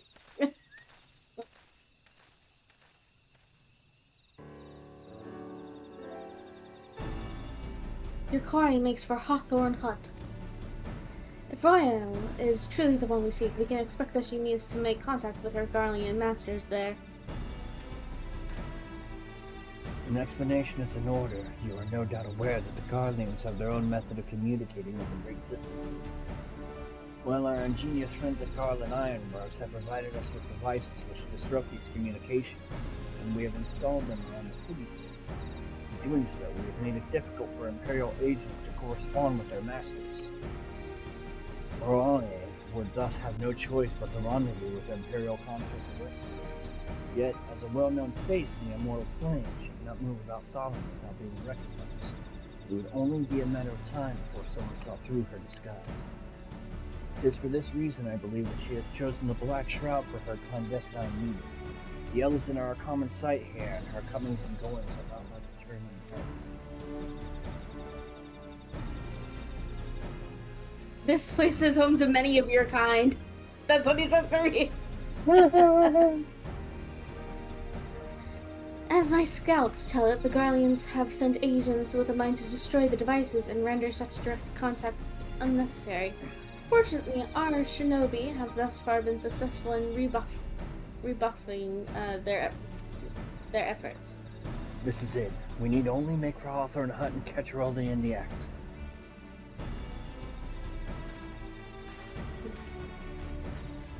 You got it.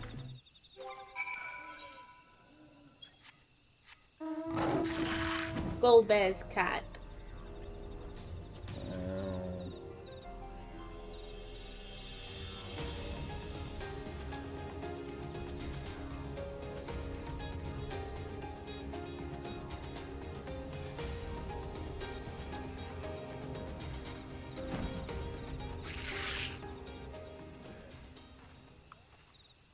My people report that our quarry has departed for the Bramble Patch.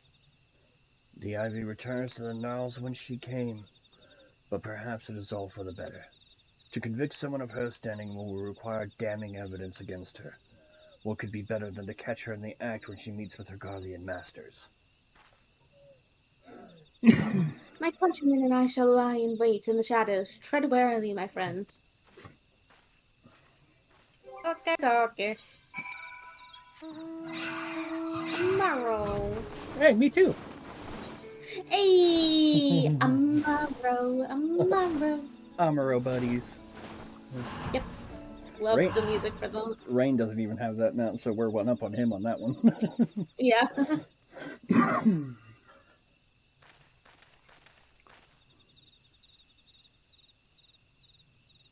Just beyond, Royale is in conversation with an individual clad in the manner of an adventurer. An imperial intermediary. No doubt. Intermediary.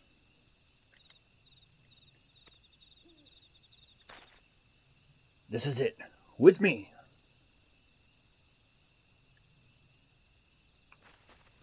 You got it.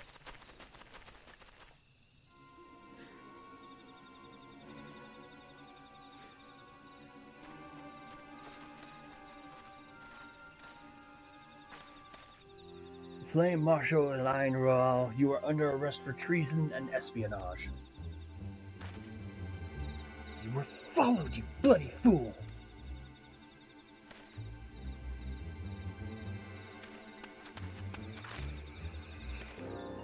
Damnation! Don't tempt me.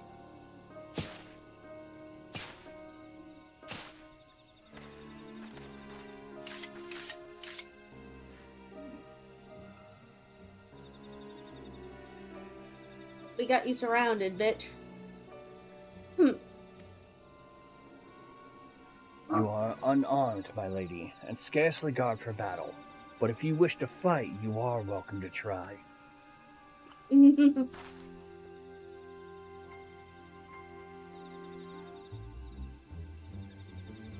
What is the meaning of this, Captain? Would you arrest me for strolling in the Tollswood? When last I looked, that was no crime, and neither was conversing with passing strangers. You would feign ignorance, then. Very well. If you do not think of something to say, there will be plenty of time to say it later. Now come quietly, or I shall make you wish you had.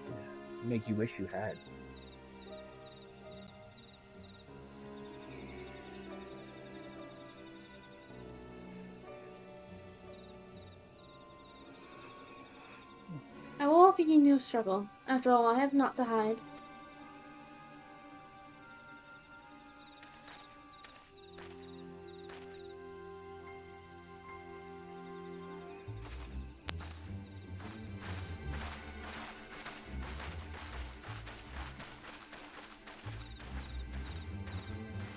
I mean, it really didn't do the adventure dude to come equipped with a Garlean sword and shield.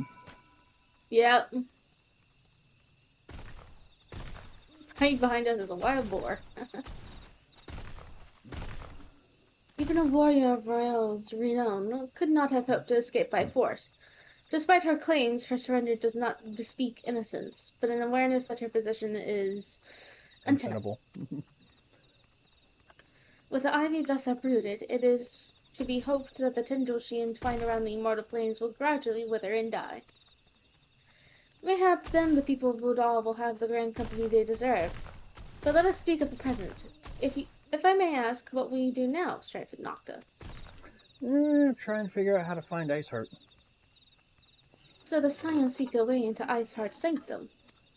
Then I dare say you are eager to return to the Rising Stones. Pray do not let me keep you. Fear not, my countrymen and I shall tend to the aftermath. You need not waste your talents here. And speaking of talents, you have been trained in... Oh! Yay! You have been training in the art of the shinobi, have you not? The change in your bearing is quite evident, to me at least. I look forward to seeing you in action. Till next time, my friend. I wonder if that dialogue would have changed had you not had ninja or rogue. I know, right? Alright. 2 more donuts! Yep.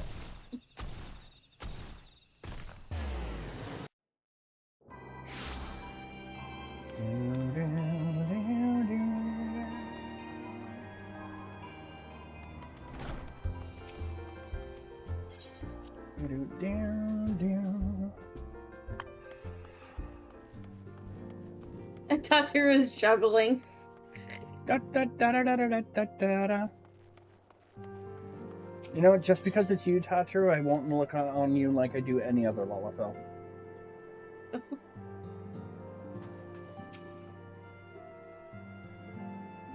I is ready. Welcome back, Strife and Nocta. I understand that Alphino had a task for you. May I ask what it was? Charges of treason and espionage against Ilane Royal. I can scarce believe it. Could there not have been some manner of misunderstanding? No, it avails us not to dwell on it.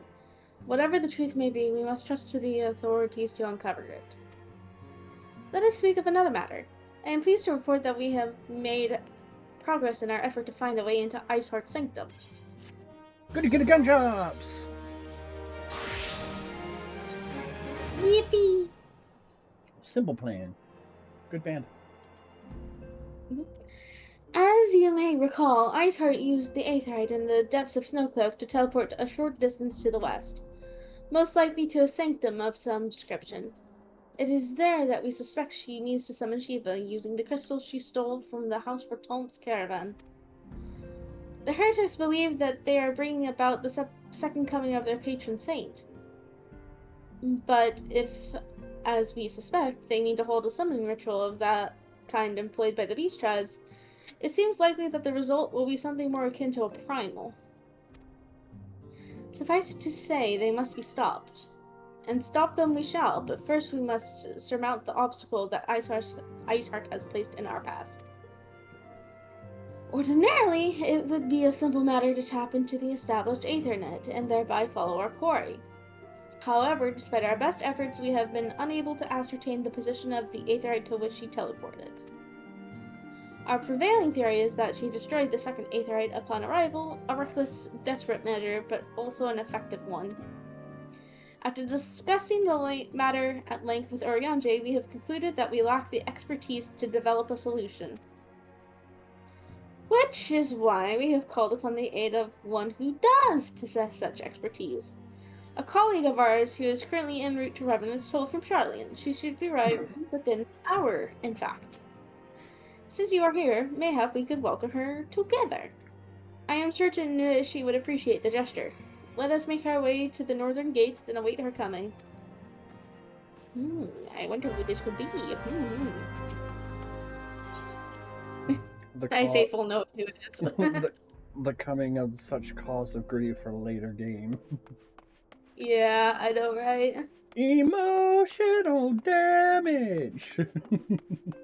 I will send you to Jesus. Oh.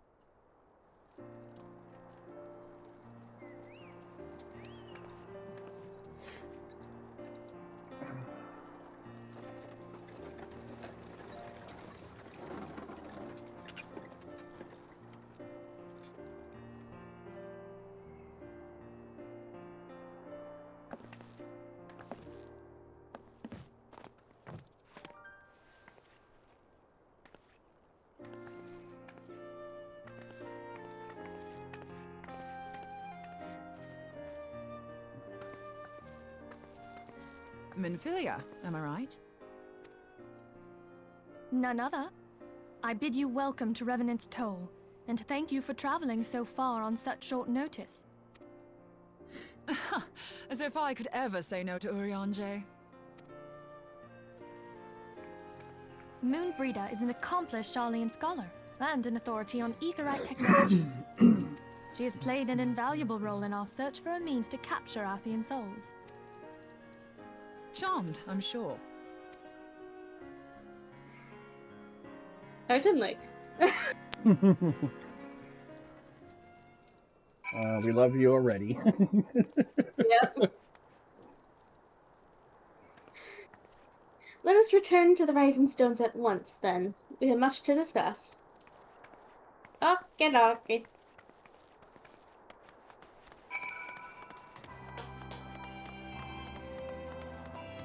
What?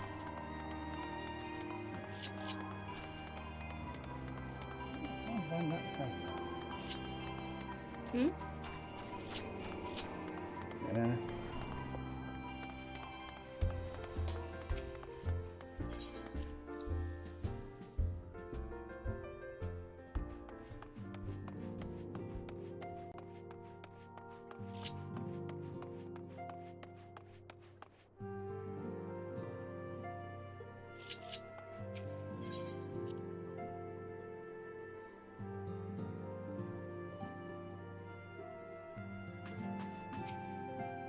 Hey, cutscene. I believe this one is spoken as well, so... It could be. Moon! Gods, it's been ages! Oh, longer, sister. A joyous reunion indeed. Well, of course it is. Moon and I are like twin sisters. Save in appearance and aptitude. Papa Limo, you realize she can punch you, right? And she's got the leg strength to send you Everyone, a good distance if I could away. have your attention.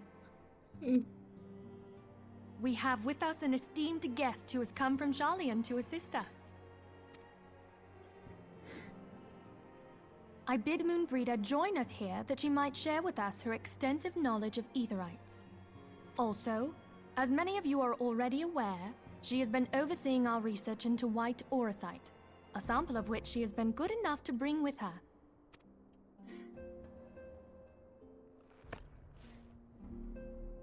Well, I had to come, didn't I? You'd have to be bloody daft to turn your nose up at a chance like this. Where better to conduct my final tests than a land so steeped in ether you can taste it? 'Tis plain the passage of the years hath done little to dampen thy youthful spirits. And nothing at all to reform thy youthful manner. Uh-oh.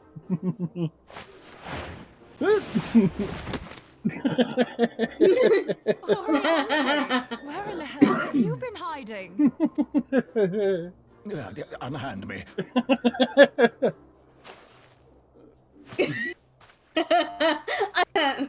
Lifts him up This higher. way, and that's what you have to say to me. I much preferred when you were pleading with me to drop everything and hurry to your side. What was it you said? None save thee can satisfy this need. Go on.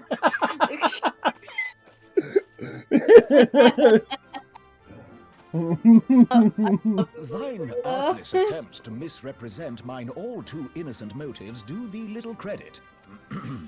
Mine intent, as well thou knowest, was but to impress upon thee the gravity of the circumstance. Lest thou doubt, a deiform entity shall shortly be summoned, save if thou and no other grantest my compeers thine aid. You still haven't found it, then? Your missing aetherite? We have not. No. We know that Iceheart teleported to an aetherite not far from the first. Yet even after careful analysis, we could not locate the second beacon. We now suspect that the heretics destroyed the second aetherite to impede our pursuit. Our allies continue to scour Snowcloak for Iceheart's sanctuary, but we have no guarantee that they will find it. Yet it must be found, for even now Iceheart prepares to call upon Saint Shiva. I'm sorry, but if the aetherite's been destroyed, then that's that. Although, you're absolutely sure she used the first aetherite, are you? She didn't just use teleportation magics? One of our own bore witness to her escape. I can say with absolute certainty that Iceheart used the aetherite.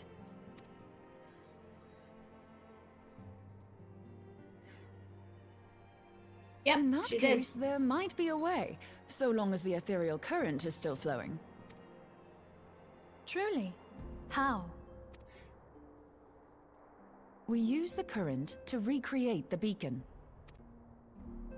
As you know, aetherites are a bit like lighthouses. We use them to reconstitute our physical forms when crossing the ethereal sea. Without them, we'd lose all sense of direction and our essence would dissipate. However, we don't rely solely on these beacons. There are currents of ether which flow between them, currents which help guide us to our destination.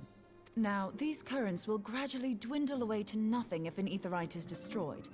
But if even a sluggish flow remains, we could theoretically use it to direct a surge of concentrated ether towards the void left by the beacon, and thereby fill it up again. Like opening the floodgates to fill a dry riverbed. Though, correct me if I'm wrong, but would we not need a veritable reservoir of ether? In concert, we might manage to channel a sufficient volume, yet that is not my chief concern. To direct the flow of so great a volume of ether with the requisite precision would be a nigh impossible task in itself. I barely succeeded in facilitating travel to an unattuned beacon. That which you describe sounds considerably more difficult.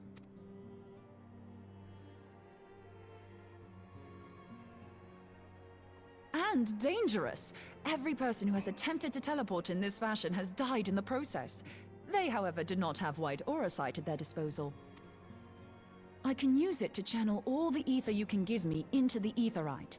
However, white aura sight cannot retain ether for an extended period of time, so we would need to infuse it immediately beforehand.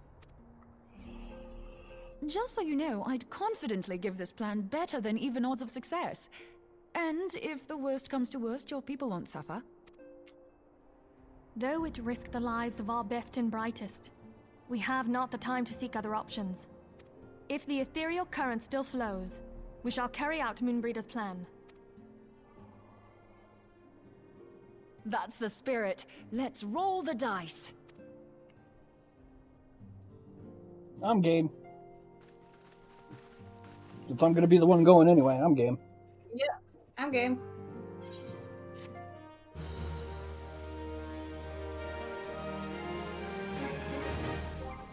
A simple plan? I think that's far from simple, but sure. The instruments of our deliverance.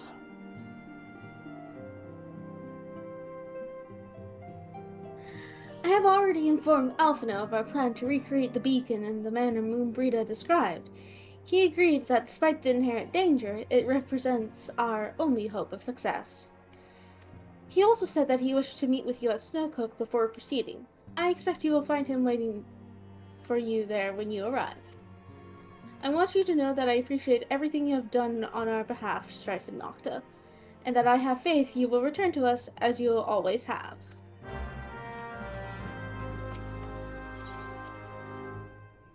Up we go into the cold.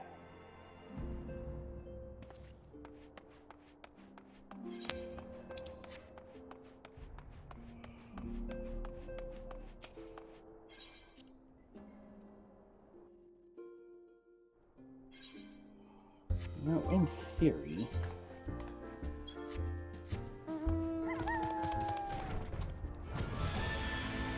going out this way, I think, would still put us closer to Snowcloak than teleporting to Camp Dragonhead. True, yeah.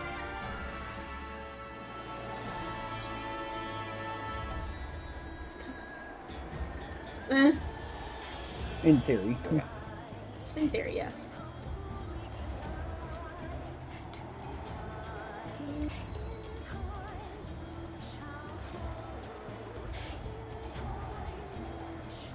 Of course it's fucking foggy. Of course it would be. Why wouldn't it be?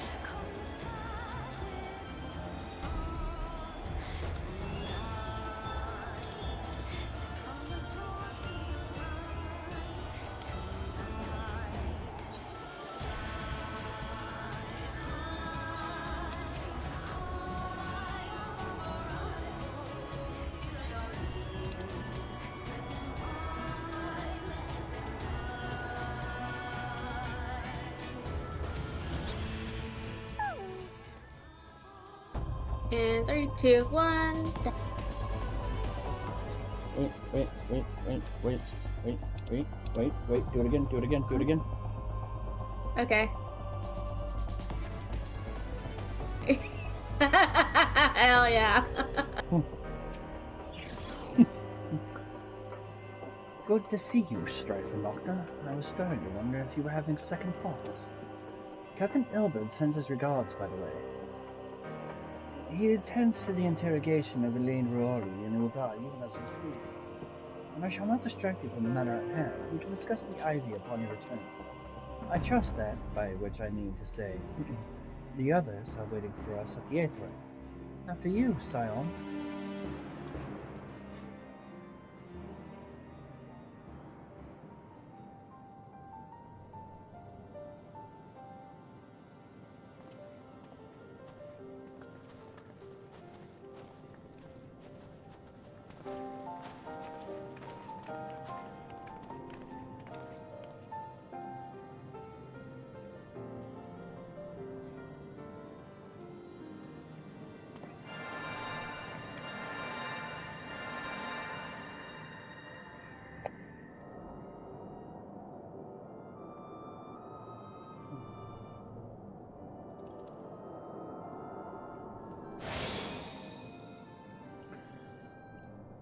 There. It's ready.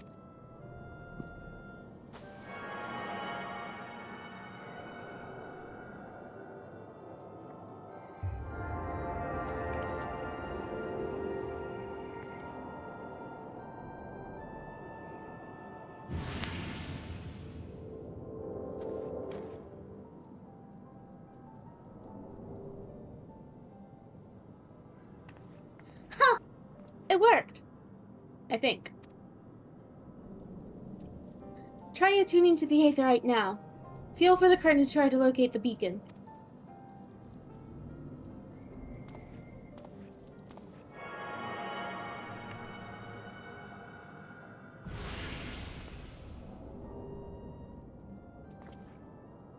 We have done all we can now, Strife and Nocta. For now, let us withdraw. When your final preparations are complete, you must seek out that beacon we have created. If, by the grace of the 12, you arrive safely, you must stop Iceheart before she summons Shiva. Got it. You got it.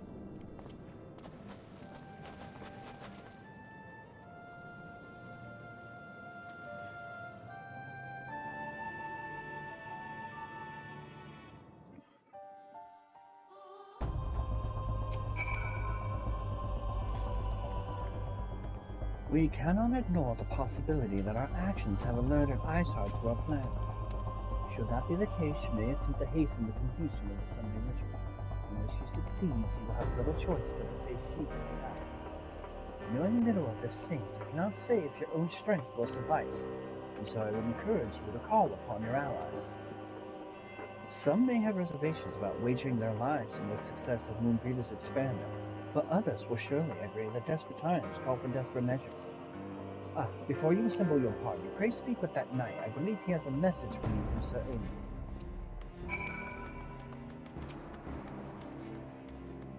Sir, ma'am, Sir Amric regrets that he could not be here in person and asks that I read you this letter.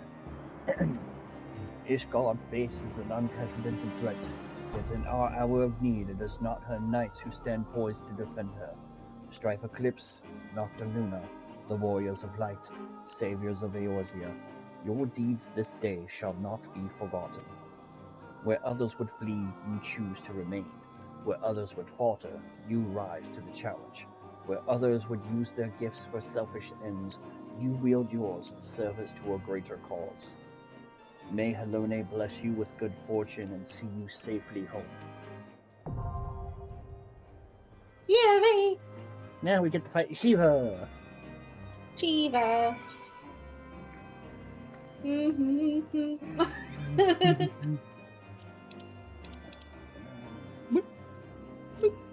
get to board this one as well? Yep. Rotation's a bitch.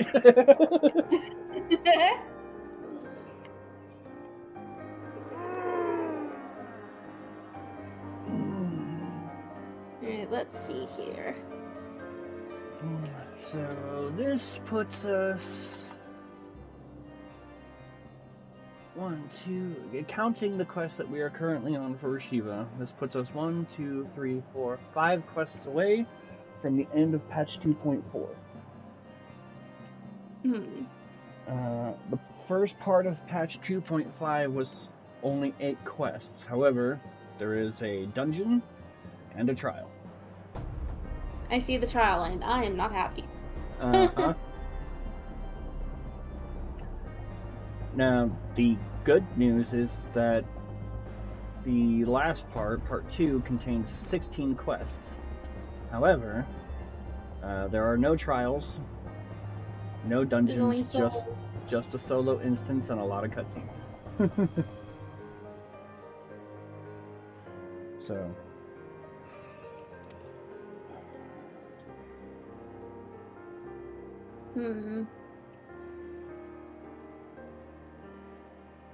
we shall see how it goes, because you got about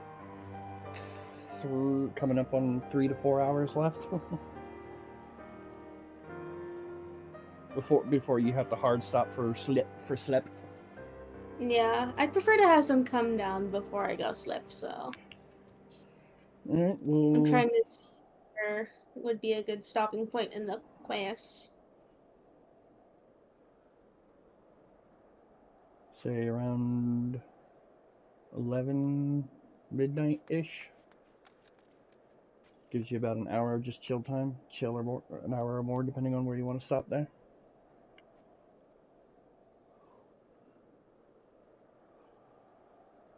Because in theory, if it doesn't take us too long to queue into these, we could probably stop after the first part of patch 2.5. Because it's only 8 quests. The last one is 16 quests, and there's a lot of cutscene there to round out around Reborn going into Heavensward. Oh, wow. We'll discuss that here in a moment. Yep, we will discuss that in a moment. I mean, it is a trial, so... And it's an easy one. And it's a loved one, so...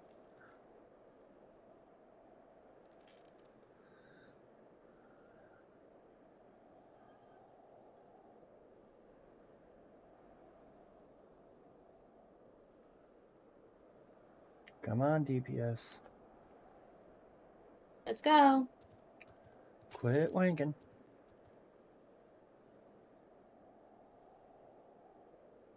There we go. Thank you.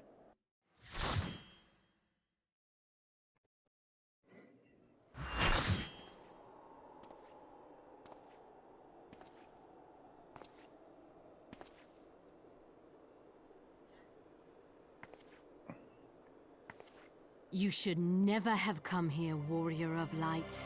I labor only to forge a lasting peace. A peace you would deny us out of ignorance and blind faith. No matter. If it is our fate to be at odds, then it is mine to strike you down. We whom gods and men have forsaken shall be the instruments of our own deliverance. Partake of my flesh. Fill this vessel with your light. Walk amongst your brothers and sisters once more. Oh, Saint Shiva, still the hatred within our hearts and bless us with eternal grace.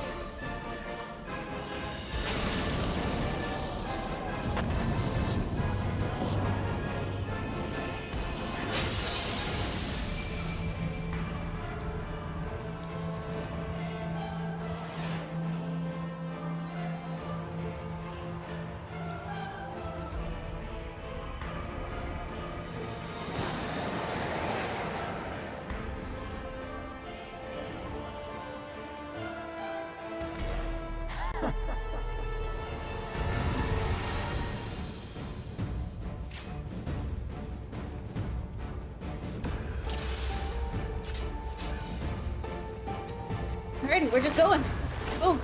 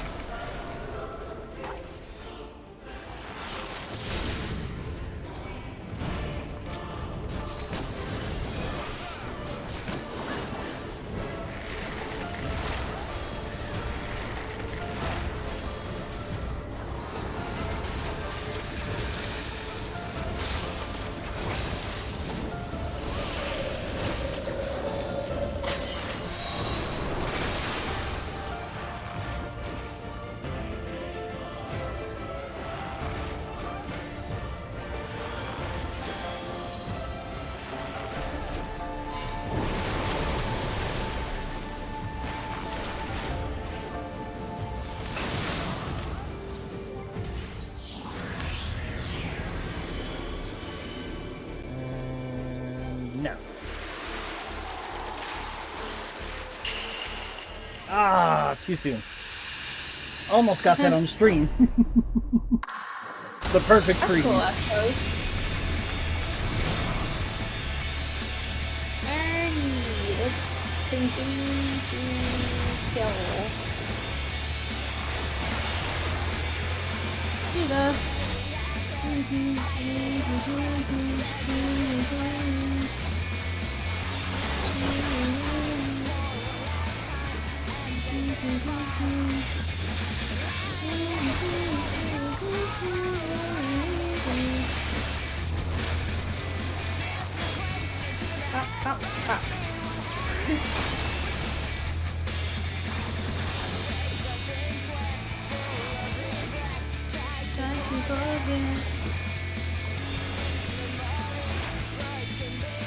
Easy.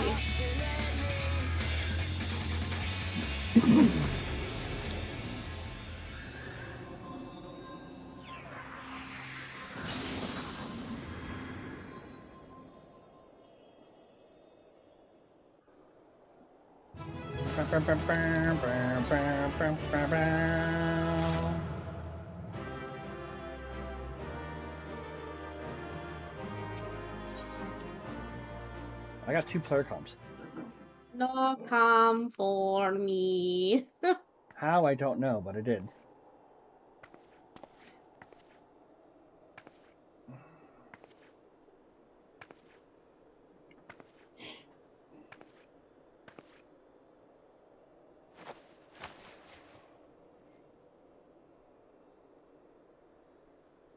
Fool. Blind, bloody fool.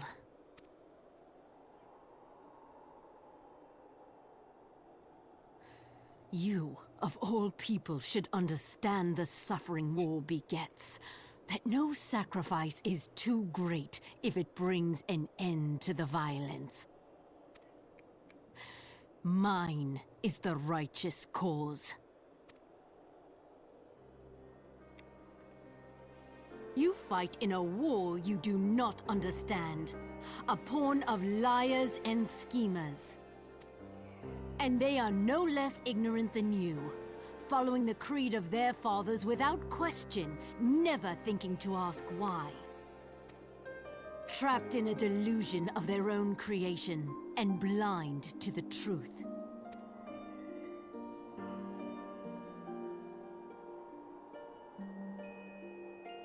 Warrior of light, redemption is not beyond us. We who walk before may lead those who walk after. Seek the keeper of the lake. See with eyes unclouded.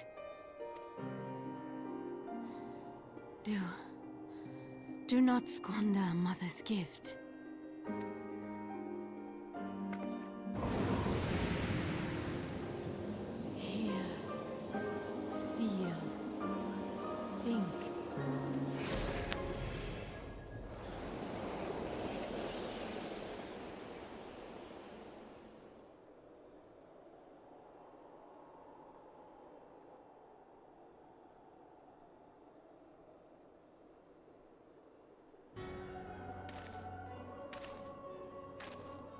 Hi, bitch.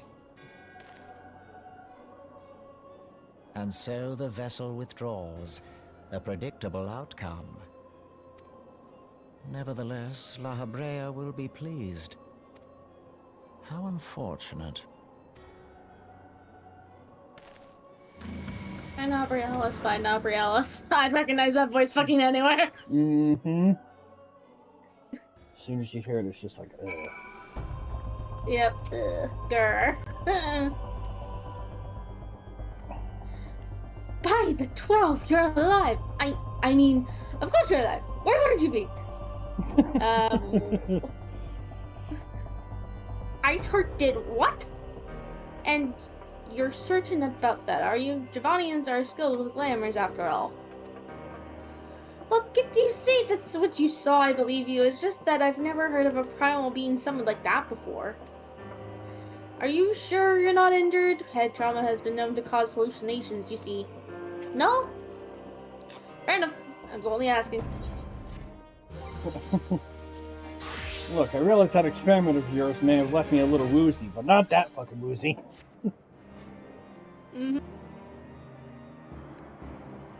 If you ask me, there's naught to be gained from mulling over the implications of your story in the freezing cold. Let's save it for the Rising Stones, eh? We'll get everyone to meet us there. Ah, but before that, you had best pay a visit to White Brim Front and speak with Alphino. He's probably worried sick about you. That, or he's busy playing out politics with the Asgardians. Either way, I'm sure he'll be delighted to see you hale and healthy. Speaking of which, you don't have a headache or anything, do you? No? Blurred vision? Oh, no reason. See you again soon! You're walking the wrong way, Moonbreeder. They'll go back to the Rising Stones, by the way. Pray return to the Rising Stones, Moonbreeder. Now looking back at it, I'm wondering if she was sitting there kind of getting the idea like this whole experiment would have caused like terrible aether sickness like an Endwalker.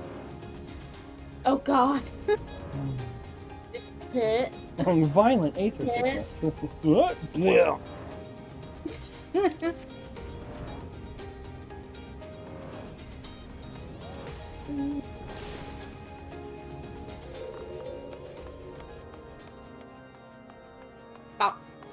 mind the darkness dragon, guys.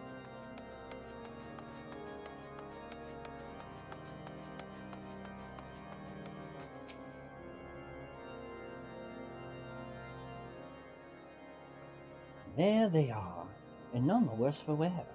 Was there ever any doubt that the warriors of light would succeed? I think I speak for all of us when I say that I should like nothing more than to hear the stirring tale of your victory, if you would be so kind. Yeah, so we got there, and she summoned a primal into herself. Then we were too late to prevent the summoning. But not too late to prevent further loss of life, an outcome worthy of celebration, and one for which we have Strife and Nocta to thank. Yes, Oh, it was happening. You are right. Of course, Sir Amric. We should be content with what we have accomplished. Yes. I, for one, could not have wished for a better outcome. Shiva is no longer a threat, and the heretics have been routed. Aye, there is the matter of Iceheart's escape, but she cannot run forever. Whether it takes days, weeks, moons, or even years, my knights will find her. In the meantime, Lord Drillamont, is the caravan ready? The supplies that your men recovered have been prepared for transport in accordance with your wishes. Rest assured that my knights will see them safely to Revenant's Toll. Of that I have no doubt. I take it these are the self-same supplies the heretics stole from the House Horton's caravan? Less the crystals which comprise the bulk of the shipment, yes. Scarcely a fraction of that which was promised, but a meaningful contribution to your cause all the same. Ah, on an unrelated note, Strife, Nocta, might I trouble you to accompany me to Camp Dragonhead at your earliest convenience? 'Tis not for my benefit. A certain lord was most distressed when he learned of your intent to risk a life and limb to stop Iceheart. Took half a dozen knights to restrain him, I am told.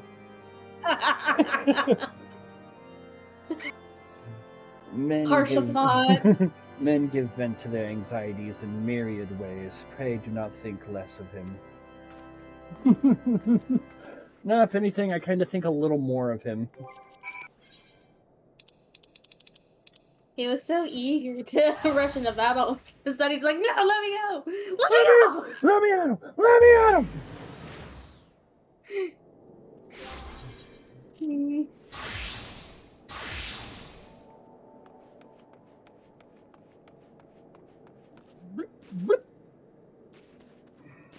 Harshafont! She's here. Just don't Not to just don't ogle too much. twirling.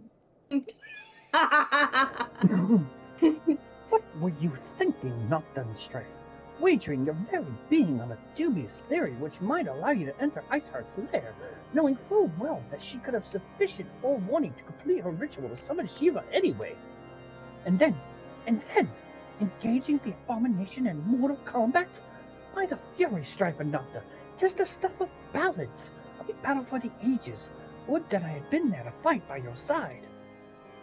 Yet here I was forced to wait, condemned to wonder at the fate of a dear friend for a veritable eternity. I would not wish such torture on my most hated enemy. But you are here now, and that is what truly matters. Let us move on.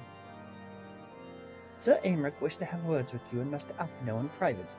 He awaits us in the intercessory. I don't know what the fuck is it. Intercessory. I got caught on the torch. Every single time. Every single time Nocta and Harshafont are in the same instance, Nocta just wink, twirl hair, wink. Yes, let's go. Let's see what Amric wants to discuss with us in private. Hey.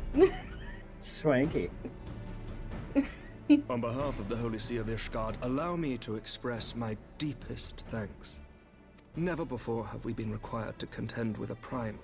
Indeed, there were fears in some quarters that our knights might not be equal to the task. From what we have now learned of these beings, I can say with certainty that we would have lost a great many men had the Scions not intervened. Then the argument for preemptive action should be self-evident. Perchance now you will reconsider my proposal that Ishgard move against Nautalon. Ere we first met, a similar proposal was tabled, but the Holy See decreed that we were to observe, and that military action should be taken only in self-defense. All things considered, it was not an unreasonable decision.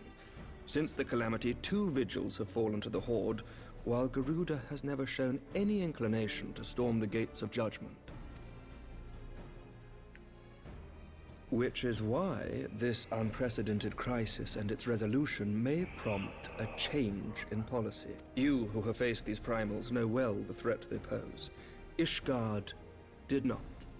Not until now. And there is naught like a brush with death to change a man's outlook. At the very least, this should silence any lingering objections to our arrangement with Revenant's Toll. The Holy See may even feel moved to grant us its formal endorsement. So far as it is possible, the Scions shall be compensated for their service. We should be grateful for any aid you can provide. As a gesture of good faith, I shall withdraw my previous request. Your people are doubtless needed elsewhere. That will not be necessary. We too have a vested interest in watching Dravania's movements. I see. Once more, I must thank you. Sir Emmerich, if I may, do you truly believe that Midgard-Zoma could return? The heavens are a window unto truth, but those who interpret their movements are not infallible. I requested your involvement as a precautionary measure. But of course, you sought an excuse to compensate us from the first, mindful of what would happen if Revenant's Toll were taken by your enemies. Ishgard is not wont to aid its neighbors, but that does not preclude it from manipulating them to serve its own interests. Choose your next words carefully.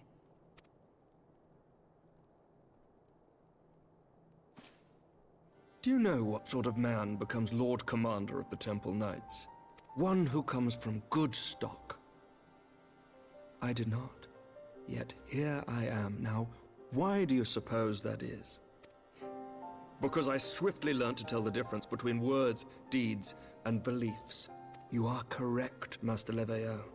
Ishgard desires to see Revenant's Toll flourish, as it would present a troublesome obstacle to our enemies from the south. We are so glad to be of use to you. As we are to you. Ours is a mutually beneficial arrangement, lest we forget, one born of necessity. The dragons grow more restless by the day, and the heretics harry us nigh without cease. We have contended with such troubles for centuries, but there are limits to even our endurance. Yet as a pauper is loath to part with his meager possessions, the leaders of Ishgard are not wont to render up their trust to outsiders. But with perseverance on our part, they may yet be made to see the light. Nevertheless, one must take care when walking the road less traveled.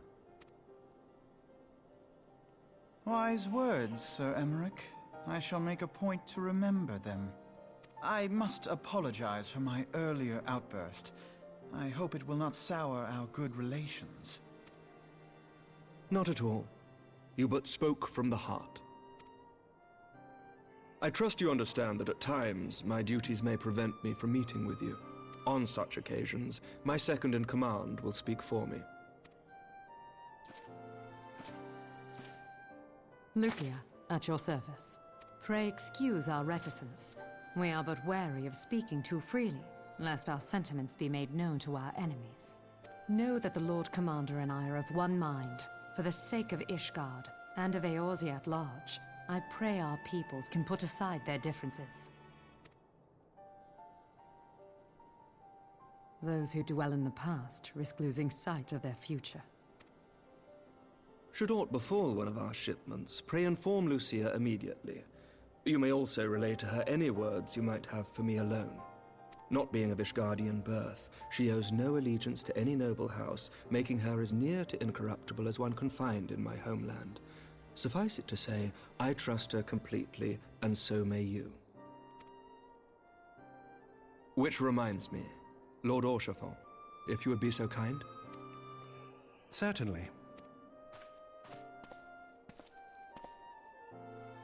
In times such as these, trust is ever in short supply. Mayhap this will go some way to rectify the problem. The results of our investigation into the heretics' recent attacks, as well as our interrogation of the merchant you detained. Sir Emmerich, I cannot thank you enough. Think nothing of it. Ishgard may be many things, but it is no friend to Garlemald. Did I not tell you to have faith, my friend?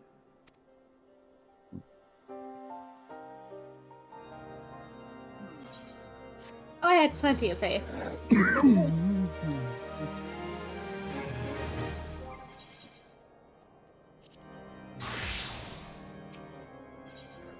Eyes unclouded.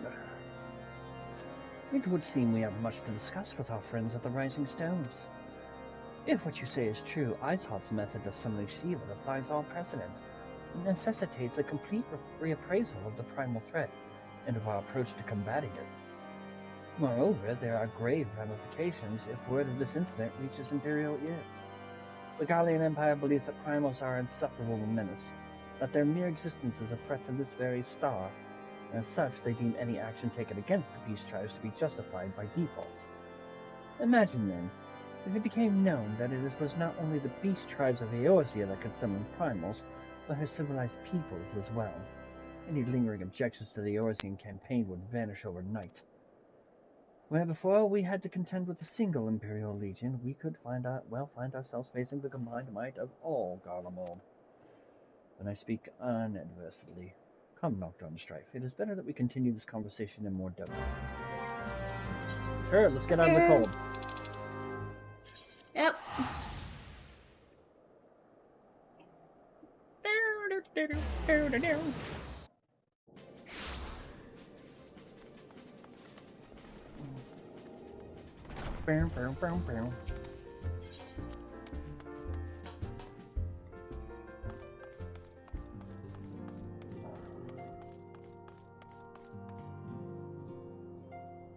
Just Thancred and Moonbreed having a drinking contest over there.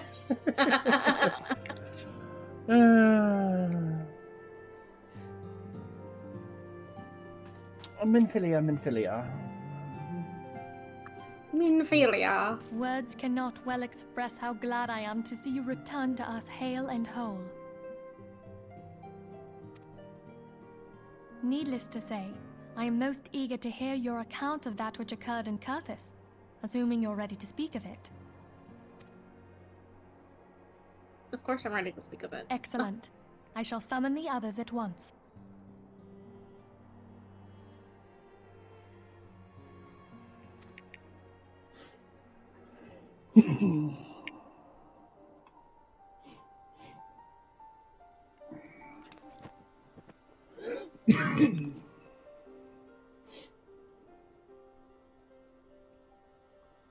Iceheart used her own body as a vessel for a primal soul? Master Louisoix's writings make no mention of such a possibility. Can we be certain this entity was a primal? As certain as we can be that good King Mogulmog XII was a primal, I should think. Both were ostensibly summoned. Let's not quibble over definitions. Of more concern is the implication that Iceheart retained her will, even after she was possessed. We are talking about a mortal, wielding the power of a primal. It can't possibly be that easy, can it? There must be some sort of sacrifice required. Or maybe she's just special? He has the echo. What qualities this woman possesseth, I know not. But full sure am I that she was groomed for this role. Few are privy to the secrets of summoning, and but a single party standeth to profit from their dissemination. Well, I wouldn't presume to comment on how the lass came to know about summoning, but I will say that what she summoned was a primal. The readings were the same, or near as damn it. Strange as it all sounds, it's really no different from what you've faced before. Then mayhap it is time that we re-examined our previous encounters. Pack your things, Ida. We're going back to Gridania. Yes, sir. About Iceheart's final words to you. Hear, feel, think. Hydaelyn speaks to her as well. If Iceheart is blessed with the power of the Echo, she will doubtless have used it to further her goals. Or could it be that it was a revelation granted her by the Echo which first set her on this path? She did say that the Ishgardians were blind to the truth. Do you think she has knowledge of the origins of the Ishgardian-Dravanian War? It would do much to explain her unwavering conviction. Did not the Lady Iceheart implore thee to seek the Keeper of the Lake? And did she not imply that in so doing thou wouldst come to see with eyes unclouded? Midgard-Zoma was a king amongst kings who reigned for centuries on end. But he is dead and his wisdom lost to the ages. Unless the Ishgardians' fears are well-founded. It would seem we have yet another reason to stand watch over the Keeper of the Lake. For a mercy, we are well positioned to do so. Iceheart, Shiva, Ascians, and Midgard-Zoma. I shudder to think how they're all connected. You and me both, sister. Mm-hmm.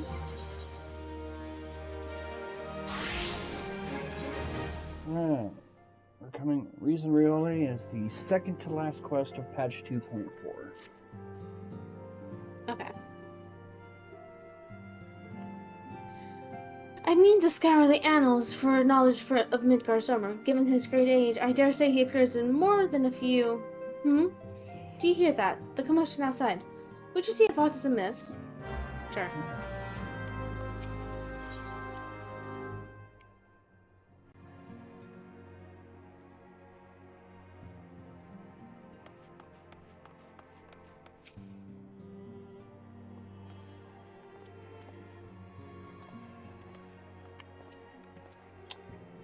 Nocta, Strife, 'tis well that you're on hand. We have a problem. Raleigh has escaped. It happened shortly after the Immortal Flames took her into custody. She had been placed in a dungeon cell ahead of her coming trial, but apparently the accommodation was not to her liking. The turnkey was found slain along with 2 guards. 'Tis plain she received inside help. Citizens report seeing Raleigh quitting the city via the gate of Nod with a bloodied spear in hand. She makes for Castor Meridianum, I am certain of it. With her fate in Eorzea as good as sealed, what recourse has she but to flee to her imperial masters? Even as we speak, Captain Ilbert and the First are hot upon Raleigh's heels. Pray make haste to Camp Blue Frog and join the hunt.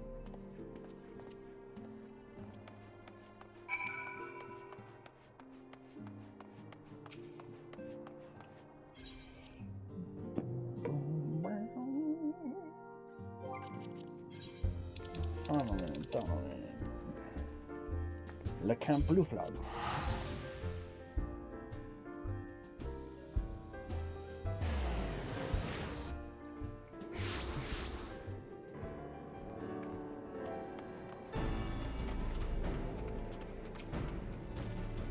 My thanks for coming, Scions. I have spoken with the soldiers here. They say that Raoul walked through the camp not a bell ago. Aye, she walked right through. You did not mishear. We have Raban's decision to keep the matter secret to thank for that. Bad for morale, he said. As a result, not a single flame in the garrison made any attempt to detain her until here we are. Raleigh must not be allowed to reach Castor Meridianum.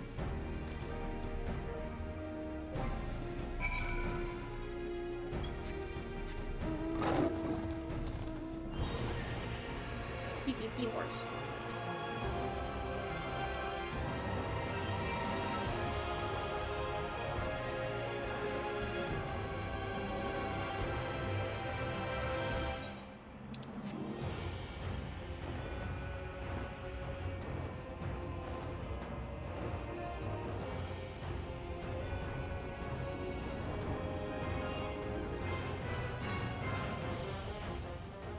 Ah, yes, another solo instance.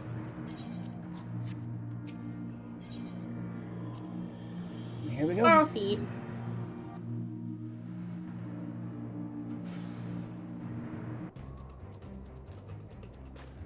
This wretch was with Roa. He threw himself at us that his mistress might escape. She didn't blink when we cut him down, not even when he started screaming. No loyalty even to her own. The goddamn harpy. With me, Scions, we almost have her. You got it. Let's go.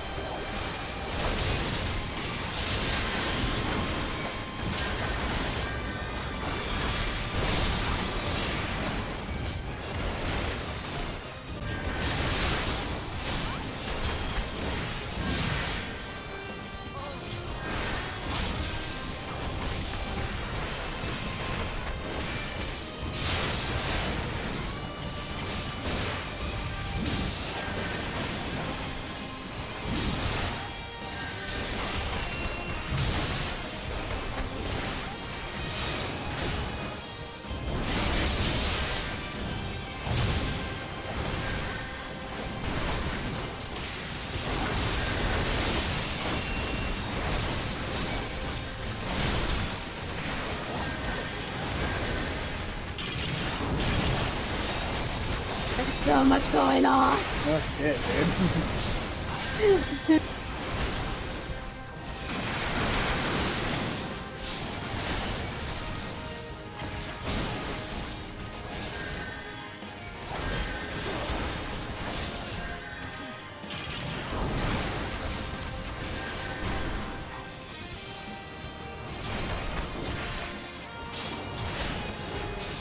Done. There was so much going on. Holy shit. Done.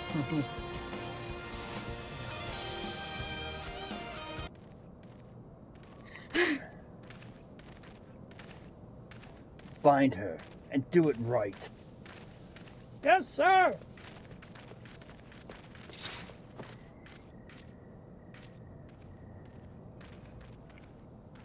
Good work, men.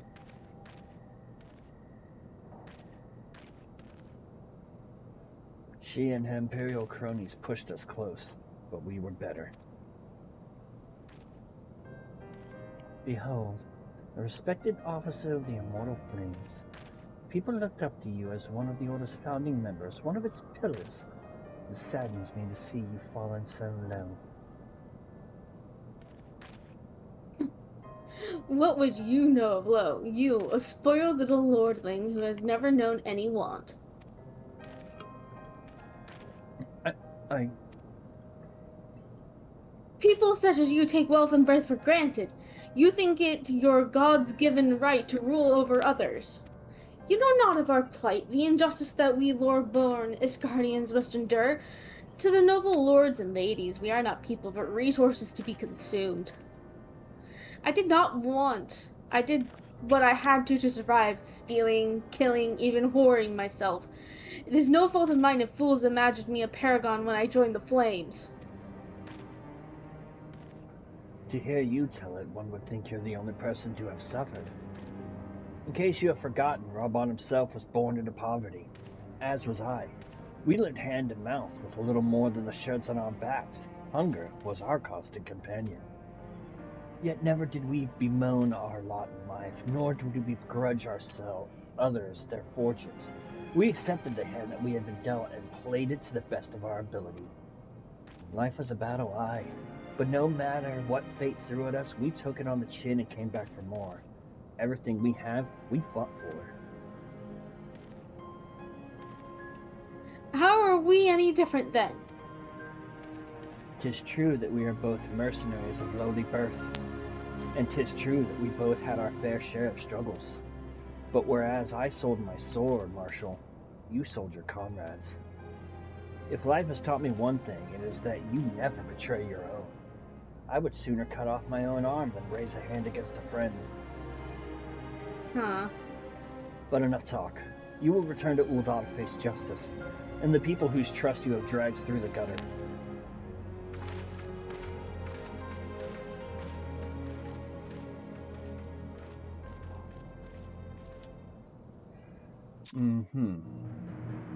Sure, buddy. Not so much as a hint of remorse. 'Tis well that this sordid business is finally at an end. A friend's betrayal cuts deeper than steel. We must hope that we have chosen our own allies more wisely than Reborn chose his.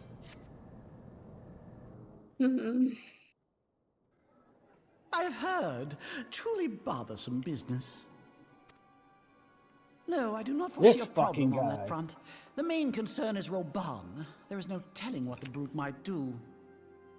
Have the blades watch him in the flames day and night.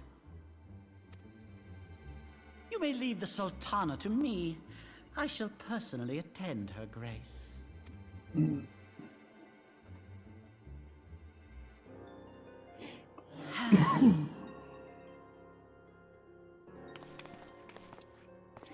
Sever one of the East Aldenard trade routes. That ought to keep Lolorito occupied for a while.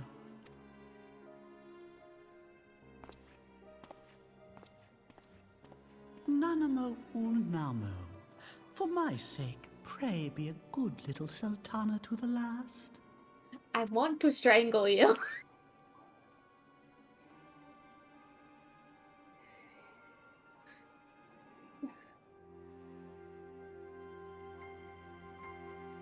Grr. Snarl snap grr. Alright, back at the party. Let us clean together.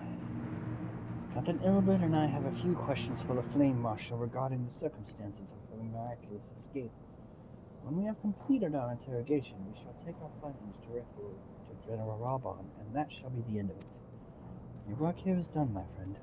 My thanks. But I have one last task for you. Return to the Rising Stones and apprise Menphalia on all that has happened. I am aware that the antecedent held Rolly in high regard.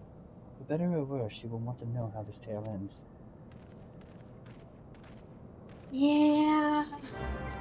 Got that just too.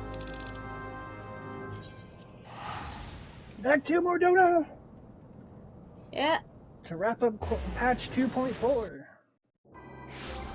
It's already almost 9:30, jeez.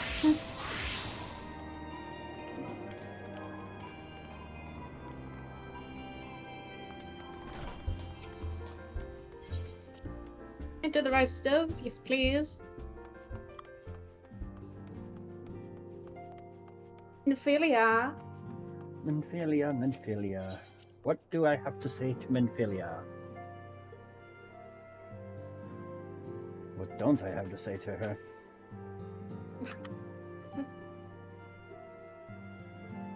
Welcome back, my friend. I have already received word from Alfino. Then why the hell did he send me to tell you? To think that Flame Marshal Huayu was the Garlean agent. Huayu. I know not what to say.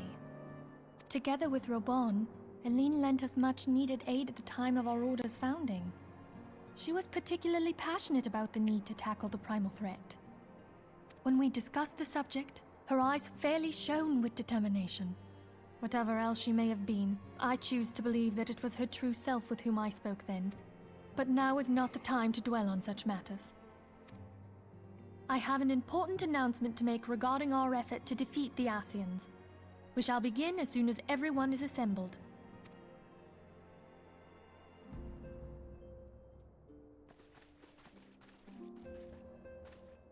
My thanks for coming, friends. Moonbreeder, the floor is yours. By now, I'm sure you're all familiar with white auracite, the miraculous material that'll allow us to capture Ascian souls. Back at Snowcloak, we verified its ability to absorb vast amounts of ether. Alas, it leaves something to be desired in the area of stability. The stone can only store ether for a short while before expelling its contents. In addition to auracite's inherent limitations, we must needs be wary of our enemy's strength. Our foe draweth upon an infinite wellspring of power. Even should we succeed in entrapping him, the stone will not long contain his wrath. Meaning that, if we want to kill the swine, we'll have to be quick about it. 'Tis our belief that an Ascian soul may be permanently undone, if smitten by a sufficiently concentrated burst of pure ether. The only trouble is, we can't say for sure how concentrated the burst needs to be. Without knowing how much ether an Ascian soul is composed of, we're basically guessing. Our sole clue lieth in thy struggle with La Habrea. During that encounter, Heidelin bid you forge what she called a Blade of Light, a weapon which took the form of a luminous stream of energy. Based on your description, we believe the blade with which you vanquished your foe was composed of ether. Admittedly, your victory proved ephemeral, as La Habrea was able to use a crystal of darkness to flee into the space that lies between our world and the void. The fact remains, however, that Heidelin placed the means to destroy the Ascians in your hands. Be that as it may, it would be unwise to assume that she will do the same when we next encounter such a foe. Quite so, my lady. We must needs find the means to forge our own blade of ether, one to equal that which Heidelin did benevolently bestow upon her champion. That is all well and good, but it seems to me that producing such a blade will require a prodigious quantity of ether. Whence will it come, pray tell? Oh, what if we had two pieces of white auracite? One to trap the Ascian, and the other to store the ether for the blade. Oh, nice try. But it's as I said, the stone won't hold ether for any length of time. We'd still need to collect the stuff there and then, sorry to say. And therein lies the rub. Finding a way to create the blade whenever and wherever we choose. 'Twould seem more research is in order. I'm going to linger a while, perform a few more tests on the auracite. And I could do with some help. Urianger, why don't you lend me a hand? Mine apologies, but I am required at the Waking Sands. Lady Minfilia hath given me sole charge of the premises. 'Twould be unseemly to leave them unattended. Sole charge, you say? So you're basically alone there, then? Well, that settles it. I'll just have to come to you. You cannot escape her.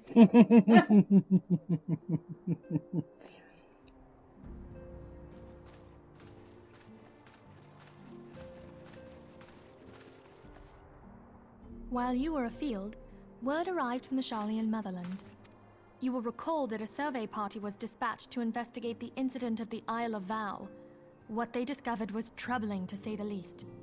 According to the report, the isle has been erased from existence. 'Twas as if a hole had been torn in the very fabric of reality. Aye, yet the mystery endeth not with the isle's disappearance. It hath come to light that a number of scholars in various other locales were reported missing at a similar juncture. What's more, they all had something in common with the head of the students of Baldessian. Every last one of them was researching a phenomenon called dimensional compression, or the rejoining as the ancient texts call it. I'll be damned if that's a coincidence. All indications suggest Ascian involvement, but I sense that a force greater still is at work. The entity the Dark Beings call the One True God. We must pray that my dear friend Kryl regains consciousness soon. If she bore witness to the Isle of Val's final moments, she may be able to shed some light on this mystery.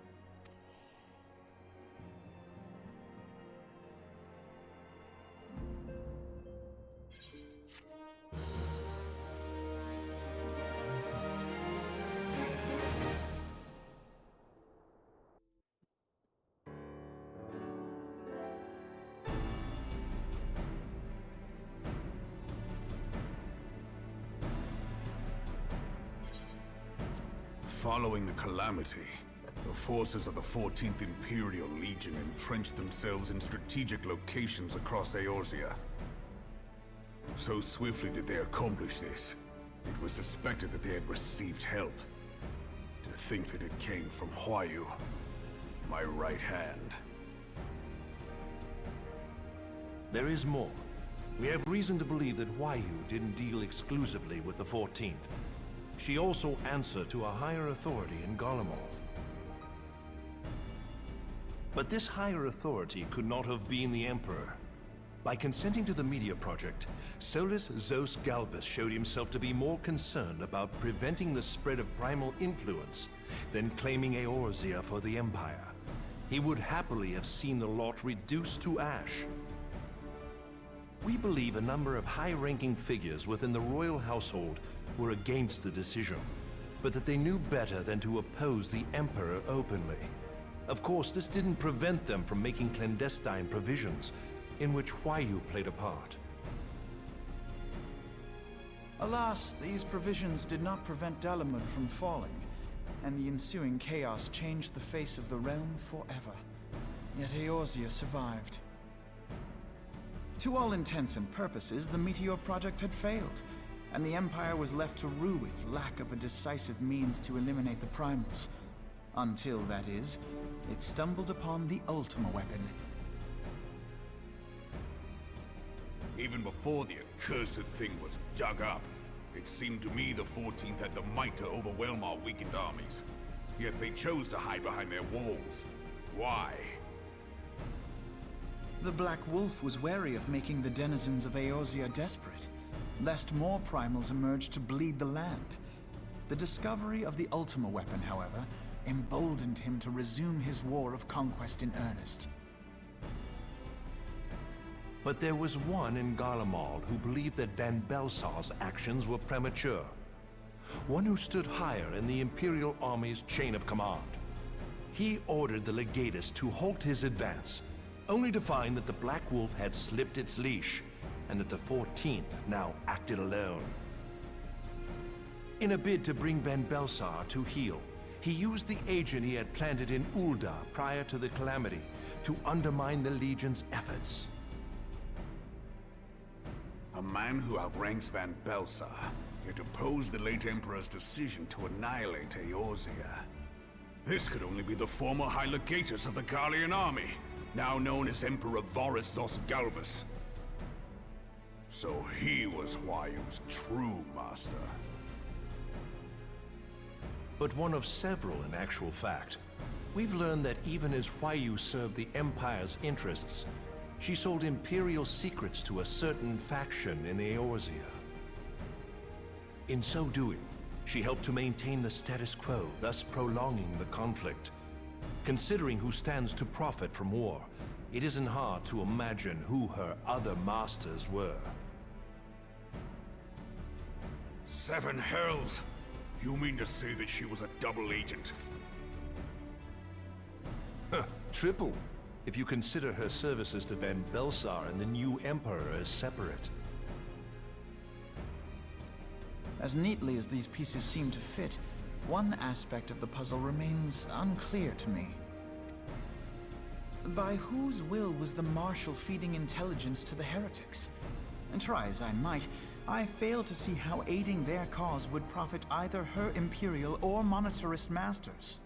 Could it be that another hand is at work here? If so, why you must be made to reveal whose it is.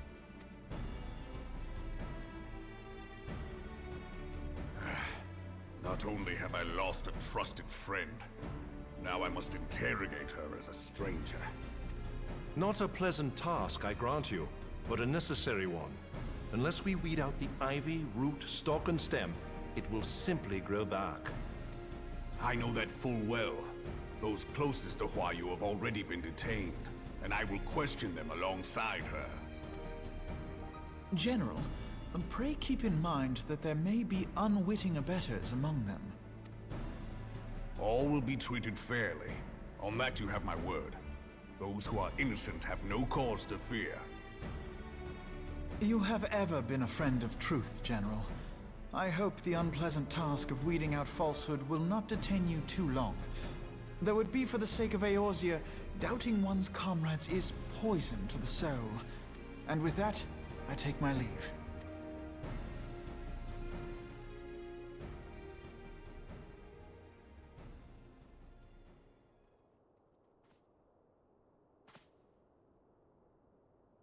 All these years, I've been made to dance to their tune.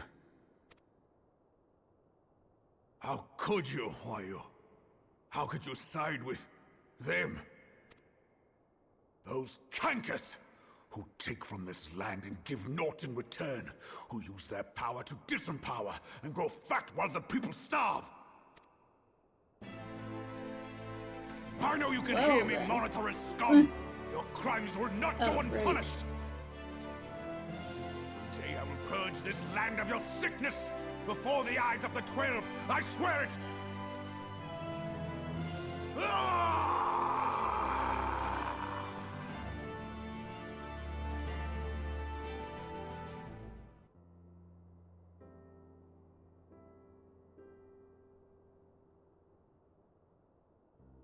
I shall have no further need of you this day. That's a big bed for a Lalafell. Your Grace.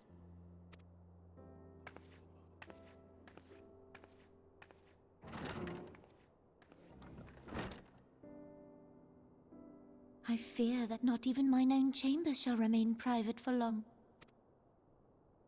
Has the situation grown so grim? Ever since he proposed the Cartiner Reclamation Bill, Teleji Adeleji has risen to greater prominence upon the backs of impoverished refugees. The monetarists were ever united in their pursuit of profit, but the man's actions have torn a rift in their ranks. They snap at each other as rabid dogs. Yet now is not the time to be bickering among ourselves.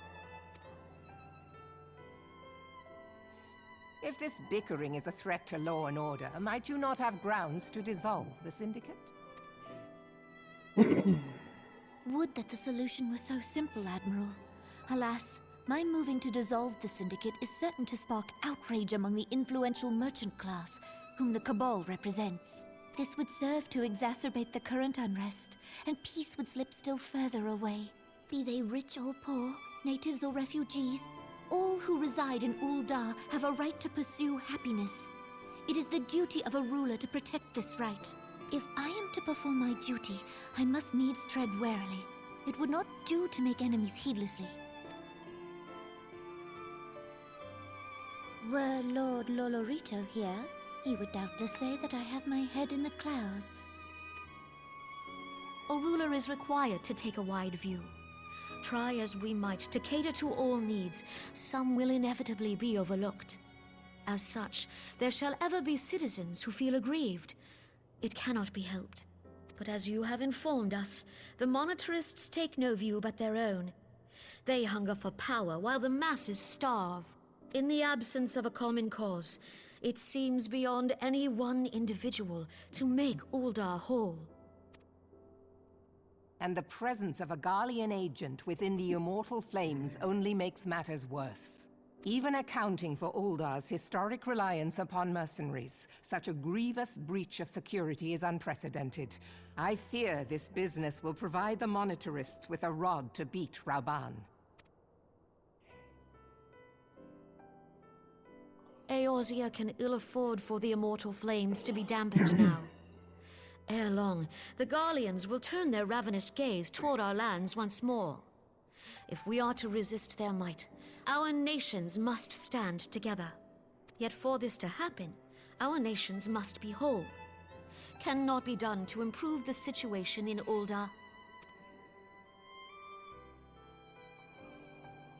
The true wealth of Ul'dah lies in the health, happiness, and hopes of her citizens. Alas, the citizens shall never know these things, so long as their lives are ruled by the ambitions of the few. The monetarists claim to represent the best interests of the people, but in sooth they desire only to manipulate them for their own selfish ends. For the government to serve the people, it must be formed of the people. For Ul'dah to move forward, it is not only the Syndicate that must be dissolved. Nay, you jest. My friends, it was for no other reason than to make known to you mine intent that I requested your presence here. When I make my declaration to the people, chaos shall inevitably ensue. As the last monarch in the line of Ul, I make unto you this request. Help Reborn to preserve order and protect the people. Forsake them, and you forsake yourselves. For a strong Eorzea will ever have need of a strong Ul'dah.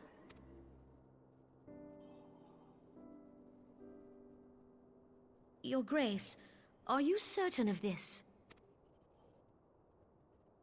There is no other way. When the time is ripe, the nation shall become a true republic. Both royalists and monetarists shall cease to be.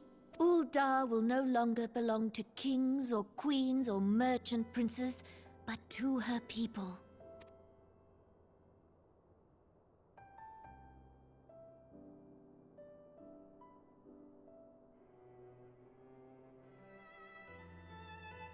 Reborn, forgive me for casting aside all that you have toiled for in my name. Beyond this gesture, I am powerless to help my subjects. Yeah, that's right. She's...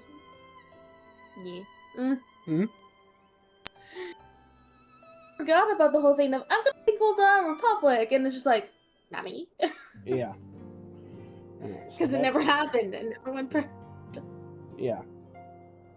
Alright, so that is the end of that patch. So, We did 23 quests today so far. Let's see. Because we had 5 to finish 4, on 5, the other part. plus 8. And then... So we did 23 quests today. Between the last two, there are 20. Last two patches, there are 24. And the other main reason we managed to do so much is because neither one of us had Anime Night or D&D. Yeah. So, I was at least going to see if we could push through the first part, as it is only 8 quests.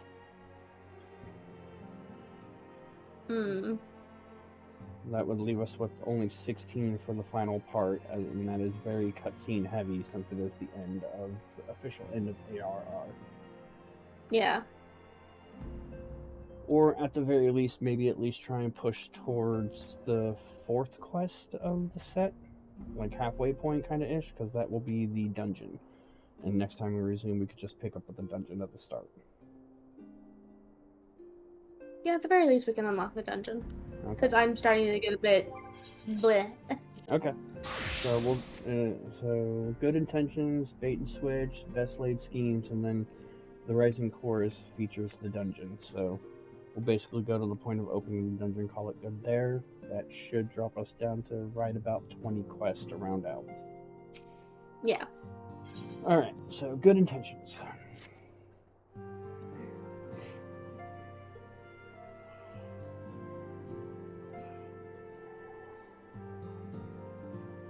I am most eager to address the Ascian threat. However, we dare not neglect our other pressing concerns. We both know full well that Saint Sheeple will not be the last primal we face, and our relationship with Ishgard is still tenuous at best. To think that the resolution of the primal threat was once the sole priority of the Scions of the Seventh Dawn. Some days I wonder if it was wise for us to take on so many other responsibilities. Well, you're the one that kind of put us in that position. Lest you forget, antecedent, the Scions need not shoulder the burden alone. Were not the Crystal Braves established for this very reason? True, we are presented with a multitude of problems. However, we have all the resources we need to address them in turn. Strife, Nocta, in particular, is ever a steadying hand who I trust will continue to support the Braves. Nod. You got it. To what do we owe the pleasure? Have there been further developments regarding the situation in Ul'dah? As expected, the Immortal Flames have been struggling to cope with the revelation that one of their highest-ranking officers was a Guardian agent. Suffice it to say, Telegi Adalegi and his Monetarist ilk have wasted no time in attempting to turn the situation to their advantage. Coupled with ongoing unrest, the Flames are finding themselves hard-pressed. Plainly, General Reborn needs our help, and I will direct the Crystal Braves to offer what support they can. If I am to stay abreast of the latest developments and issue effective orders, however, I cannot afford to waste time traveling back and forth. And so, for the foreseeable future, I think it would be best if I were to remain at Ul'dah, unless you have an objection. None whatsoever. We have matters here well in hand. Moonbreeder's research is proceeding as planned? So she tells me, though I am not familiar with the details. Urianchi is poring over his tomes at the Waking Sands, and the others are contributing in their own ways. Alas, the key problem, how to form an ethereal blade at will, remains unsolved. Nevertheless, it is only a matter of time. Strife, Nocta, while we focus on that task, mayhap you could assist Alphino and his braves with theirs. It would do much to restore faith in the Immortal Flames if the Warriors of Light was seen working on their behalf. Never forget that your esteemed status allows you to act in ways that those more tightly bound organizations and nations cannot. As ever, I implore you to do so. Sure. Nod. Not that your response was ever in doubt, but I humbly thank you once more for aiding our cause. Now then, there are preparations I must attend to before my departure, such as receiving Riol's latest report. He has proven to be quite skilled at gathering information others wish kept secret, hence why I placed him under my direct command and ordered him to investigate the Uldon riots. When you are finished here, join me outside. Depending on what he has to say, I may soon have a favor to ask. If there are any developments on our front, I shall inform you at once in the usual fashion.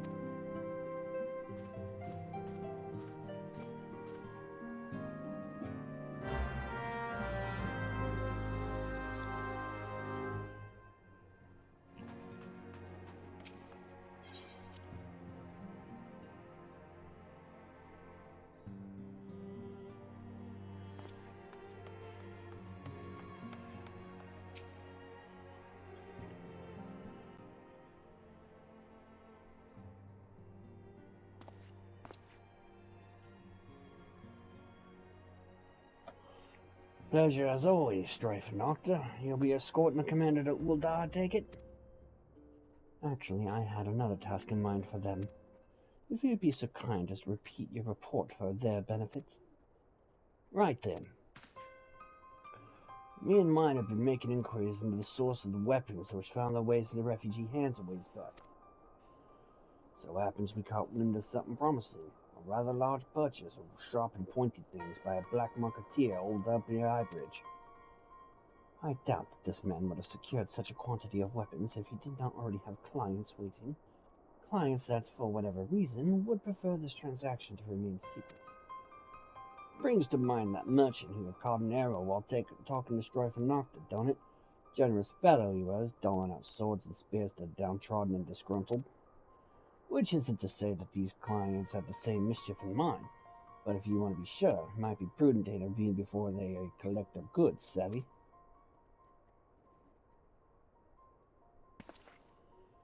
seizing the weapons before they fall into the wrong hands would be for the best.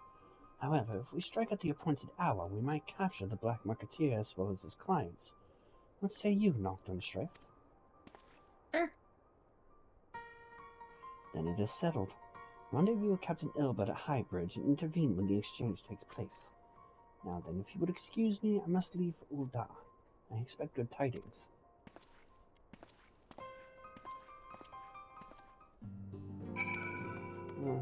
To the Highbridge! Mm-hmm. We was Eastern Tunneling? Yep. Yep. Le Dragon.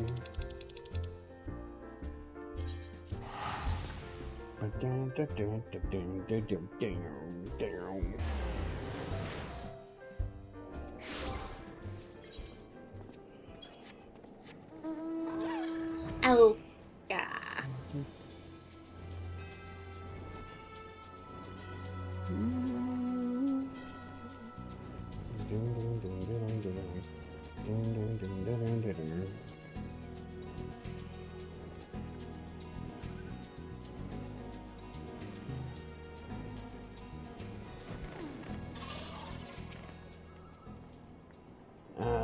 Nocta, Strife.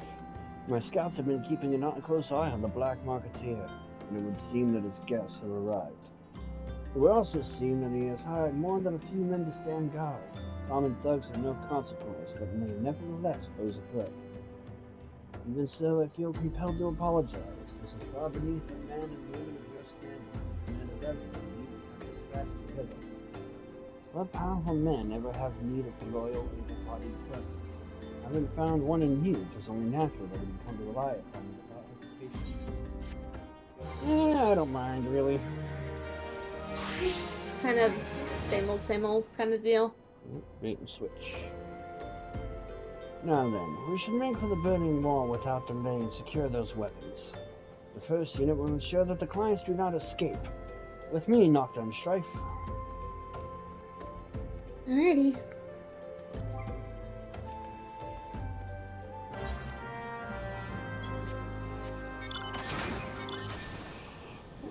Both got mech-based stuff. It's MathBot. I have motorcycle. You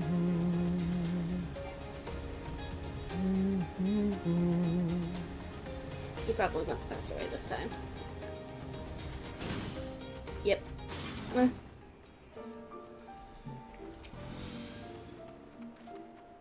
I spy the one man, but there are sure to be others. I have a plan. While you approach the sentry and create a distraction, my men and I will slip past to catch the Black Marketeer unawares. Once you've disposed of the thugs, wait for us outside the tunnel entrance. Any questions? Then let us be off. Good luck, my friends.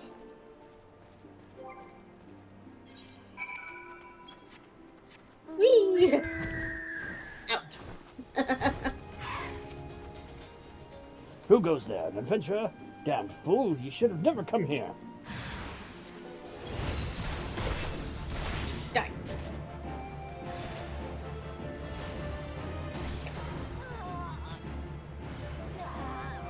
Die.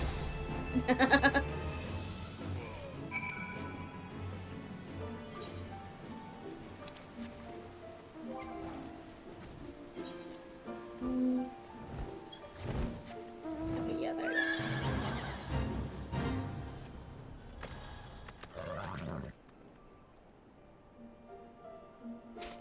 Blard. Welcome back, Rain. Welcome back, Rain. Just in time for us to kind of wrap up. Kind of. We're going for a couple more quests. We're going to unlock Keeper of the Lake, and then we'll be done. I don't understand. What's this all about? Ah!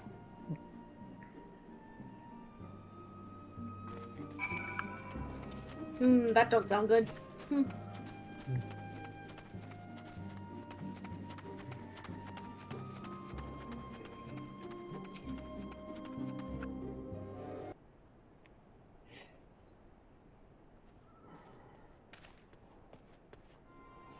As you can see, this is a fine mess.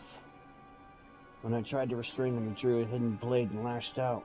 but before I could disarm him, one of my subordinates panicked, and this is the result. How foolish of me to underestimate the bastard and bring an inexperienced recruit. Commander Leveler will be most disappointed. Sure, that's what it was. Damn it all. A golden opportunity. Wasted. As for the clients, though we know not how, they slip past our perimeter. At present, the first is currently tracking a party of Duskrite sellswords, we suspect may be them. Would that we could have enlisted the aid of the Immortal Flames or the Brass Blades. Alas, we're here to aid them. We're in no position to aid us. Well, at the very least, we have secured the weapons, yet even that accomplishment is lacking. For the information we received indicated a massive shipment, and this is anything but.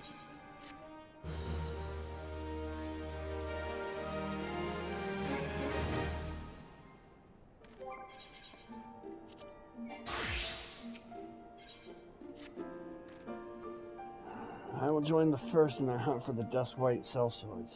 If the gods are good, we'll catch them before they escape into the Black Shroud. In the meantime, I ask that you deliver these weapons to Ul'dah in my stead. Entrust them to the third Zuyu Hase. He'll take care of the rest. Sure. Trust the thing, yeah. It'll be fine, yeah, sure. Right. Because things are always so trustworthy.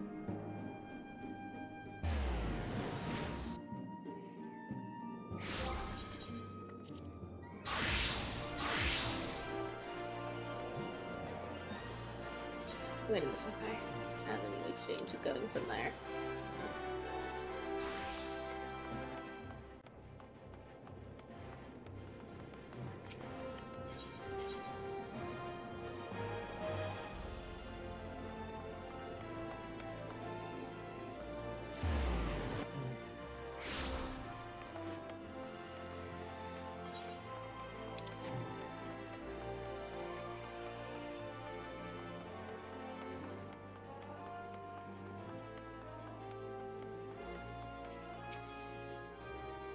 Ah, the Warriors of Light. Have a reliable friend of the Crystal Braves.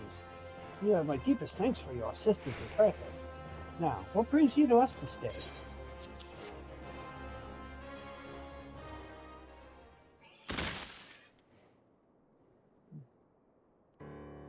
A gift of weapons from a certain black marketeer, courtesy of Captain Earlbird, you say? Understood. Once we catalog the contents, I'll have them delivered to the Hall of Flames. This cannot be everything, can it?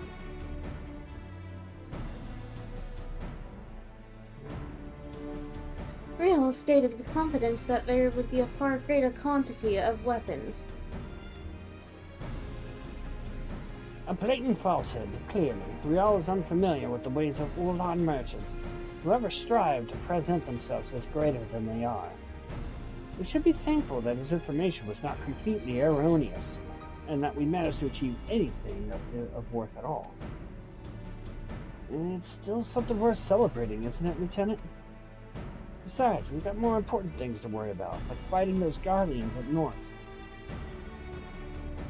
There will be no fighting if I have anything to say about it. Our orders are to stand watch, not to seek glory in battle.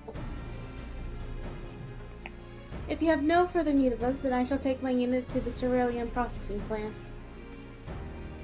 Time for the fort to earn their keep, eh? Fight well, Aliane, for the freedom of all.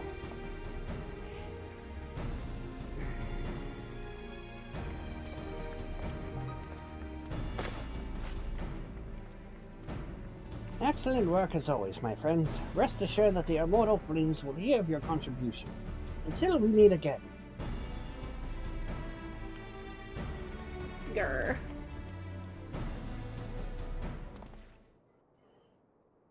Strife, not a word, if it please ye. Not here. Look for me at the Sapphire Avenue Exchange. No need for whistling this time, don't ye worry.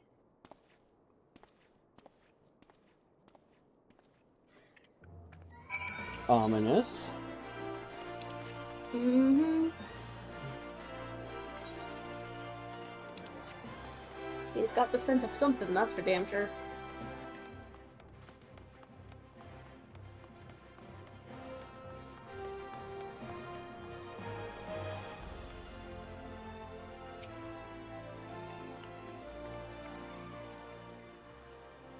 Thanks for indulging me request. Few places better than a market for privacy, I find. All the hustle and bustle of commerce means most conversations go unnoticed. I'll get to the point. At the Burning Wall, when you and the captain interrupted the exchange, what happened? Tell me everything, leave no detail out. Well, we took out some thugs, and then we heard some screams, and Obert said that he was attacked. That's not quite how the first told it. These dusk lights they were chasing. Latest word is that we lost the trail. But you never saw them yourself. Not before the fighting started and not after. Something ain't right. I don't know what it is, but I can feel it in me bones. I'm not daft enough to be misled by some merchant's drunken boasts. Our information was reliable, goddammit. I know he purchased those weapons. So if I've never deciphered a money launderer's books, or had to follow a transaction back to its source. Did plenty of that back when the Braves were getting started, believe me. The commander wanted assurances that we weren't taking Gil from the wrong sort of benefactors. Of course, these days the money flows like water, and the first and third get the shiniest new toys. Forgive me, friend. I got a lot on me mind these days, and I appreciate you lending an ear. Right? Then, best get back to it.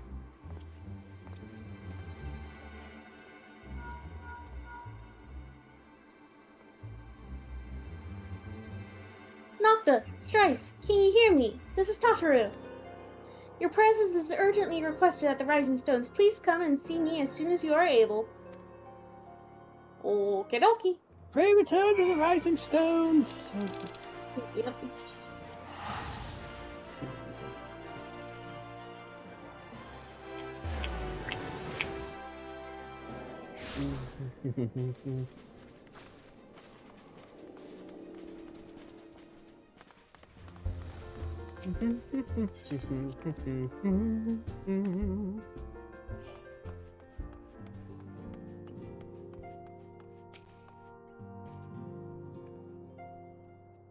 Ready? Thank you for coming so quickly, Strife and Nocta. We have a guest from Ishgard who wishes to speak with you. A most, determined lady, by all indications.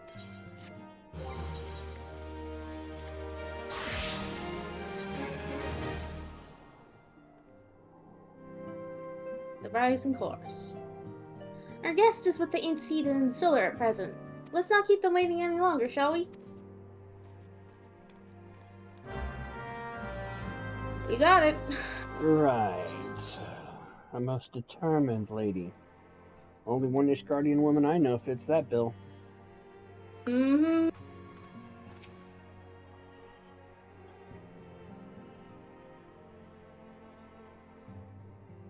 We have a guest from Ishgard who wishes to speak with you. I believe the two of you have met. We have. I had hoped to speak with Commander Leveilleur as well, but I cannot afford to wait any longer. The Lord Commander sent me hither to request your aid in a matter of grave import. You see now why I had Tataru summon you. Now that we're all assembled, perhaps you would be good enough to elaborate on the nature of the matter which brought you to us. The Observatorium's astrologians have sounded the alarm. Last night, the Dragonstar burned with an intensity not seen in 15 summers, not since the Dravanians engaged the Empire in the Battle of Silvertear Skies. The northern sky doth burn full bright upon the Wormlord's call. The red behemoth beckoneth, and flame consumeth all. The old Curthan rhyme, aye. The brightening of the Dragonstar is said to accompany the roar of a great worm.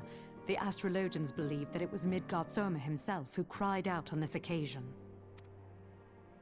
After an absence of centuries, the King of Kings did return to lead his kind against the might of Garlemald, only to fall in his duel with the Agrius, proud flagship of the Garlean fleet. Devoid of life, his corpse remaineth entwined about the Magitech monstrosity even unto this day. Ariange has the right of it. Whatever this alteration in the Dragon Star portends, the Great Worm has shown no sign of life. Tataru, have the Domans reported aught out of the ordinary?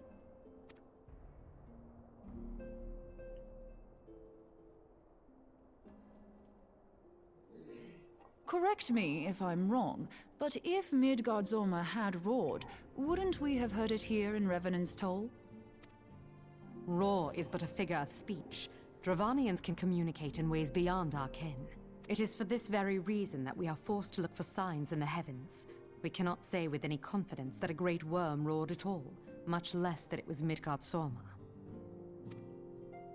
Only by directly examining the Keeper of the Lake can we be certain. However, it will take too long to gain the Holy See's approval to dispatch the Temple Knights. Therefore, Sir Emmerich would entrust this task to you. Do you accept? Nod. We knew you would not disappoint us. Now, if you would excuse me, I must return and assist the Lord Commander. We have precious little time to prepare. To prepare for what, pray tell? When a great worm roars, his brethren cannot choose but answer. We prepare for battle.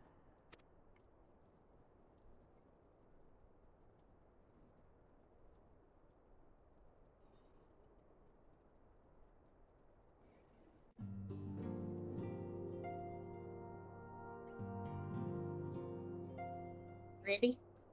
Yep. Forgive me if I state aught which you already know, but I would ensure that you understand the nature of your destination.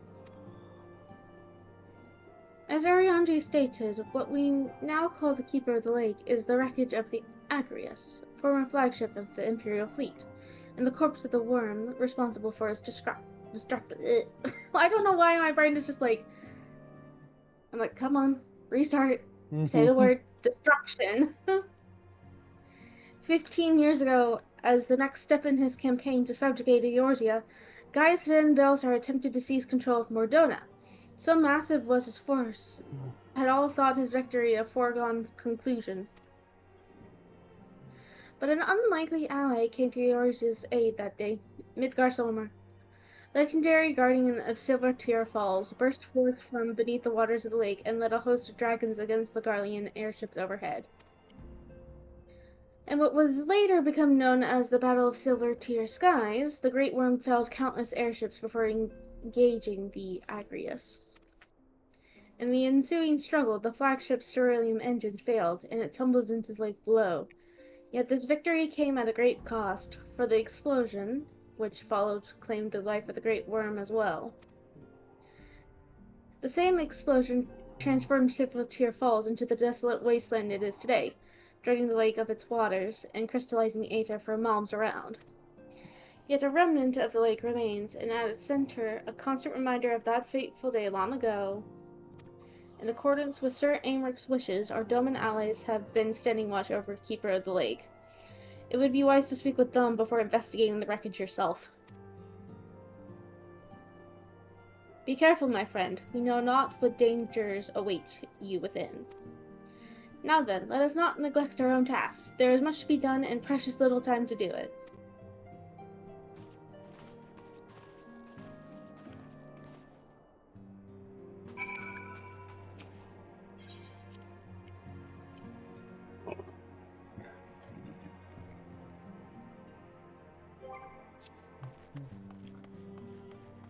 Hi ho, hi ho.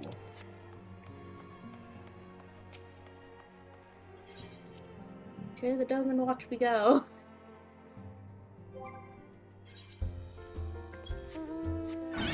Titania.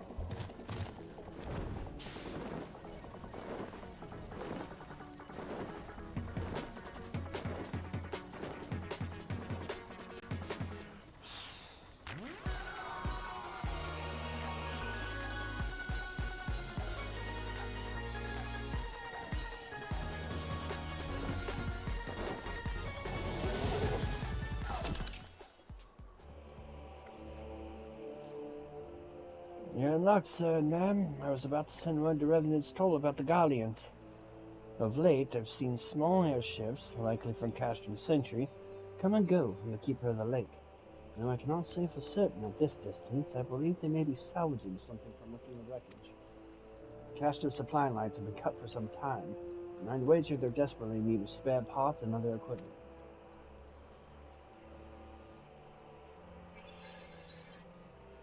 So it's true then, the Ishgardians honestly fear that the worm might rise again. Well, from here, that seems rather unlikely. But if it's assurances they want, you've got no choice but to inspect the corpse in its entirety. Easier said than done, given the creatures which inhabit the wreckage, and the aforementioned guardians who make them kindly in your presence. They're sure to fire upon an airship, so I'd advise a more stealthy approach. Take this boat and a few of your comrades to the base of the Acreus, and then climb to the top. It's the only viable approach, I'd say.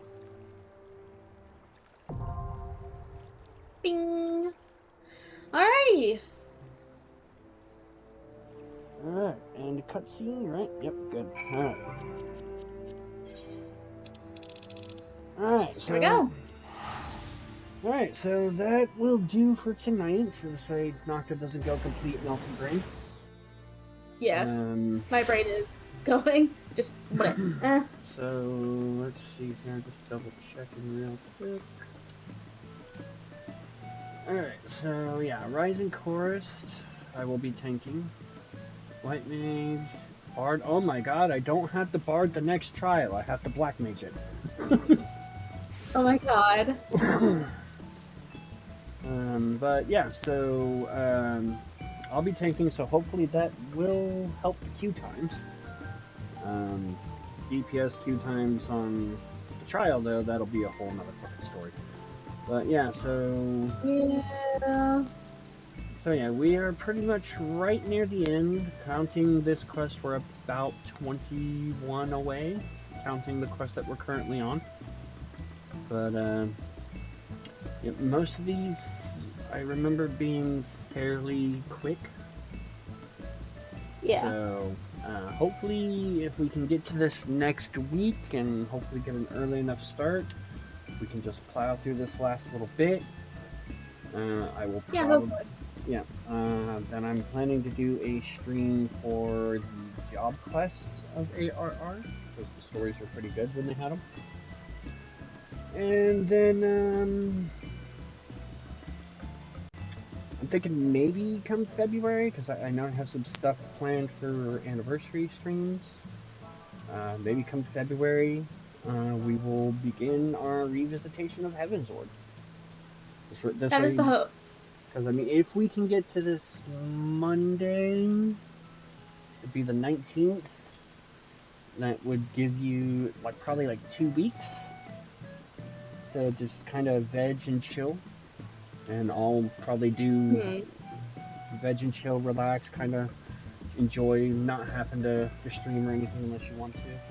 But then, you know, by February, we can figure out how we're going to do Heavensward progression, since that is broken down into 4 parts. Half of the expansion in one, half of the expansion in another. First 3 patches in part 3, last 2 patches in part 4. Yeah. So, but yeah, so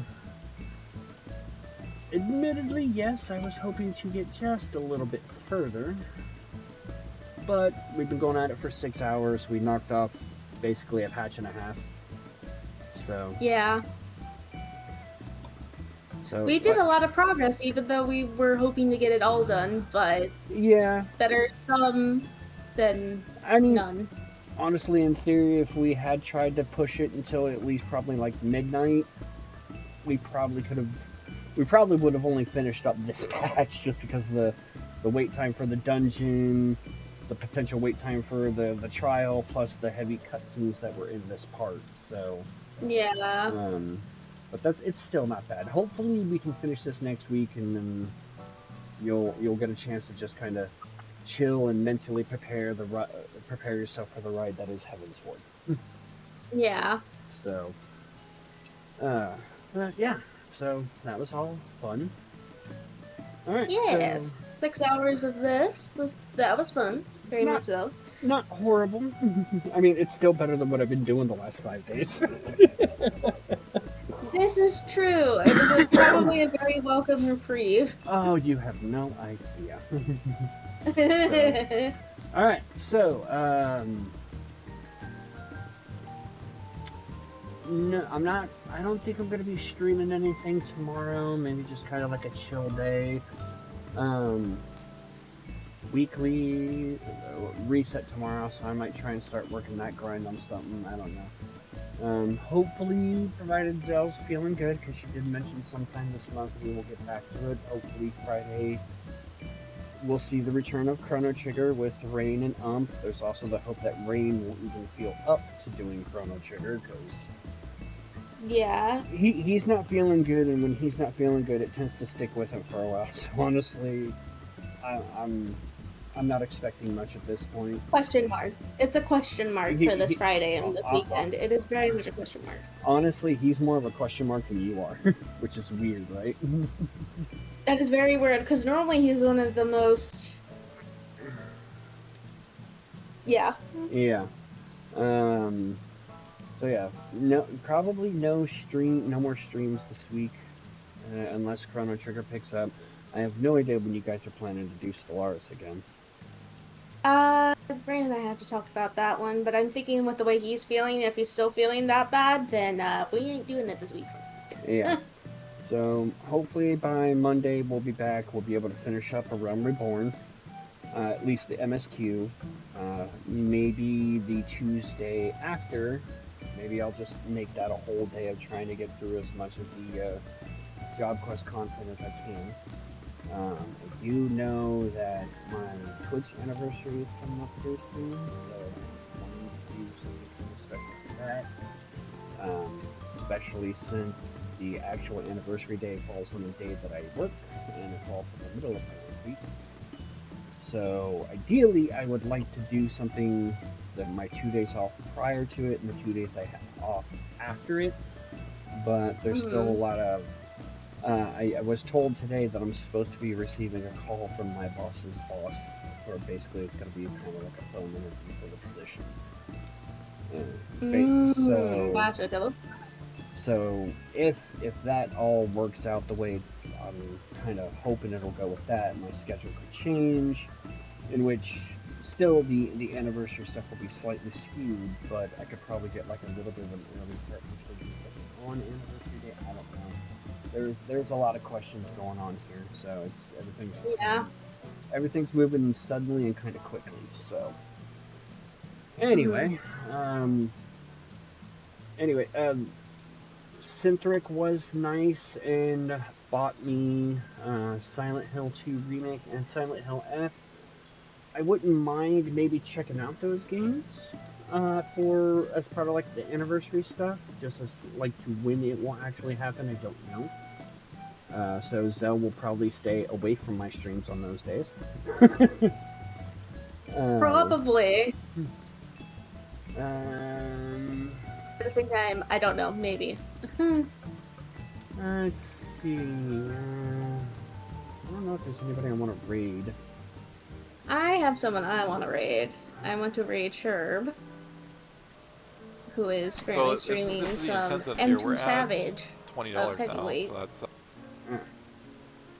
that's I know Azure, I was looking at Azure Retro Games. He's doing some type of retro streaming for charity for ALS, so I have no idea exactly what he's streaming, but I mean, there's also one other person I haven't seen streaming in a long time, so I'm actually kind of curious about dropping you guys in on her, but there's also one other person who's doing retro. Ooh, okay. You know what? I'm going to drop you guys in on somebody I haven't dropped you off in a while, and is actually doing a game that I do actually kind of have a love-hate relationship with, so I'm going to drop you guys in on Pandoish, who's doing retro, and is currently streaming Final Fantasy X-2. Love that game or hate that game, one or the other. There's no in-between.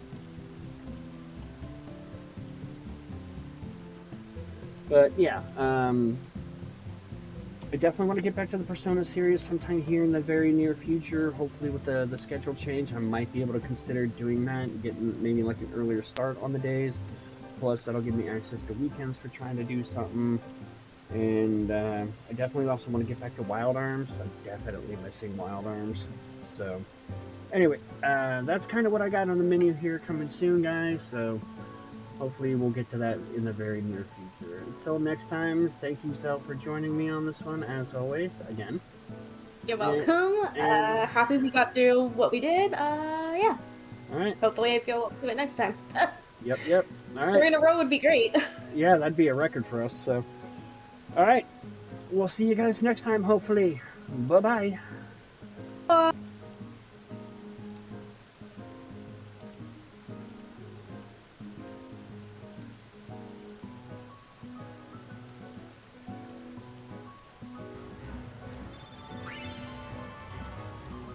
Hi, Strife Eclipse.